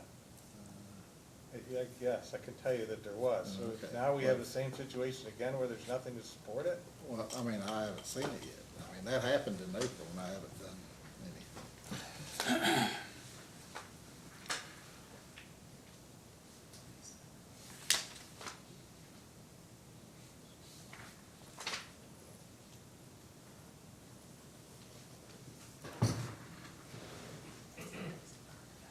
Do you have an opinion about how long the water district can continue to maintain service to its customers unless it gets a rate increase, an emergency rate increase?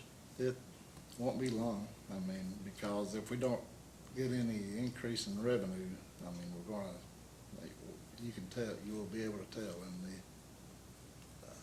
Based on the testimony you've heard here today and the documents, would you, do you think that it would be unreasonable for the commission to require some type of internal changes in terms of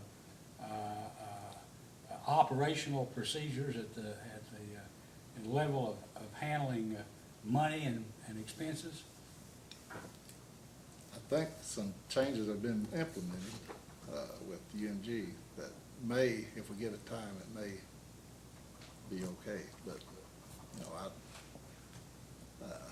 as far as my opinion as to whether we need changes now, I mean, I would have to look in more detail. Well, you what's would going on. concede, would you not, that the way the business was managed and run prior to UMG coming in and providing management services was totally inadequate and not in accord with good business practice?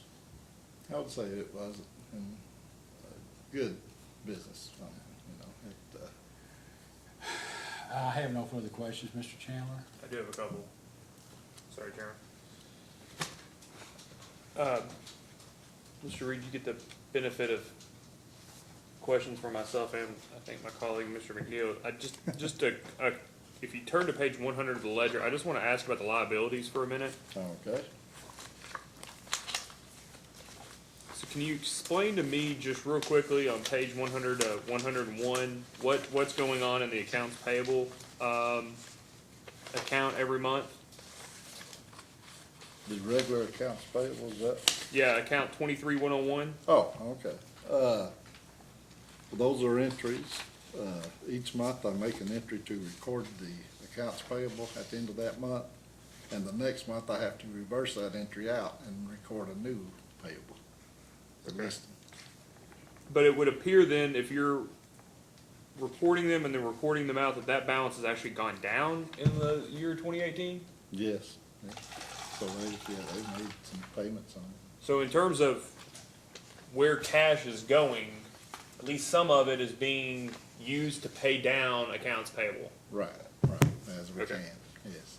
And so that, we're talking about where the available cash is going, that's at least one place we know from the beginning to end balance, that's where the net cash is gone. It looks like $90,000 net Right, throughout the for year. the year. Okay, all right. So can we go to a couple, I just want to run down the liabilities for a second, if that's all right. That's fine. So, let's go to the PCUC, the account 117, page Yeah. 101 there. Yep, That's the amount, that's not supposed to be a liability though, is it? yeah, it should be. I mean, that's the revenues that you're receiving that you're supposed to just remit. It's supposed to come in and then go to zero every month, and you're supposed to remit it to PCUC, Right. but you're taking the cash, holding it, never paying it, so it becomes a liability every month. Yes. Okay, and then you get credit for it there at the end of July, and that's just the credit for the 3% collection. Correct. Okay, so what is the next one there? That's the repairs. That was the, repairs that PCUC charged to work on the sewer rehabs per the agreement. Okay, And that, I had to book it they don't owed it each month. so they're sending an invoice each month for the, Yeah. or is it an amortization and it's just building No, up because you're not paying it? $3,000 a month and we didn't have the money to pay it. Okay, so are there invoices for those? Does I PCUC don't- send an invoice or is it just an agreement and then, It's an agreement, yeah. I haven't seen the invoice. so they haven't demanded payment, but it's just a liability on the books, is what you're saying? Yes, Okay. they haven't called and said we need payment on that, no, they haven't. Okay, and then we could skip ahead to page 116 if you don't mind, Okay, because that's all I've got, but it's some more liabilities. yeah. So the solid waste, why do you all owe $372,000 in solid waste? Do you all owe that to Floyd County? No, we collect. Or I say you all, excuse me, I'm sorry, but Southern. No, I don't know. Yeah, sorry. That is the money that, the difference between the accounts receivable on the garbage, people pay the garbage. We have to book a payable as if we receive that money. Say they come in and pay all the receivable on the garbage collections. And if they do, then we would owe the $372. We gotta keep track of that monthly. We have to, we book an accounts receivable garbage and offset, you would owe accounts payable to turn it over to the Floyd But County Solid Waste. I just want to be clear though, Southern is not going in debt at all for the collection for the Floyd County No, garbage. they're not, but we have to book, if we book a receivable, we gotta book the I payable. just want to make sure I'm understanding. Okay. And I am curious about the KIA loans. It does look like you all paid down the one KIA loan, $73,000. Do you Correct. know if Southern just paid the amount that was due there, or if they've paid in excess of what was No, necessary? it's just the payment. Just the amount. Yeah, And so there's 70-something thousand in cash. Yeah. And then the second KIA loan, it's KIA 3, right. that's been paid down by $113,000. That's additional cash, right? KIA Account 25202. Yeah, Okay, Yes. so I wanted to ask real quick though about all of these others, Yeah. all of these bonds payable, Right. USDA notes, are all of these, do you know, have you looked at the application, are all these in the application? I haven't seen the application. Okay. But then,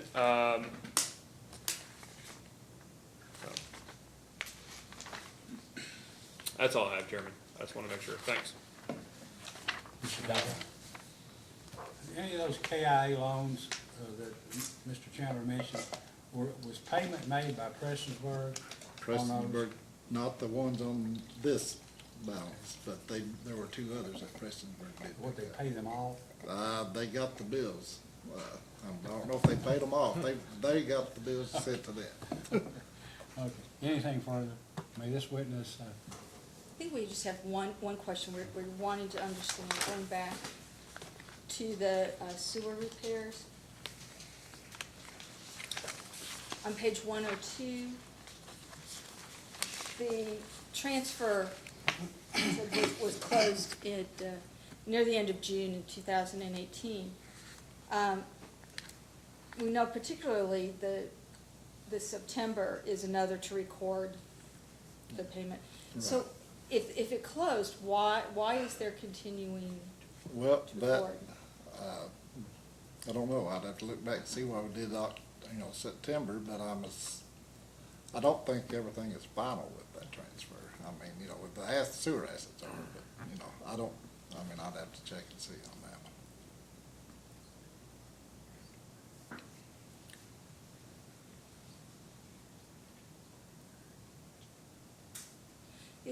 We'll ask as a post-hearing data request why Southern was still recording sewer repairs if the transfer had closed in June.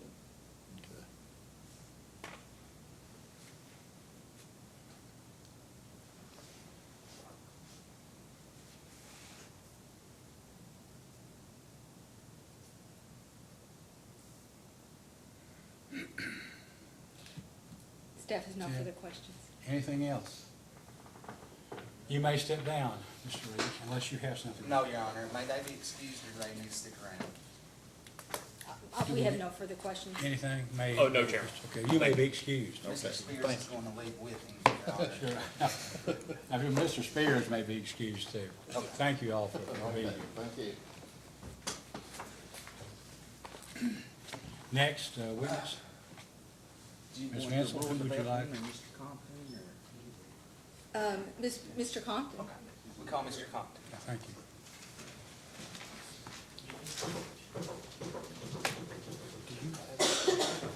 Your Honor, if you wanted some more information about the Floyd County loan, I think the chairman knows more information about that. I know you asked. All right, so we'll talk about that in a minute. Well, please raise your right hand. Do you solemnly swear or affirm under penalty of perjury that the testimony you're about to give will be the truth, the whole truth, and nothing but the truth? I do. Please be seated. Mr. Bailey? Can you please state your name for the record? Donald R. Compton. Mr. Compton, where are you employed? I'm currently employed with UMG, What's your job title? Special Projects Manager. What are some of your duties there? As of right now, I'm primarily working with Southern Water. That's all I have, Your Honor. Ms. Mansell? Yes, you do. Good afternoon, Mr. Compton. Good afternoon. Trying to make sure I flow through and ask everything that's been deferred over to you. Let me start with an easy one. When we were asking about the Sirius XM radio, and this is in Dean Hall's truck. It is. And can you tell me about that? I just know that it is active and it will be taken care of as soon as possible. That'll be eliminated. Okay. And Unless I get to keep driving the truck. then, is this the truck with the leather heated seats? It is. Who's driving it right now? Really you? I drove it down here today. Ah, It okay. has set primarily on the southern lot since Ah, March. since March. And just to make sure my memory's correct, is this a 2016 Ford F-20? This is a 2016 Chevy Silverado 1500 series. Okay, got my numbers off. Thank you. But I remembered the leather seats. Yes. And this was Mr. Hall's, Dean Hall's truck until March when he stopped driving it, and then May he resigned earlier this month, correct? Yes.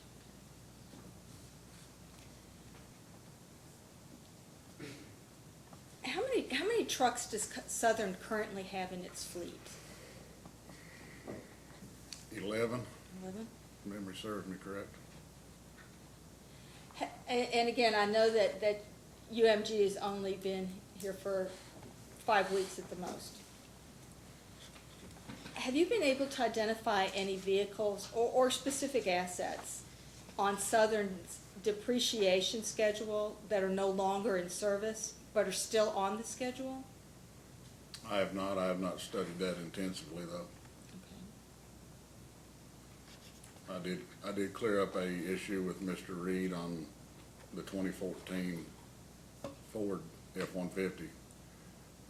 That was on the fixed assets as a 2014 Chevrolet and was listed as Dean's truck. And I knew that Dean's truck had been paid for originally by Prestonsburg, one of those 3 vehicles.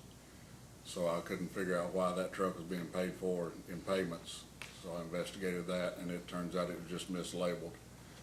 It should have been a 2014 F-150 that he was driving, and he turned it over to Reese. Okay, so that 2014 was what he drove prior to Prestonsburg buying, To my knowledge, yes. and Prestonsburg bought the 3 vehicles, the The one labeled Dean's truck, and the Silverado 2500 series, and the 1-ton truck with the dump body on it, dump truck. and to the best of your knowledge, PCUC did not buy any other trucks for Southern, to the best of your knowledge? Not to my knowledge, not while I was there.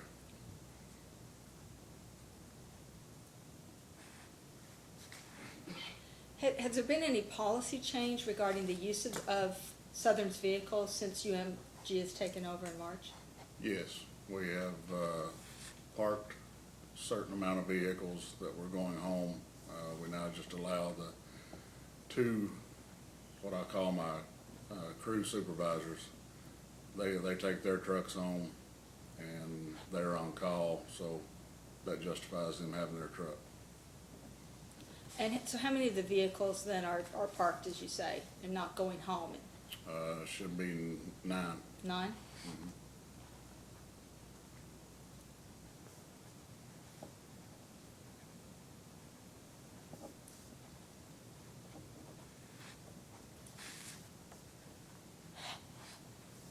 And in regard to the fuel expenditures, has UMG set or modified any policies regarding the use of the WEX account for fuel purchases? Oh, which account? The WEX, W-E-X? Well, let me take a step back. For fuel purchases, have you changed any policies or procedures? We have reissued the Marathon fleet cards, and we've assigned those to, identified each card to each individual that they go to, make sure that they have that card. And the extra cards that Marathon sent for whatever reason are in my desk drawer. Okay. I presume that's locked. It will be. It's not officially my desk, so I've tried to refrain from using it that much. So how many cards are there then? There are 13. If you count the one that I put in my pocket this morning, there's 13. And you receive all the statements, or who receives the statement? The statement comes into the office and they bring it to me to review. Sorry, I'll let you continue on. Does Southern keep track of the mileage when using these cards, the fleet cards? I don't think they did prior to UMG arriving. They do now. All the trucks have mileage charts in them that the guys fill out and turn in. And Mr. Compton, I'm going to ask you several questions about policy changes.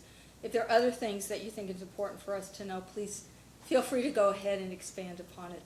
That's a good idea, because I want to make sure that we get as much information about the changes that have been implemented. Okay.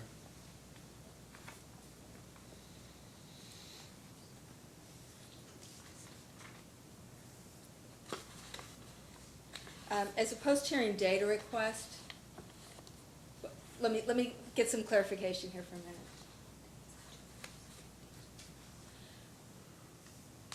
We need to get copies of the invoices that support the fuel purchases in 2018.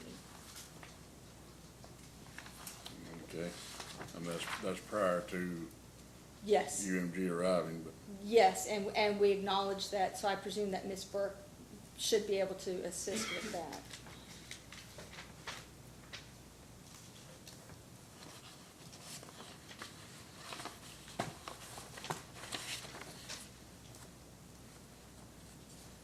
We've talked a lot today about internal controls.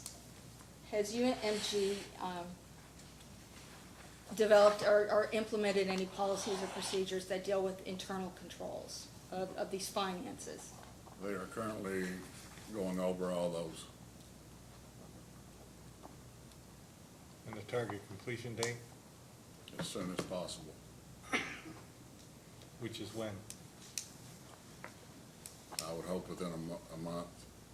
I always like to set targets because as soon as possible and as, I'm just trying to be realistic. Funds become available, that's a good one. yeah, it's always best to have a date that, from the commission's perspective, I know as soon as possible, if it was tomorrow would be great, It but would. if you think it's 30 days, then we're gonna look at 30 days, and if it's not in 30 days, then we're gonna ask, what is the next date, because, Well, we're trying to, continue day-to-day operations at Southern. And just to be quite frank, most of my time has been taken up with PSC requests. I've had three or four different cases, not just this case, but other cases that I had to respond to.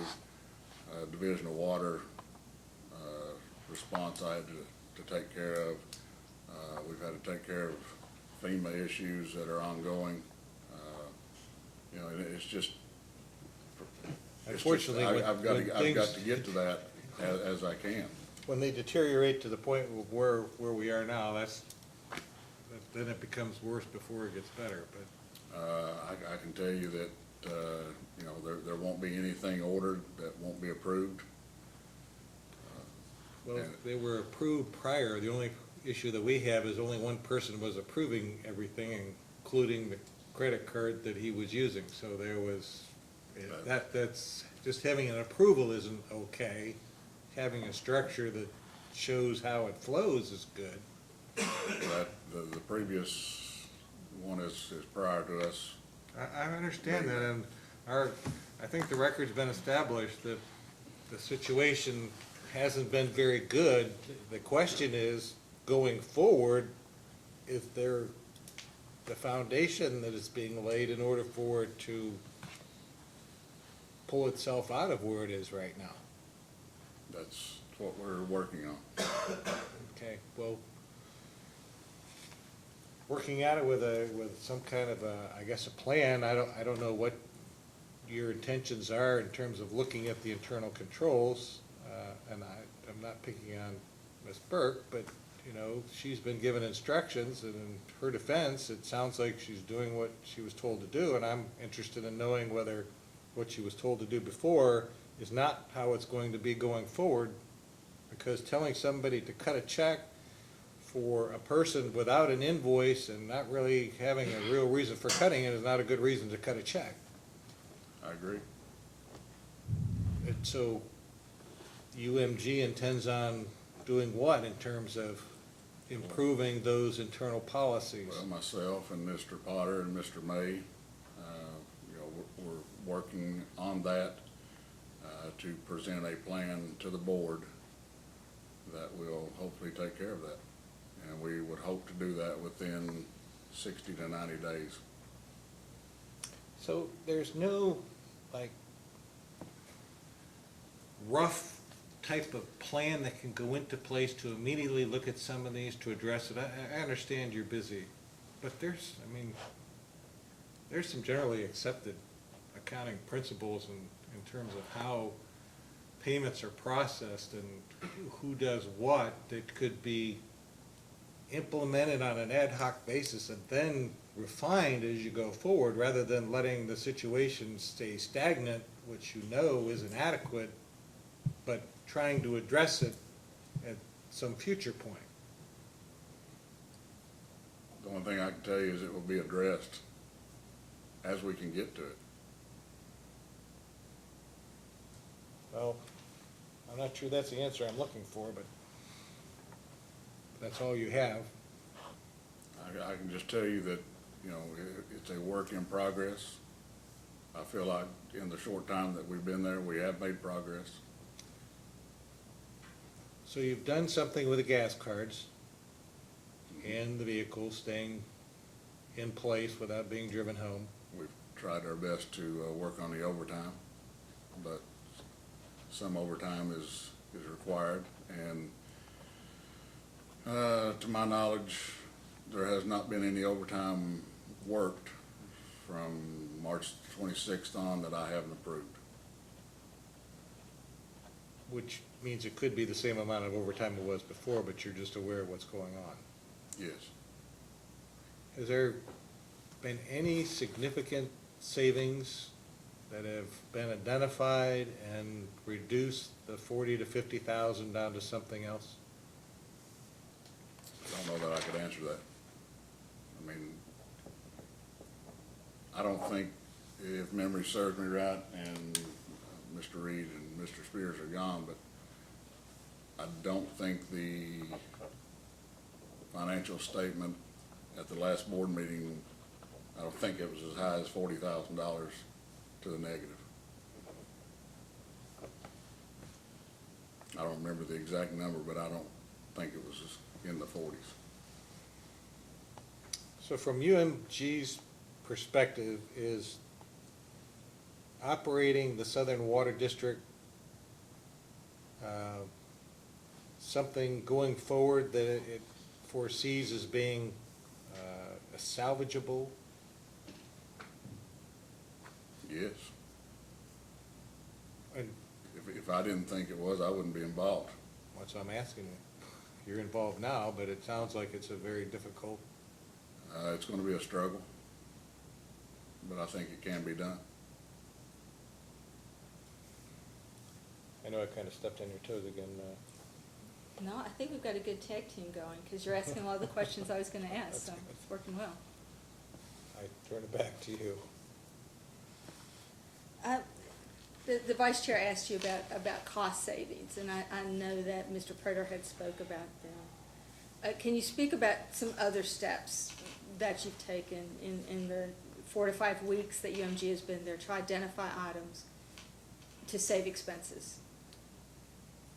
Non-specific. I mean, we're just trying to go over everything as we can.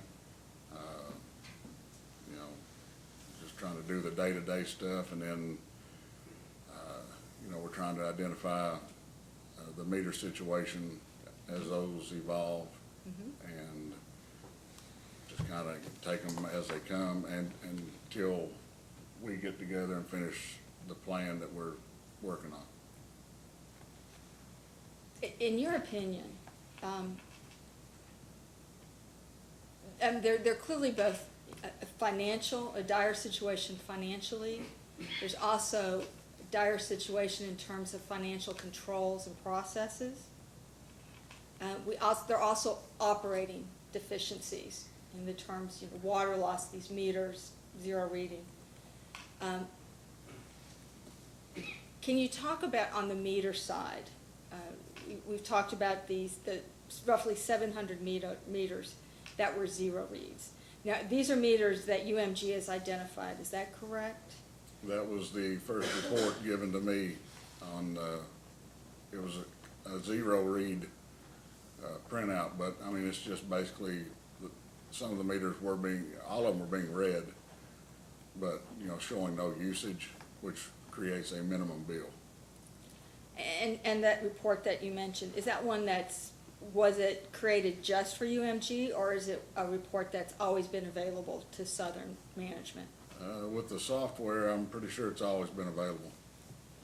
And I understand you don't necessarily know what's come before you, but do you see any evidence that that type of report was run before or acted upon before? I have no knowledge. I don't know if they asked for it or not. How is it came to be, how was the report run for you? Did you ask for it specifically, or did someone offer it to you? That's something that Mr. May and I discussed, and just, asked for a zero, any meter that's reading zero usage. Zero, right.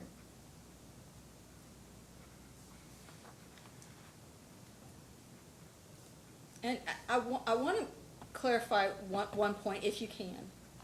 When we're talking about the zero read meters, are we talking about meters that are actually reading zero? Or is there any number of meters that there was a certain amount of usage that registered, but because it was under 2,000 gallons, it was truncated down to zero?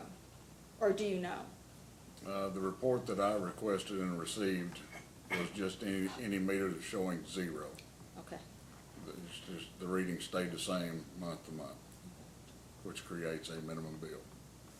And anything that registers 1,000 gallons, that's a minimum bill as well. Okay. Thank you, that was very helpful.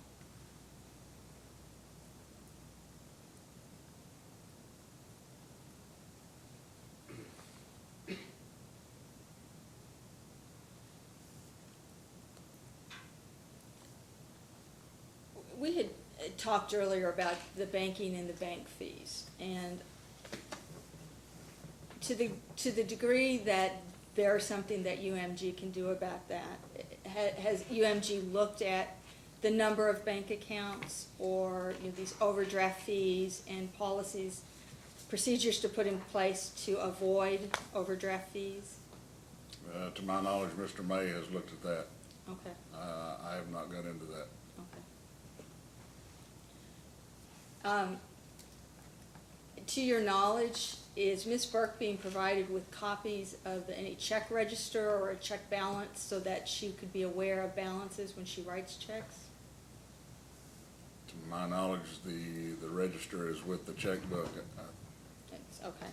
And anything, a check register from the CPA firm will be provided to her at this point on.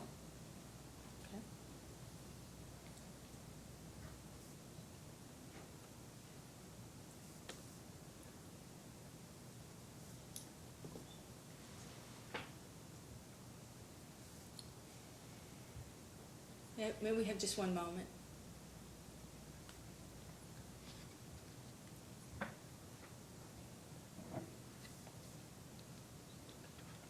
Staff has no further questions at this time.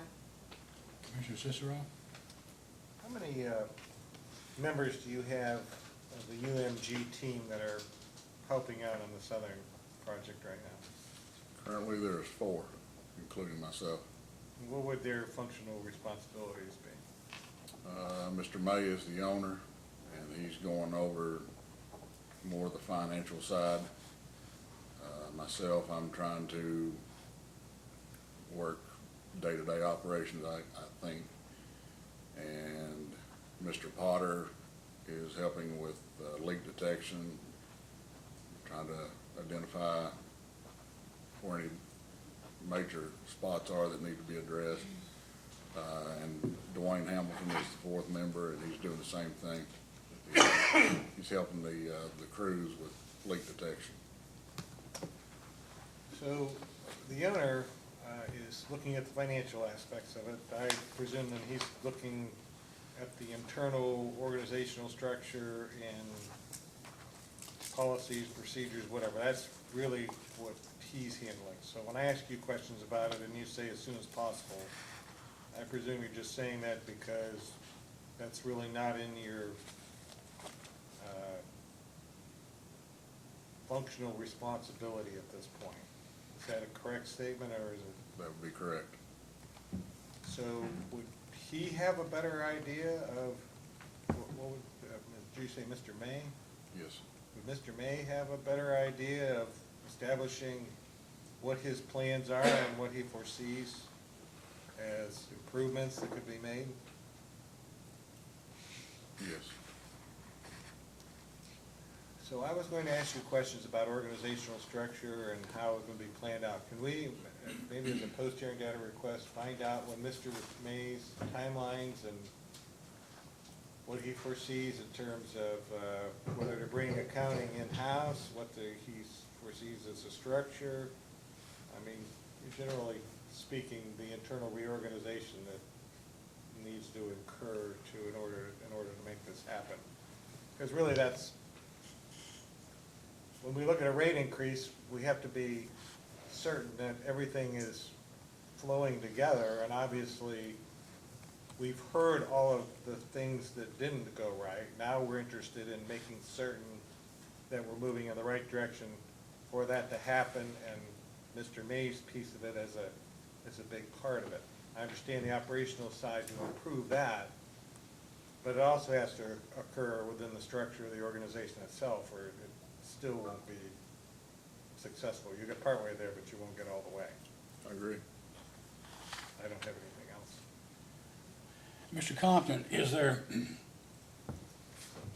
the present employment level or number of employees that Southern has, is that adequate to run the system? No, sir. Tell me why not, and what you think is needed.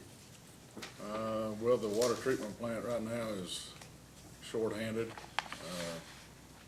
There was a employee evidently let go sometime last year, to my knowledge, which left them with 3 operators, and one of those operators is now injured and off, so 2 guys are handling all the operations. We need some relief there. So how many would normally, in the usual course of business, reasonably and prudently, how many operators would you have at a plant? We'll need to have 4 to 5. Are operators hard to find? Yes, sir.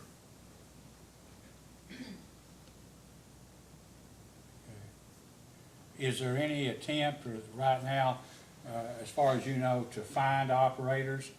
I guess you're short financially, so that may or may not be an issue immediately, I don't know. Well, having the money to pay them would be an issue. But I have made attempts, 3 individuals so far. I've got a 4th one in mind, of just people that are local that I know of. I've not heard back from them yet. So other than at the water treatment plant, any other needs employment-wise? It's to my knowledge that Southern lost 7 or 8 employees in the field prior to UMG. I don't know the timeline of them leaving, but I know there's supposed to be 7 to 8 employees short in the field. We would like to get back at least half of that amount. We do not have a dedicated leak detection crew right now. All the guys have to handle the day-to-day operations. Does Southern have the necessary equipment to find leaks? They've got adequate equipment to find them, yes, except master meters. Master meters is the second item on the most important list. And they'd be purchased, right? Yes. What would a master meter cost approximately? I think it's in the $1,000 range, give or take. How much of its own water does Southern produce as opposed to purchase?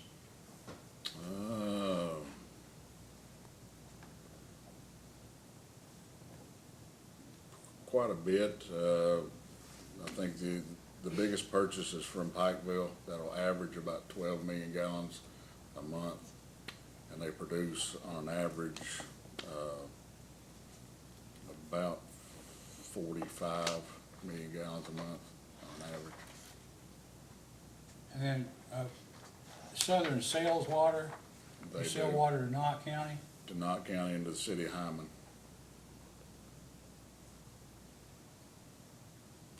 the Hyman average is about 1.3, and the Knott County average would be probably in the 300,000 range.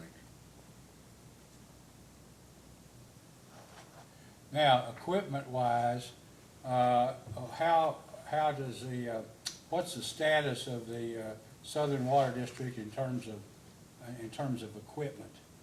Whether it be trucks, excavators, pumps, its water tanks, could you give us a general idea as to the status from an equipment standpoint?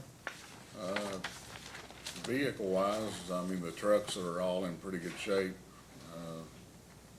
You know, the 2014 Ford is the oldest of the fleet. Well, there's a 2011 Ford Ranger that's used for work orders around the area. The vehicles are in pretty good shape. Mr. May and I've talked about the need. They don't have a utility bed on any of the trucks. We think they should have a couple of those for tools and equipment, parts.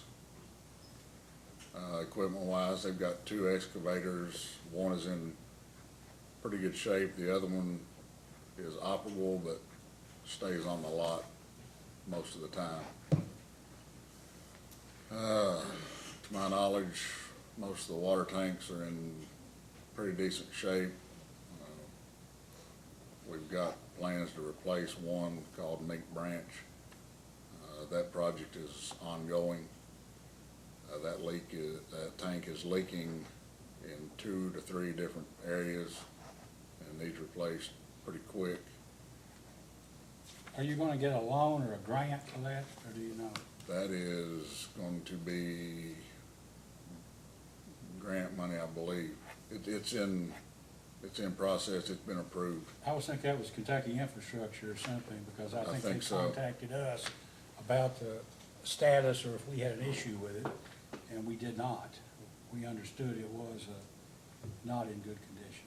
I know that Big Sandy Ad is involved, and Kentucky Engineering Group is the engineer right now. Anything else from an operational standpoint about the Southern Water District that we ought to know, that would be helpful to know in making a determination about its request for emergency relief? I would like to, going back to personnel, I'd like to have at least one more person in the office, and that would be to take some of the pressure off Miss Burke so she can do some of the other work that's required. You know, Southern does not have a dedicated human resource position. That would be very beneficial to take care of all the insurances and benefits and all that. On a high traffic day, you know, the ladies in the office are pretty overwhelmed. So another addition, part-time or full-time, would help. You know, we're gonna have to, you know, RD had a comment about the building and the grounds. Probably need to do some work on it. We have to, if we're not gonna get a meter replacement, then we're gonna have, well, we have to do testing anyway. We have to start a meter testing program. Well, the meters apparently are fairly old, as I remember.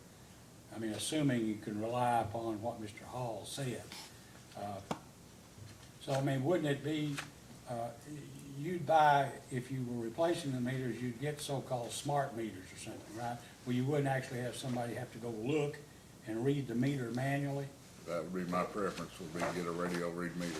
That would take off, it currently takes Southern staff 2 full weeks to manually read the meters. Of course, they had a lot of meters that it didn't make any difference whether they read them or not, right? That's correct. But that would free up 1 or 2 of the guys, and you would also have your meters read probably 2 days at the most. Do you know if there are any plans in progress to basically see if financing can be obtained to replace those meters? I am currently working with 2 vendors so far on meter replacement, and got numbers from one of those vendors, waiting on numbers from the other one. They can do in-house financing, if you wanna call it that. We How much have money approximately are you talking about? Probably 1.4 to 1.6, I think we could get by. Because whatever meter we choose, we're gonna need to utilize that company's installation to keep our guys from having to,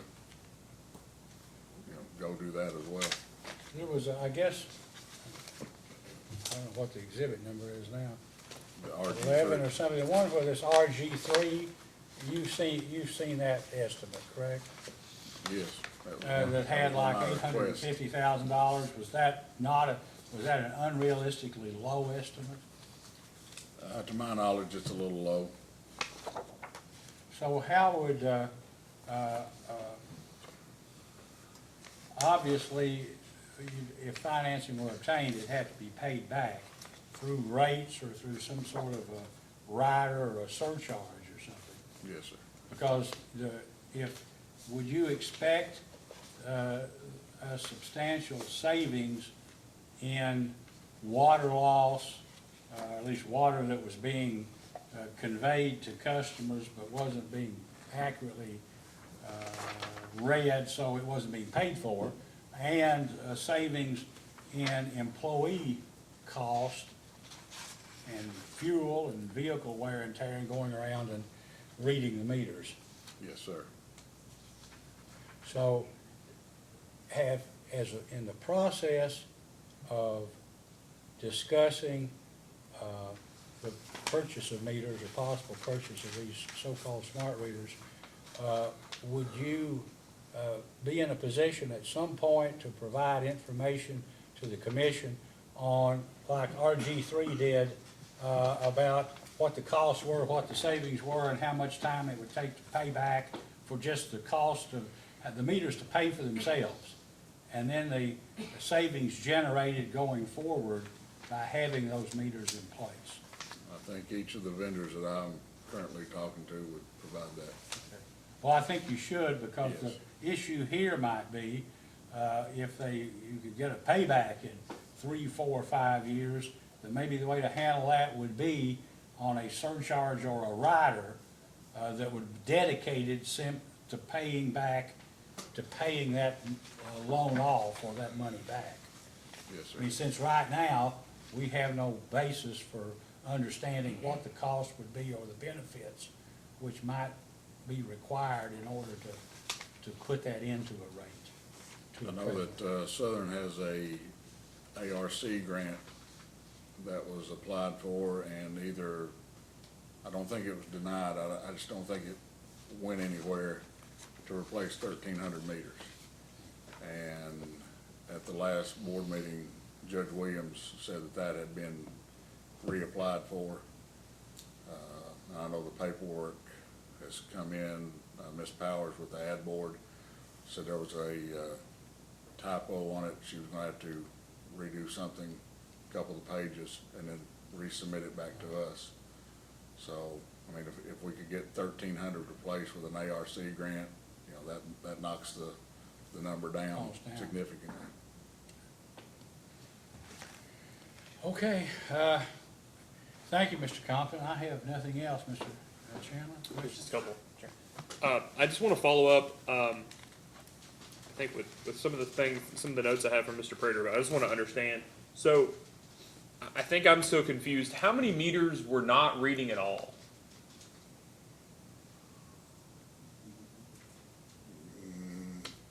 Like we're at zero, just dead zero. That's included in the 700 to 750. Okay, and because it doesn't matter if it was reading a little bit or zero, as long as it's less than the minimum, that's all that was being charged was the minimum. As long as it was less than 2,000 gallons, it's the minimum bill. And that's 700 to 750. That Yeah. about okay. And were there any? Just to be sure, the ones that may not have been were read or billed at all. Were there any that were just not being billed, that were taking water and never getting billed? There was an inactive meter list that was provided, and we are currently investigating all those as we can. If the guys are out doing the work orders, I find out what area they're going to, and I hand out a list of inactive meters to be investigated, and they're indicating on that list if it's a true inactive meter, if they found a meter and pulled it, if the occupant is still on the books but under a different address, they're noting that, and we're trying to address all that as we can. And the last number I have of that is about 200 inactive meters. Is that approximately right? Not necessarily.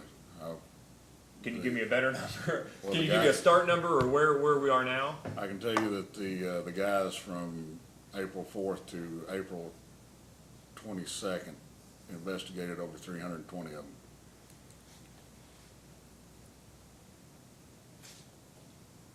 I'd say that list is equal to probably the zero usage list. Is that where it started, or do you think even after that 320, it still might be at 700? No, that's where it started. So it might start at 700, maybe halfway through. Yes. Okay. So of those 320, do you know what the outcome of those were? How many of them were inactive? Actually, just nobody's living there, or how many are I being don't billed? have the exact numbers. I mean, they're indicated on the sheets that the guys bring back into me, but I'm not set down specifically and. What can I ask? And I can ask for the exact. I mean, that's fine. But 200 of them are actually using, or 50? Was it a lot or a little? I Did would you get an say- impression? I would say 85 to 90% are truly inactive, Okay. is what I'm saying.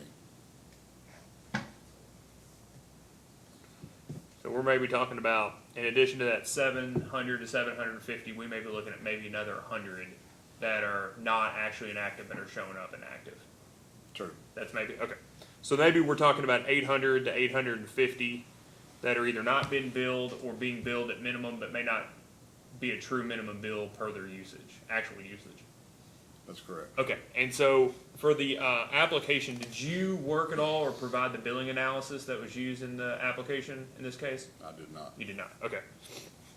And so, all of this was figured out, late March, early April? So it's definitely not gonna be reflective, the ones that are now being billed properly aren't gonna be reflected in 2018 billing analysis? No. Okay. Do you have any data on those? So you pull a meter that you don't believe is reading properly. Have you replaced any of those with ones you know are reading right? No, we don't have a decent supply of meters right now. Okay. We're basically replacing an old meter with an old meter. Well, and I guess that's the question. You're replacing an old meter with an old meter, but do you know if the one you're replacing it with is working right? Not at this point. Okay. We have not sent any off for testing as of yet. So you may be, well, so I guess the question is why are you spending time replacing them? Because we don't have new ones to put in. No, what I'm asking is if you don't know if the one you're putting on is gonna read any better than the one you're taking off, why spend the time and the effort and stuff to change the meters out right now? Well, with finances the way they are, we just, sending them off and paying for the testing is an issue right now. Right, what I'm asking for is if you don't know the one you're putting on is gonna work any better, why are you pulling them to begin with? On the inactives, because nobody's there. Well, on the inactives, the 700 to 750, you're not pulling those, I guess is what I'm trying to confirm.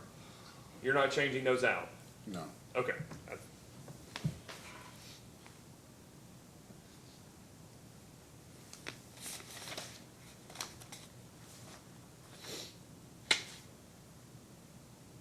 So, real quickly, can you describe who's running the utility day to day? UMG. No, I mean what individual person? Like who's the decision maker at UMG? I think that would be me. Okay, and so you're at the top. How many direct reports do you have? Does everybody directly? Is it you and then everybody else is horizontal, or is there a structure under you? There's not a structure yet, but there will be, Okay, but right now it's basically everybody's just reporting directly to you. yes, And how many people do you all have in the field right now? 12. 12. 12 field on. And then, would you agree,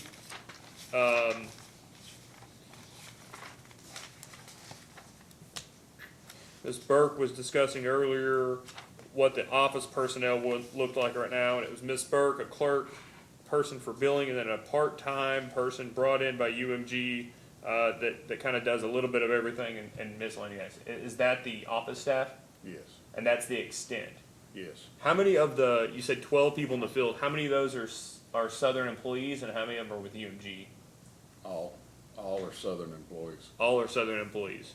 And are any of those, in addition, are any of those hired since you came on, of those 12? No, they were all there.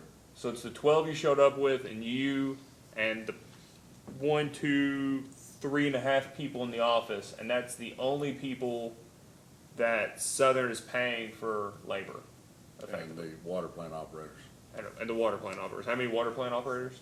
3. 3 water plant operators. Okay. And those were already there when you got there? Yes, sir. Okay. Perfect. And then, how long did it take you all to find those 750 meters? Probably within the first week we were there. Perfect. And then you said that was basically a 20-day period while they were doing other things. They checked on those 320 that were inactive. Yes. Okay.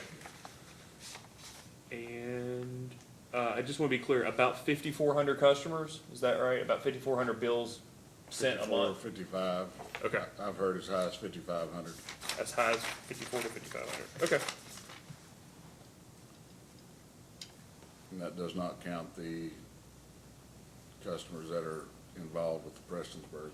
Right, that's an additional, over 1,000 that were transferred to them. Okay. That's all the questions I have, Chairman. Thank you. Anything else? Nothing else.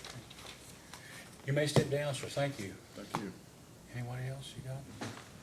Do you want us, got another witness? Whoever, Got Mr. Potter? No, we were thinking that Mr. Yanshin might, Oh, okay, well, you Villans, I'm so sorry. make the call. Yes, Mr. Villans from Valons, Kentucky Rural Water. with Kentucky Rural Water.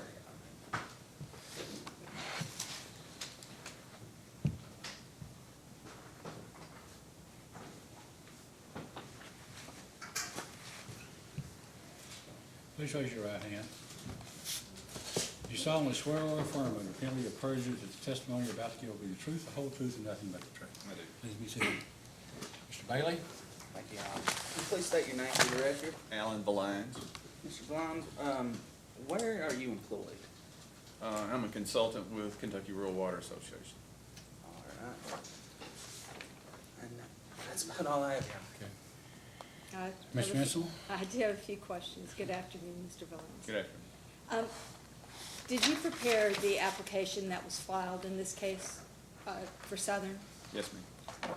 And what is the proposed rate increase that, in the application? 32.3%. And based on what you've heard here today and what you know about Southern, do you still believe that Southern needs that additional 33% rate increase? I think almost all of that. I think some things have been revealed that there could be some small amount trim, but the bulk of it, yes, ma'am.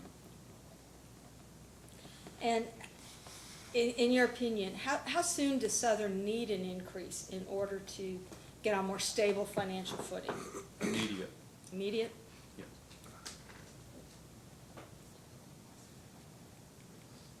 Staff has no further questions. Commissioner Cicero? I don't have any questions.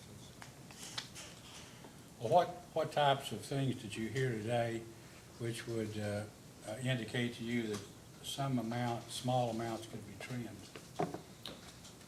Some of the charges that I've heard about on the credit card accounts, some of the other cash payments and so forth. And, various things that have come up that could be questioned as far as being properly included in the rate base.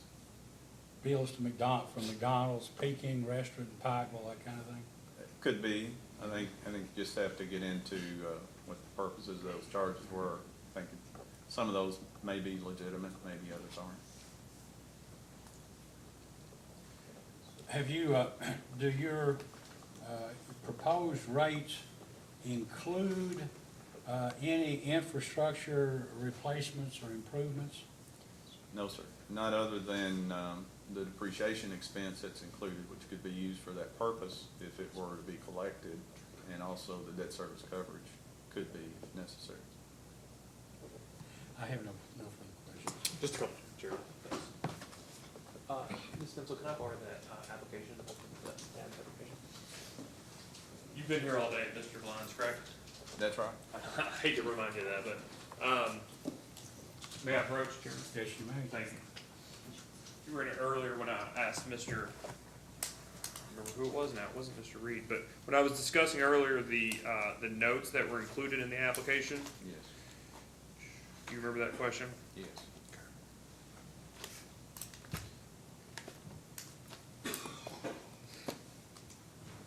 Big application, here we go. Okay, and so you, were in charge of compiling the application, correct? Right. And so you were just given copies of these notes? Right. And so did, for instance, the first one that's signed by Dean Hall has been discussed a little bit today. It's in excess of, just in excess of 2 years. You see that? Yes. Okay. And it's only signed by Dean Hall. Do you know if there's an additional paper to this that you failed to provide or that may have been not provided to you? I don't know. That's all I was provided. I guess that's what I was being clear on. This is all you're provided. And the next promissory note that is signed by 2 individuals, Ms. Paula Johnson and Mr. Gary, it looks like Blankenship. Do you see that there's no additional signature on that from the lender? Yes, I see that. But this is the entirety of the promissory note that you were provided? Correct. Okay. And that would be the same for all of the promissory notes and loan agreements? Right. Okay. And is that, have you done one of these applications before? Yes, I have. How many would you say, just ballpark? Dozens? In the upper teens. Upper teens, at least. So is that normal for promissory notes or other financial instruments like that to be only signed by one party? I don't really know. I don't see too many of those in these cases. They're more long-term debt issues instead of bank notes. Okay. But you would agree that ordinarily agreements are signed by both parties? Yes. So you would agree, though, that debt service coverage, the DSC, is part of the revenue requirement that's being requested in the case? Yes. And that these promissory notes evidence debt that is included in that? Let me look. Okay. And do you mind while you're looking to just direct which attachment that amortization is on?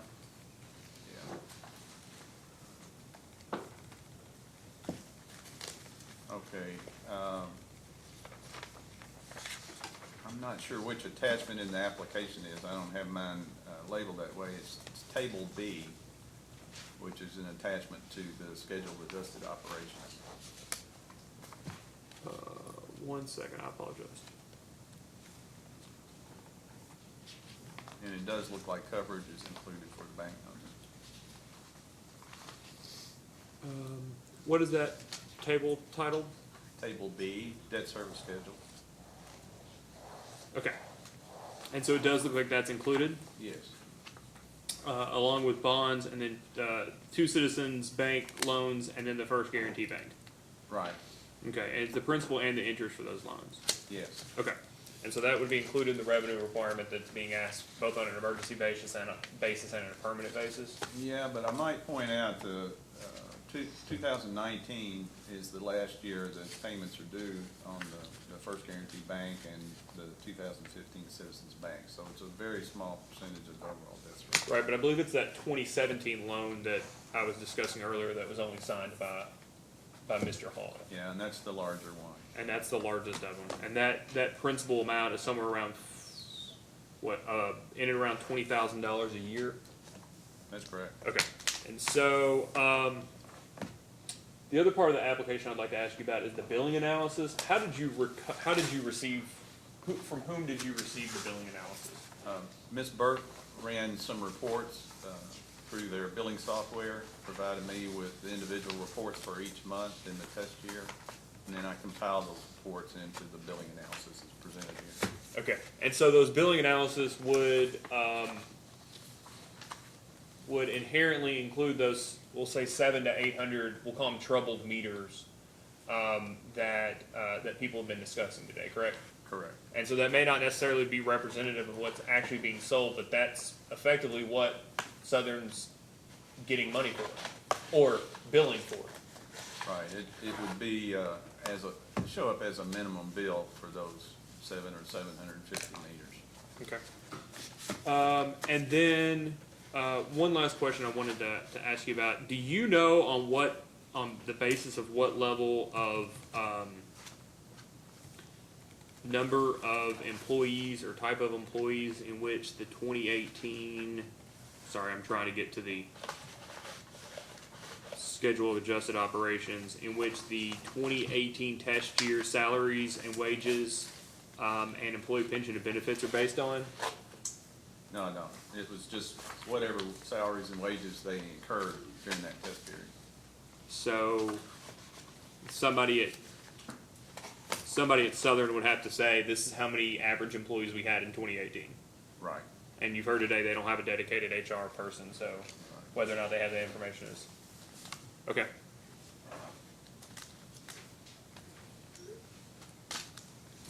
And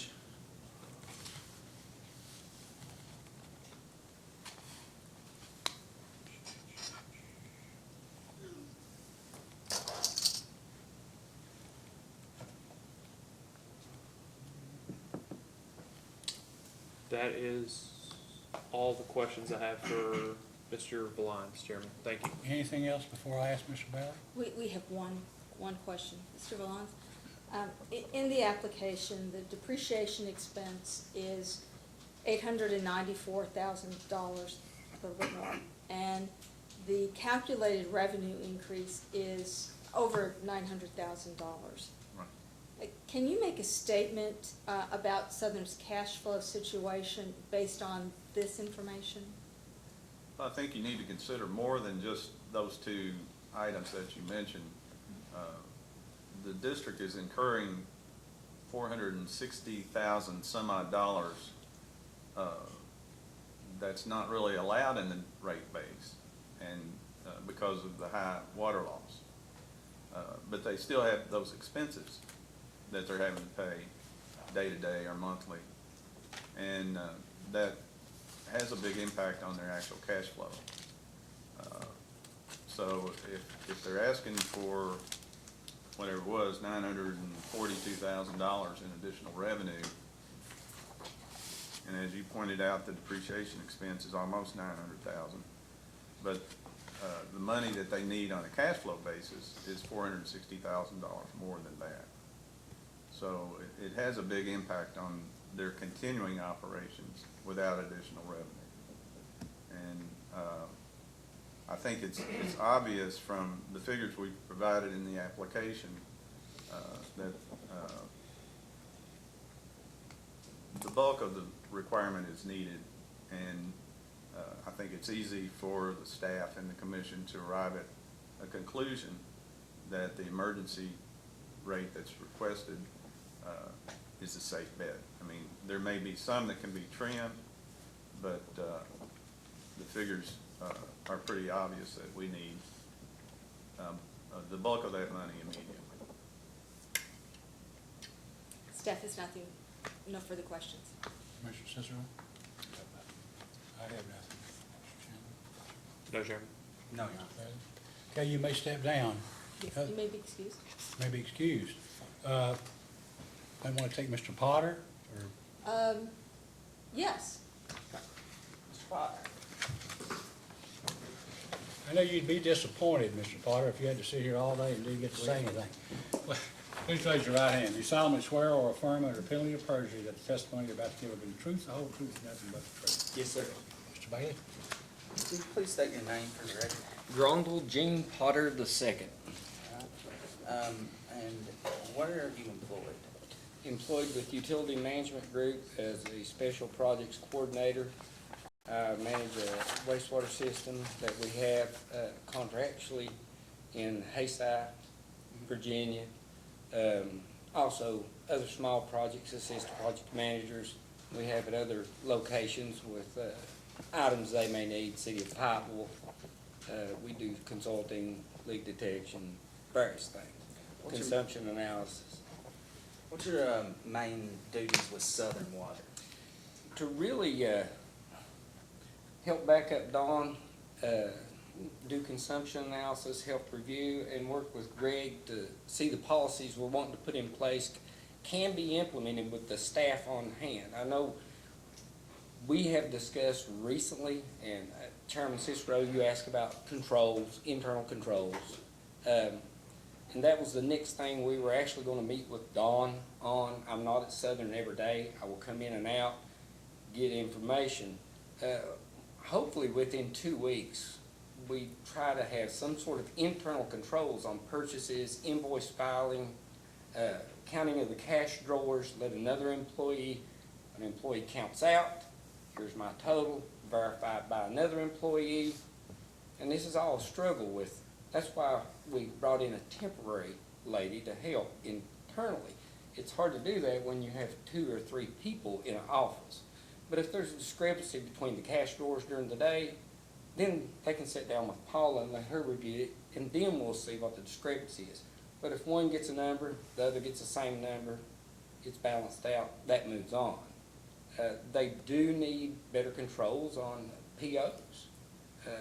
It was inadequate. We want to make recommendations on those also. We're hoping to have those within the next 2 weeks. You got to understand, we've been there 5 weeks. I've been trying to wrap my head around the info I've asked for and what I've been receiving. Now, we've all talked about 700 meters, 750 meters, 250 meters. From my perspective, the billing program, they utilize Alliance, United and Alliance work order system. The data that is being inputted into that, I couldn't tell you if it's 700 meters or 1,200 meters. I don't think they utilized the program as it was intended. We're seeing work orders that have been completed. I cannot give you any information on how many leaks they had last year unless it's the handwritten notes that they gave the board. They didn't utilize the work order system, 3/4 inch line leak, PE, estimate gallons per minute. I'm finding out the staff don't know how to do basic leak calculations. There's no data to present. So you're looking at 2 weeks. That's It's kind of like the money pit, 2 weeks, okay? kind of. I mean, that's what we're hoping. We've worked at several other utilities and entities, and it's great if you have 11 employees in the office. We did have meals and some of those times that you can assign duties and let each other check and balance. But this is a unique situation with Paula and basically till we hired 2 other ladies in the office. And she's trying, but I'm saying we're having to tailor one, and we are making recommendations. You talked about a flow structure. Here's Dawn here, and we're going to try to make some recommendations to the board based upon who we see, what they've been doing. Some of these people need to be in different roles, but we've had to stay there a few weeks to see what production we're getting out of people, what their level of expertise is, till I can say where they should need to be. So I think what we're looking for is an assessment, then recommendations, and then an implementation that says, this is what we think, this is the timeline to do this in. And no criticism of Mr. Compton, but he was very vague about. And I hate to throw, I didn't mean to him under the bus. Greg and I have been working a lot of that behind the scenes.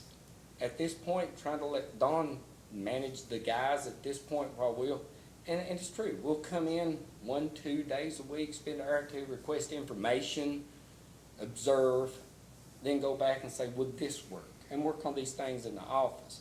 But like Don said, we had told him, and he's just not been, by the next board meeting, we're gonna try to present some of our recommendations on internal controls and go ahead and start implementing those. We've already put tracking systems on the vehicles to make sure we're accounting for fuel.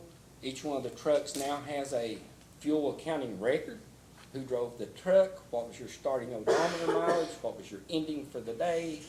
And we're trying to teach them how, I had a work order class about a week ago. This is the info you need to provide on the work order so it can be entered into the billing program so I can generate data.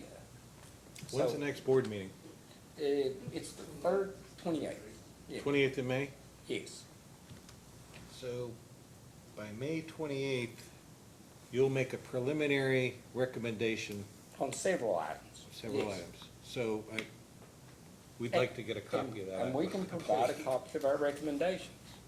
Yes. And I think, and I'm not purporting how great we are, but No. by looking at the system, it took me 2 or 3 weeks to figure out tank graphs. They had no way for other than the water plant to utilize the telemetry to see the ebb and flow of the tanks and pump stations.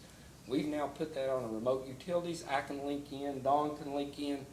We can kind of see what's going on, what's pumping, when it's pumping. We've already identified several overflowing tanks. Some of those were on time clock and not on telemetry. I think, well, if you look at Pikeville's purchase that Southern done from Pikeville, I think I looked at January, February, March. If you average those all out, in the last 30 days, we've reduced the daily take from Pikeville by about 30,000 gallons a day. Just in 5 weeks, basically just in 3 weeks, really getting down in the weeds and trying to figure out what's going on. We actually started showing the guys how to utilize some of the leak detection equipment they have. They had an aquascope that was inoperable. I fixed it and repaired it. Now they're using it again.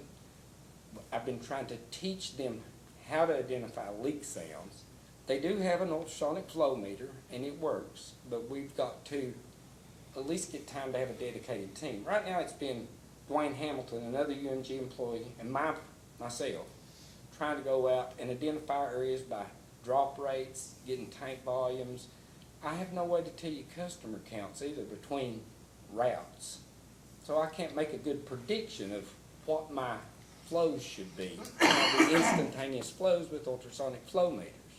Do you have any idea of, for example, from controlling the vehicles, what savings? Not at this point, Chairman Okay. Fisher. I really couldn't say at this point. It's gonna take a month to data to see what we've It's done. okay, I'm just Yeah, asking the question. If you come up with something by the 28th and submit that, I'll be happy with that. We will try to, but there's a lag time on, and I'm not trying to get out, but like with when the bills come in and what info we get back from the fleet fuel system and attributing it, but if there's data that we can show that there has been a savings or a reduction and it's more efficient, I'm sure we'd share it.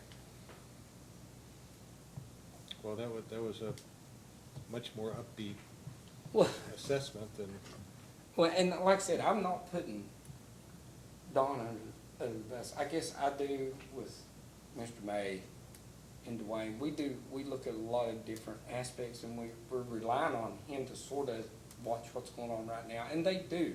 He reviews what the guys want to purchase or purchases right now, but we want to go to the board and say, this is how you should standardize these procedures. We've been looking at those for you, but we want to be able to say, this person will do this and this, then this will be presented to the board at the end of the month, and we know someone's looked at the card purchases, the cash purchases, the POs, all those items. that's good. And that's just like, from the info, and I know from the Attorney General's perspective, and everybody's looking to tag a number on exactly, and I will be blunt with you, from the information I can get out of the work order program with the lack of data and the lack of accurate data put into it, I'm not gonna that you tie me to a number, because, for example, the first day or two, I walked in, talked to one of the ladies. I said, could you put me an inactive list? That you know how? Do you know what I'm talking about? Yep, yes, I can do that. I said, good. I'm gonna go back upstairs and start reviewing some stuff. I wanna look at it. We need to do a consumption analysis. So I go upstairs and gone for a certain period of time. She buzzes. I got that for you. Great. I go downstairs. She has something like this thick. And I said, what is that? That's the inactive report. I said, how many pages is that? 194 pages. I said, approximately, you don't have to tell me exactly how many is on there. And it was 3,200 or 3,400. And I said, now, correct me if I'm not right. Prestonsburg got some of your meters and you have like 5,500 meters, right? How can you have 30-some hundred inactives? Can't happen. I started looking because I pulled some of the books from the work orders. They never closed out an inactive in the history that I could find of Southern. So if you live somewhere, moved out, and the chairman did, and they were just carried forever. None were closed. And that's what made us generate an inactive, and we're going through those, just like I said, doing an audit to identify. And there are actual zero reads. The meters, in my opinion, are probably 12 residential and commercial. There are commercial meters that haven't registered in 2 years. They're zero reads. I've identified those. They don't have the money to buy the new meters. A good meter that will be able to be put on a pulse and be read with AMR, we've talked about smart meter technology, about $1,700. They need some of those. If you have a return on investment of just between 2 and 3 years, I don't know how you can't have that. I don't either. But, I mean, like Don said, we're looking at several different meter companies. Don contacted a couple. Dwayne and I went and contacted at least one. I've contacted another. Not all the meter companies out there will do an ROI. Not all of them will. 2 or 3 will. And RG3 was one, and who's the other one that said they could do it? Neptune? Neptune. You know, or CI Thornsburg, the meter they represent. So we inquired, and at some point, hopefully sooner than later, we're trying to do our due diligence and look at several meters.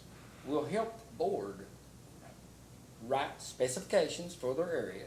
A meter that may work in Danville, where the flat ground is, with radio read or fixed base read, may not necessarily be the meter I need in the mountains where it's harder to get the wattage out and get the read. So we need to develop specifications for our area that meet those. And then in the specs that we put out to bid, doing procurement, that one of the stipulations is we will provide, or based upon the information done by a prior company, so many meters or that, projecting our return on investment. That way, the board will know from each company what it should be. And we'll have to look at the warranty, the battery life, make specs, so the board's getting their best bang for the buck.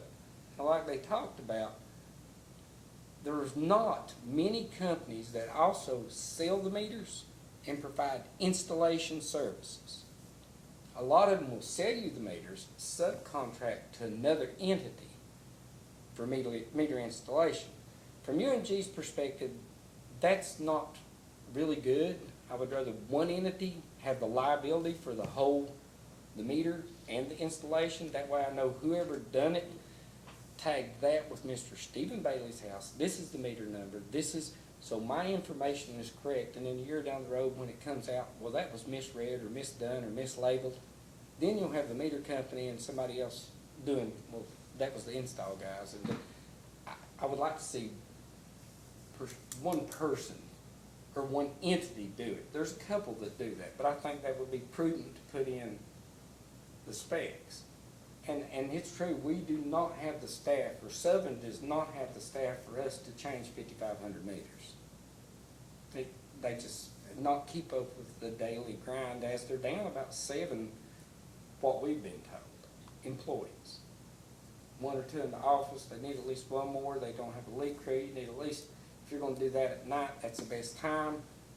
Usage is low, you can manipulate pump stations without affecting a lot of the system. And, you know, without filling tanks, they need a 2 to 3 man crew at night to do those things.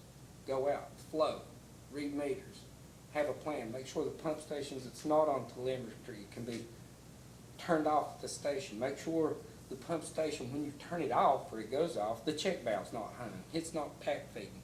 Leak detection has to be done methodically and attention to detail, or you can make one mistake, the valve you closed to see it was bleeding by, the guy didn't check it with the oscilloscope and make sure, you've wasted a whole night if you don't set it up. But they do need a leak crew and they need some help in the field.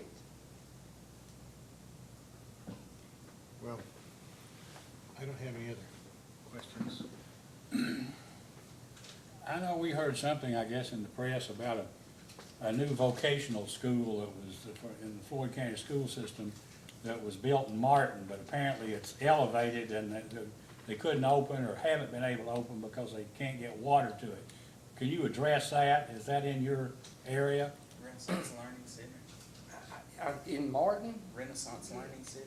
I've not really, Circle of Martin cities. City of Martin, yeah, City of Martin serves it, Is that in their, is that, they have their water company? Is that what you're saying? Yes. It's the city of Martin. that's their purview, not Or do they buy water or produce it? from Prestonsburg. From Prestonsburg? Yes, sir. After the meeting, I can tell you what's probably the issue. Mr. Chandler? Thank you, Chairman. Earlier you said that Southern can't afford new meters. Not with the current cash flow. Yeah, but can they afford not to get new meters? That's exactly my sentiment. I've said that in a board meeting, I think, to them. No, they need the meters. If you're not getting paid for the service you're rendering, there's no use to be there, or no use to have it. You have to have metering capability, and they have to be accurate, or you're not having leak detection or getting your revenue flow. So, the discussion earlier was about meter testing. I mean, to get a meter testing system going and to get up to where you can check them, what does that look like? Is that a short term or a long term or an intermediate term sort of solution to at least review the meters that you currently have? I think you were correct earlier. There's no use to test the meters in the system at this point. We'll find out they're dead and you're gonna have to, or they're woefully inadequate and behind the parameters that PSC requires. I think what needs to happen going forward is purchase new meters and then have a good plan in place. Each year you will do, or during the quarters, you will test a representative sample of those meters and stay with it. It was lost somewhere in transition years ago and they never done it. But I think at this point you need new meters. There's no use to test what is out there at this point. I think it's throwing good money after bad. I'm fairly certain they're somewhere between 12 and 20% inaccurate, slow. So 12 is the low end? Just because I do have a report of the 25, that RG3 done of 11.9, but they give themselves a buffer and called it an overall 6. Those were the newer meters Southern had in their system, and they were 12. That was the newer part along US 23. I mean, so meters slow down as they get older. Payback increases by the more you... And actually, I'll tell you this, we have, and it's not official, and it's not volumetric, and it's not been checked by your personnel, we have a small meter test system, two meters. I take a brand new meter out of the box that has its test data on it from the factory. Greg and I just got it out of storage the other day. Dawn don't even know I got it out. I'm gonna go out and ask Paula and some of the ladies, tell me, where's some of the oldest meters in this system? I want to grab me 1 or 2, 3, and run them against each other and try to see. Now, I know it's not a volumetric calculation like PSC comes out and certifies your test bench, but it'll give me a pretty good rule of thumb what's going on. Then I'll pick some mid-range, and we kind of know what the new ones are doing. And that'll give me a little bit better idea that I can relay to the board, and Greg can, to and Dawn to the board, say, look, we done some rule of thumb checks ourselves, and these over here were X. And this is the one thing that maybe I should have conveyed this to Mr. McNeil to ask earlier. You have, what, 1,300 meters that were 1,300 customers that used to be Southern customers with Southern meters that you have billing data on that are now Prestonsburg customers, Prestonsburg meters that they've replaced. I mean, I think the testimony I've heard Yes. is they've replaced every single one of the meters. Yes, sir. So has there been any attempt for Southern to look back and say, we know what these people were being billed, whether it was a minimum bill, whether it was a no read or whatever it may be, and ask Prestonsburg what those individual customers are being billed now? Well, I think, Chairman, Schmidt and Commissioner Cicero said, Eddie Campbell was actually on the stand here, and he said Prestonsburg, they went through some of the old billing with the old meters before they replaced them all. He said it went up 15% in that section. The average, 15%. Out of those 1,200 meters, and it's a record here. Has there been, since you've been there, have you all contacted Prestonsburg to ask them for the specific data? I have not, no, sir.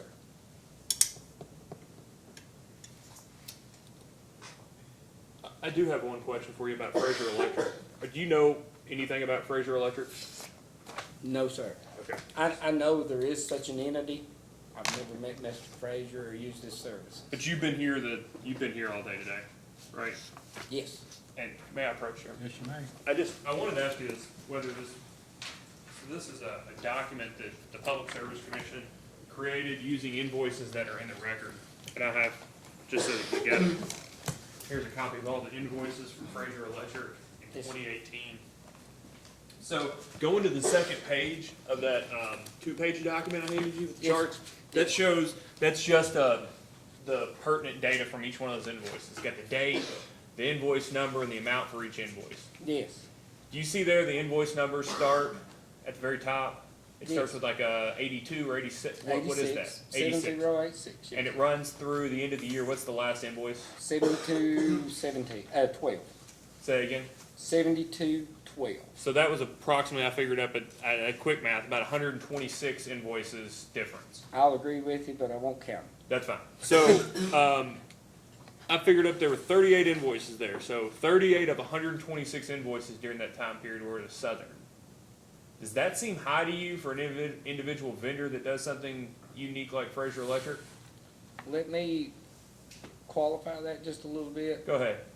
I'm just now getting to where I can do asset determination on the pumps and motors and telemetry system. Each telemetry site they have, and they may have, right off the top of my head, 35 online. Each one has an RTU at the pump station and the tank.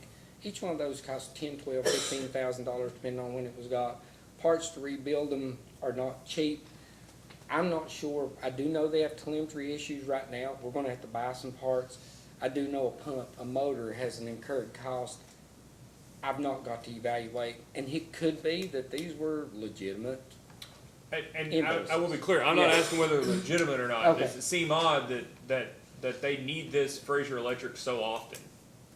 That they don't have anybody in-house that can do these things, they're not able to purchase these? I'll put it this way. Usually in my projects, I make sure we have an on-staff electrician or maintenance crew that does these. And I guess what I'm asking is, does this seem like something that would be representative of a utility of this size to have this sort of need? Or does this indicate that maybe there are shortcomings with staff and their ability to identify what problems are and fix them themselves and order those? I'll say it's a little of both, 50-50. Okay.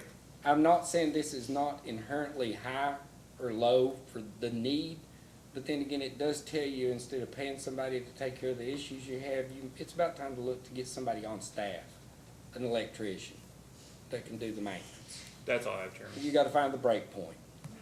Yeah. Thank you. You're welcome. Just very briefly, as I was listening particularly to your conversation with Mr. Chandler, Mr. Potter, it sounds to me like you're making a very good case for a request for a deviation from meter testing going forward. We will have to at that point. And I know it has been done by Hardin County and some of them with larger ones. And I think we will probably make that request at some point. This is new. Let us do a representative sample, start out small, but we can do that down the road till we get on the program. Yes. Nothing further. Mr. Bailey? Nothing, Your Honor. You may step down and be excused. Thank you, sir. Get mine. You may. Yeah, you can have it. Thank Go you. on with it. Thank you. I'd like to ask Mr. Prater about the relationship with the Floyd Fiscal Court on that, on the, what I thought was a loan. Yes, sir. Yeah. You remain under oath, so you may just have a seat. I don't have any. Mr. Prater, I guess at some point we understood that the Southern Water District was in dire need of cash, but probably unable to secure a loan, and that Judge Williams of the Fiscal Court had agreed to some accommodation to help borrow money or provide money to the Water District. Can you tell us about that? Yes, sir. I believe it was in March or late February, we had a special called meeting. The finances were in such a dire shape that we didn't feel like we could even pay the bills and move forward for the next several months without some additional revenue. The current board voted to ask the Floyd County Fiscal Court for a temporary loan of $150,000. I attended a Floyd County Fiscal Court meeting where that was discussed at a public meeting. The Commonwealth's attorney, Mr. Barkley, had called someone here at the commission about the Floyd County Fiscal Court making a temporary loan. He was told if it's less than 2 years, we didn't have to do a formal request from the PSC. That was voted on by the Floyd County Fiscal Court that they would give a loan of $150,000 for up to maybe 6 months, and that would be done in two $75,000 payments. The county attorney's office drafted an agreement which I signed on behalf of Southern as a result of the special call meeting. So there is a document at the county attorney's office, and we could provide you that if you wish. We are currently attempting to secure a loan from a community trust bank to repay the county, and we're looking at trying to do a 23-month loan with a balloon at the end of that, hoping that we could redo or improve the cash flows if the commission grants us a rate increase, that we would repay that. But we really felt it was necessary, and I don't think we could be really operating now or next month or two without that loan. We, as soon as we get, we will, at our next regular scheduled board meeting is May 28th. There will be a request of the board at that meeting to obtain a $150,000 loan, and that request will be passed on or sent to the Public Service Commission. We're hoping to repay the Floyd County Fiscal Court and have that loan through a bank within the next 2 to 3 months. So that process is ongoing. There is a financial agreement between the Floyd County Fiscal Court and Southern Water that was done by the county attorney's office that's currently on file there. Okay. I think Mr. Bartley called me, and I told him that whatever they did, if they wanted to get their money back or for us to authorize it, they needed to have an understanding in writing. Yes, sir. That it was a loan that would be repaid. Yes, sir. There is a written agreement. Okay. Do we have a copy of that? We do not. We probably need to obtain a copy. I've asked for a post-hearing data request for that. Thank you. Let me tell you what I think, subject to be corrected by counsel, Mr. Cicero. You know, on an emergency rate increase, if granted, is not the final rate. It's until everything is worked through, other documents and discovery is completed, and then we can see what might actually be needed, because you might need more, you might need less, or you might need some of it structured, like we had done with Martin County, that would pay debts, or pay down your debts, or help you pay for meters or something. So we're gonna need to continue, and I know that's burdensome, because we've heard that before, and I know it is, because we send these requests, but we have to have that information, because we're not permitted by statute just to give away the money. It has to be based upon certain criteria that, and in addition to that, it's unfortunate, but Southern's problem and Martin County's problem are not unique, unfortunately, and we have a number that we're trying to deal with at this time. And so we're going to have to harass you all with some questions. And I know it's uncomfortable and it takes up other business, but it's almost like you're a patient in an intensive care unit, and one system goes down and then you gotta try to fix something else. And we just have to work like you with what the cards we've been dealt. So, anything else, anything anybody wants to? We have nothing further here. Commissioner Cicero, anything that you'd like to tell us, Mr. Prager, or, I guess I'd like to say, I think that the current board has the best interest of the water customers and the community, and I think that the current board is determined to turn the situation around.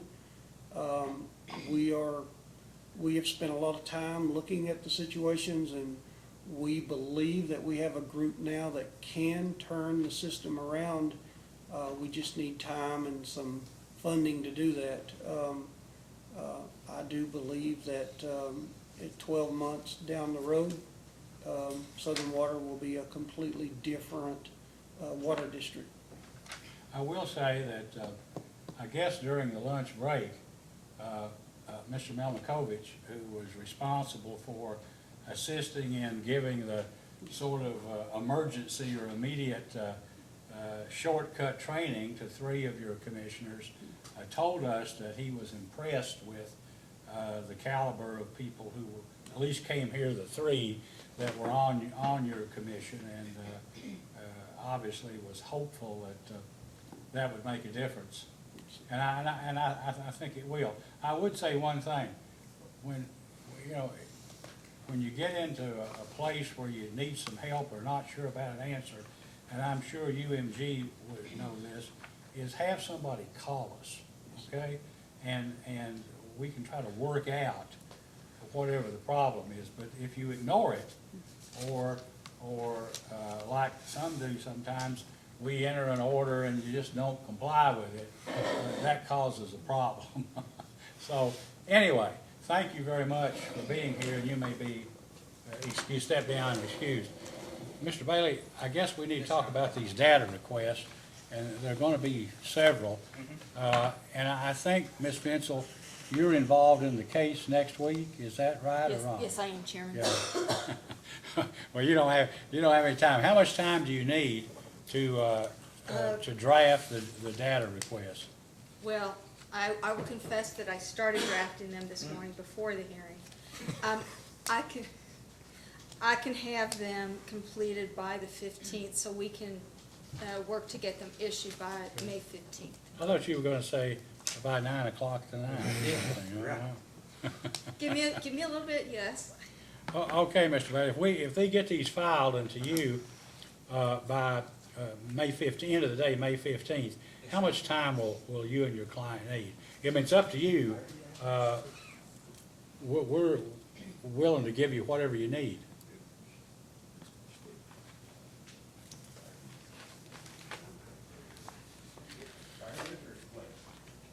30 days, Your Honor? We can give you 30 days, sure. I mean, I assume we're going to need this information before we make an intermediate decision on the emergency. might ask Ms. Miller and see. Actually, I've been speaking to Ms. Miller about that, and she feels like, make sure I convey this correctly, that we can make a recommendation with the commission before we get these Okay, responses. all right.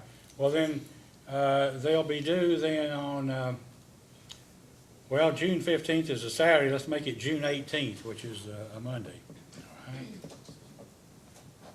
right.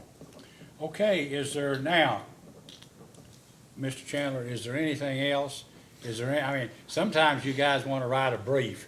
I don't know if Mr. Bailey is into that or not, but do you have anything to say, or do you add, or that you'd like to file, or even if you a brief, for instance? So Mr. McNeil and I obviously have a hearing on Monday and Tuesday that I think will take up the majority of our bandwidth between now and then. I think that without having had a chance to talk to Mr. McNeil about it, I think that we would at least maybe like to have an opportunity to opine on the declaration for emergency relief or the request for it. What I don't want to do is for everybody to sit around waiting for it and then us decide not to file it. And so what I'd like the opportunity to is next Wednesday, we'd like the opportunity to just file with the commission whether or not we believe that our comments are necessary or not. All right. And that if we do believe they're necessary, that we would file those, I think, probably, By June 1st? I wouldn't even need that much time, Chairman. A week from then, the 22nd, that's not the 22nd, the 22nd. All right. Okay, so you'll let everybody, including Mr. Bailey, know by the end of the day, Wednesday, whether you're going to file a comment or an opinion on whether it should be granted or to what extent. And then, Mr. Bailey, if you get that information, and what we can do is, Mr. Chandler makes a statement or takes a position, then you ought to have a week or so to file a response and say, well, we disagree with that. Or let us know and say, no, I've read it and I'm not going to file anything. Okay. But if you want to file something, if he's going to do the 22nd of May, what about, could you do something by, say, June 4th? Give you a Sure, couple Your of Honor. weeks, okay? Yes, Your Honor.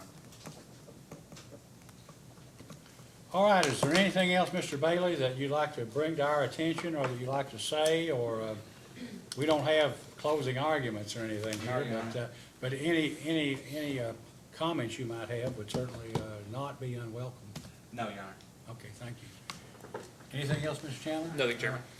Ms. Mansell? All right, if there's nothing else, this hearing is adjourned.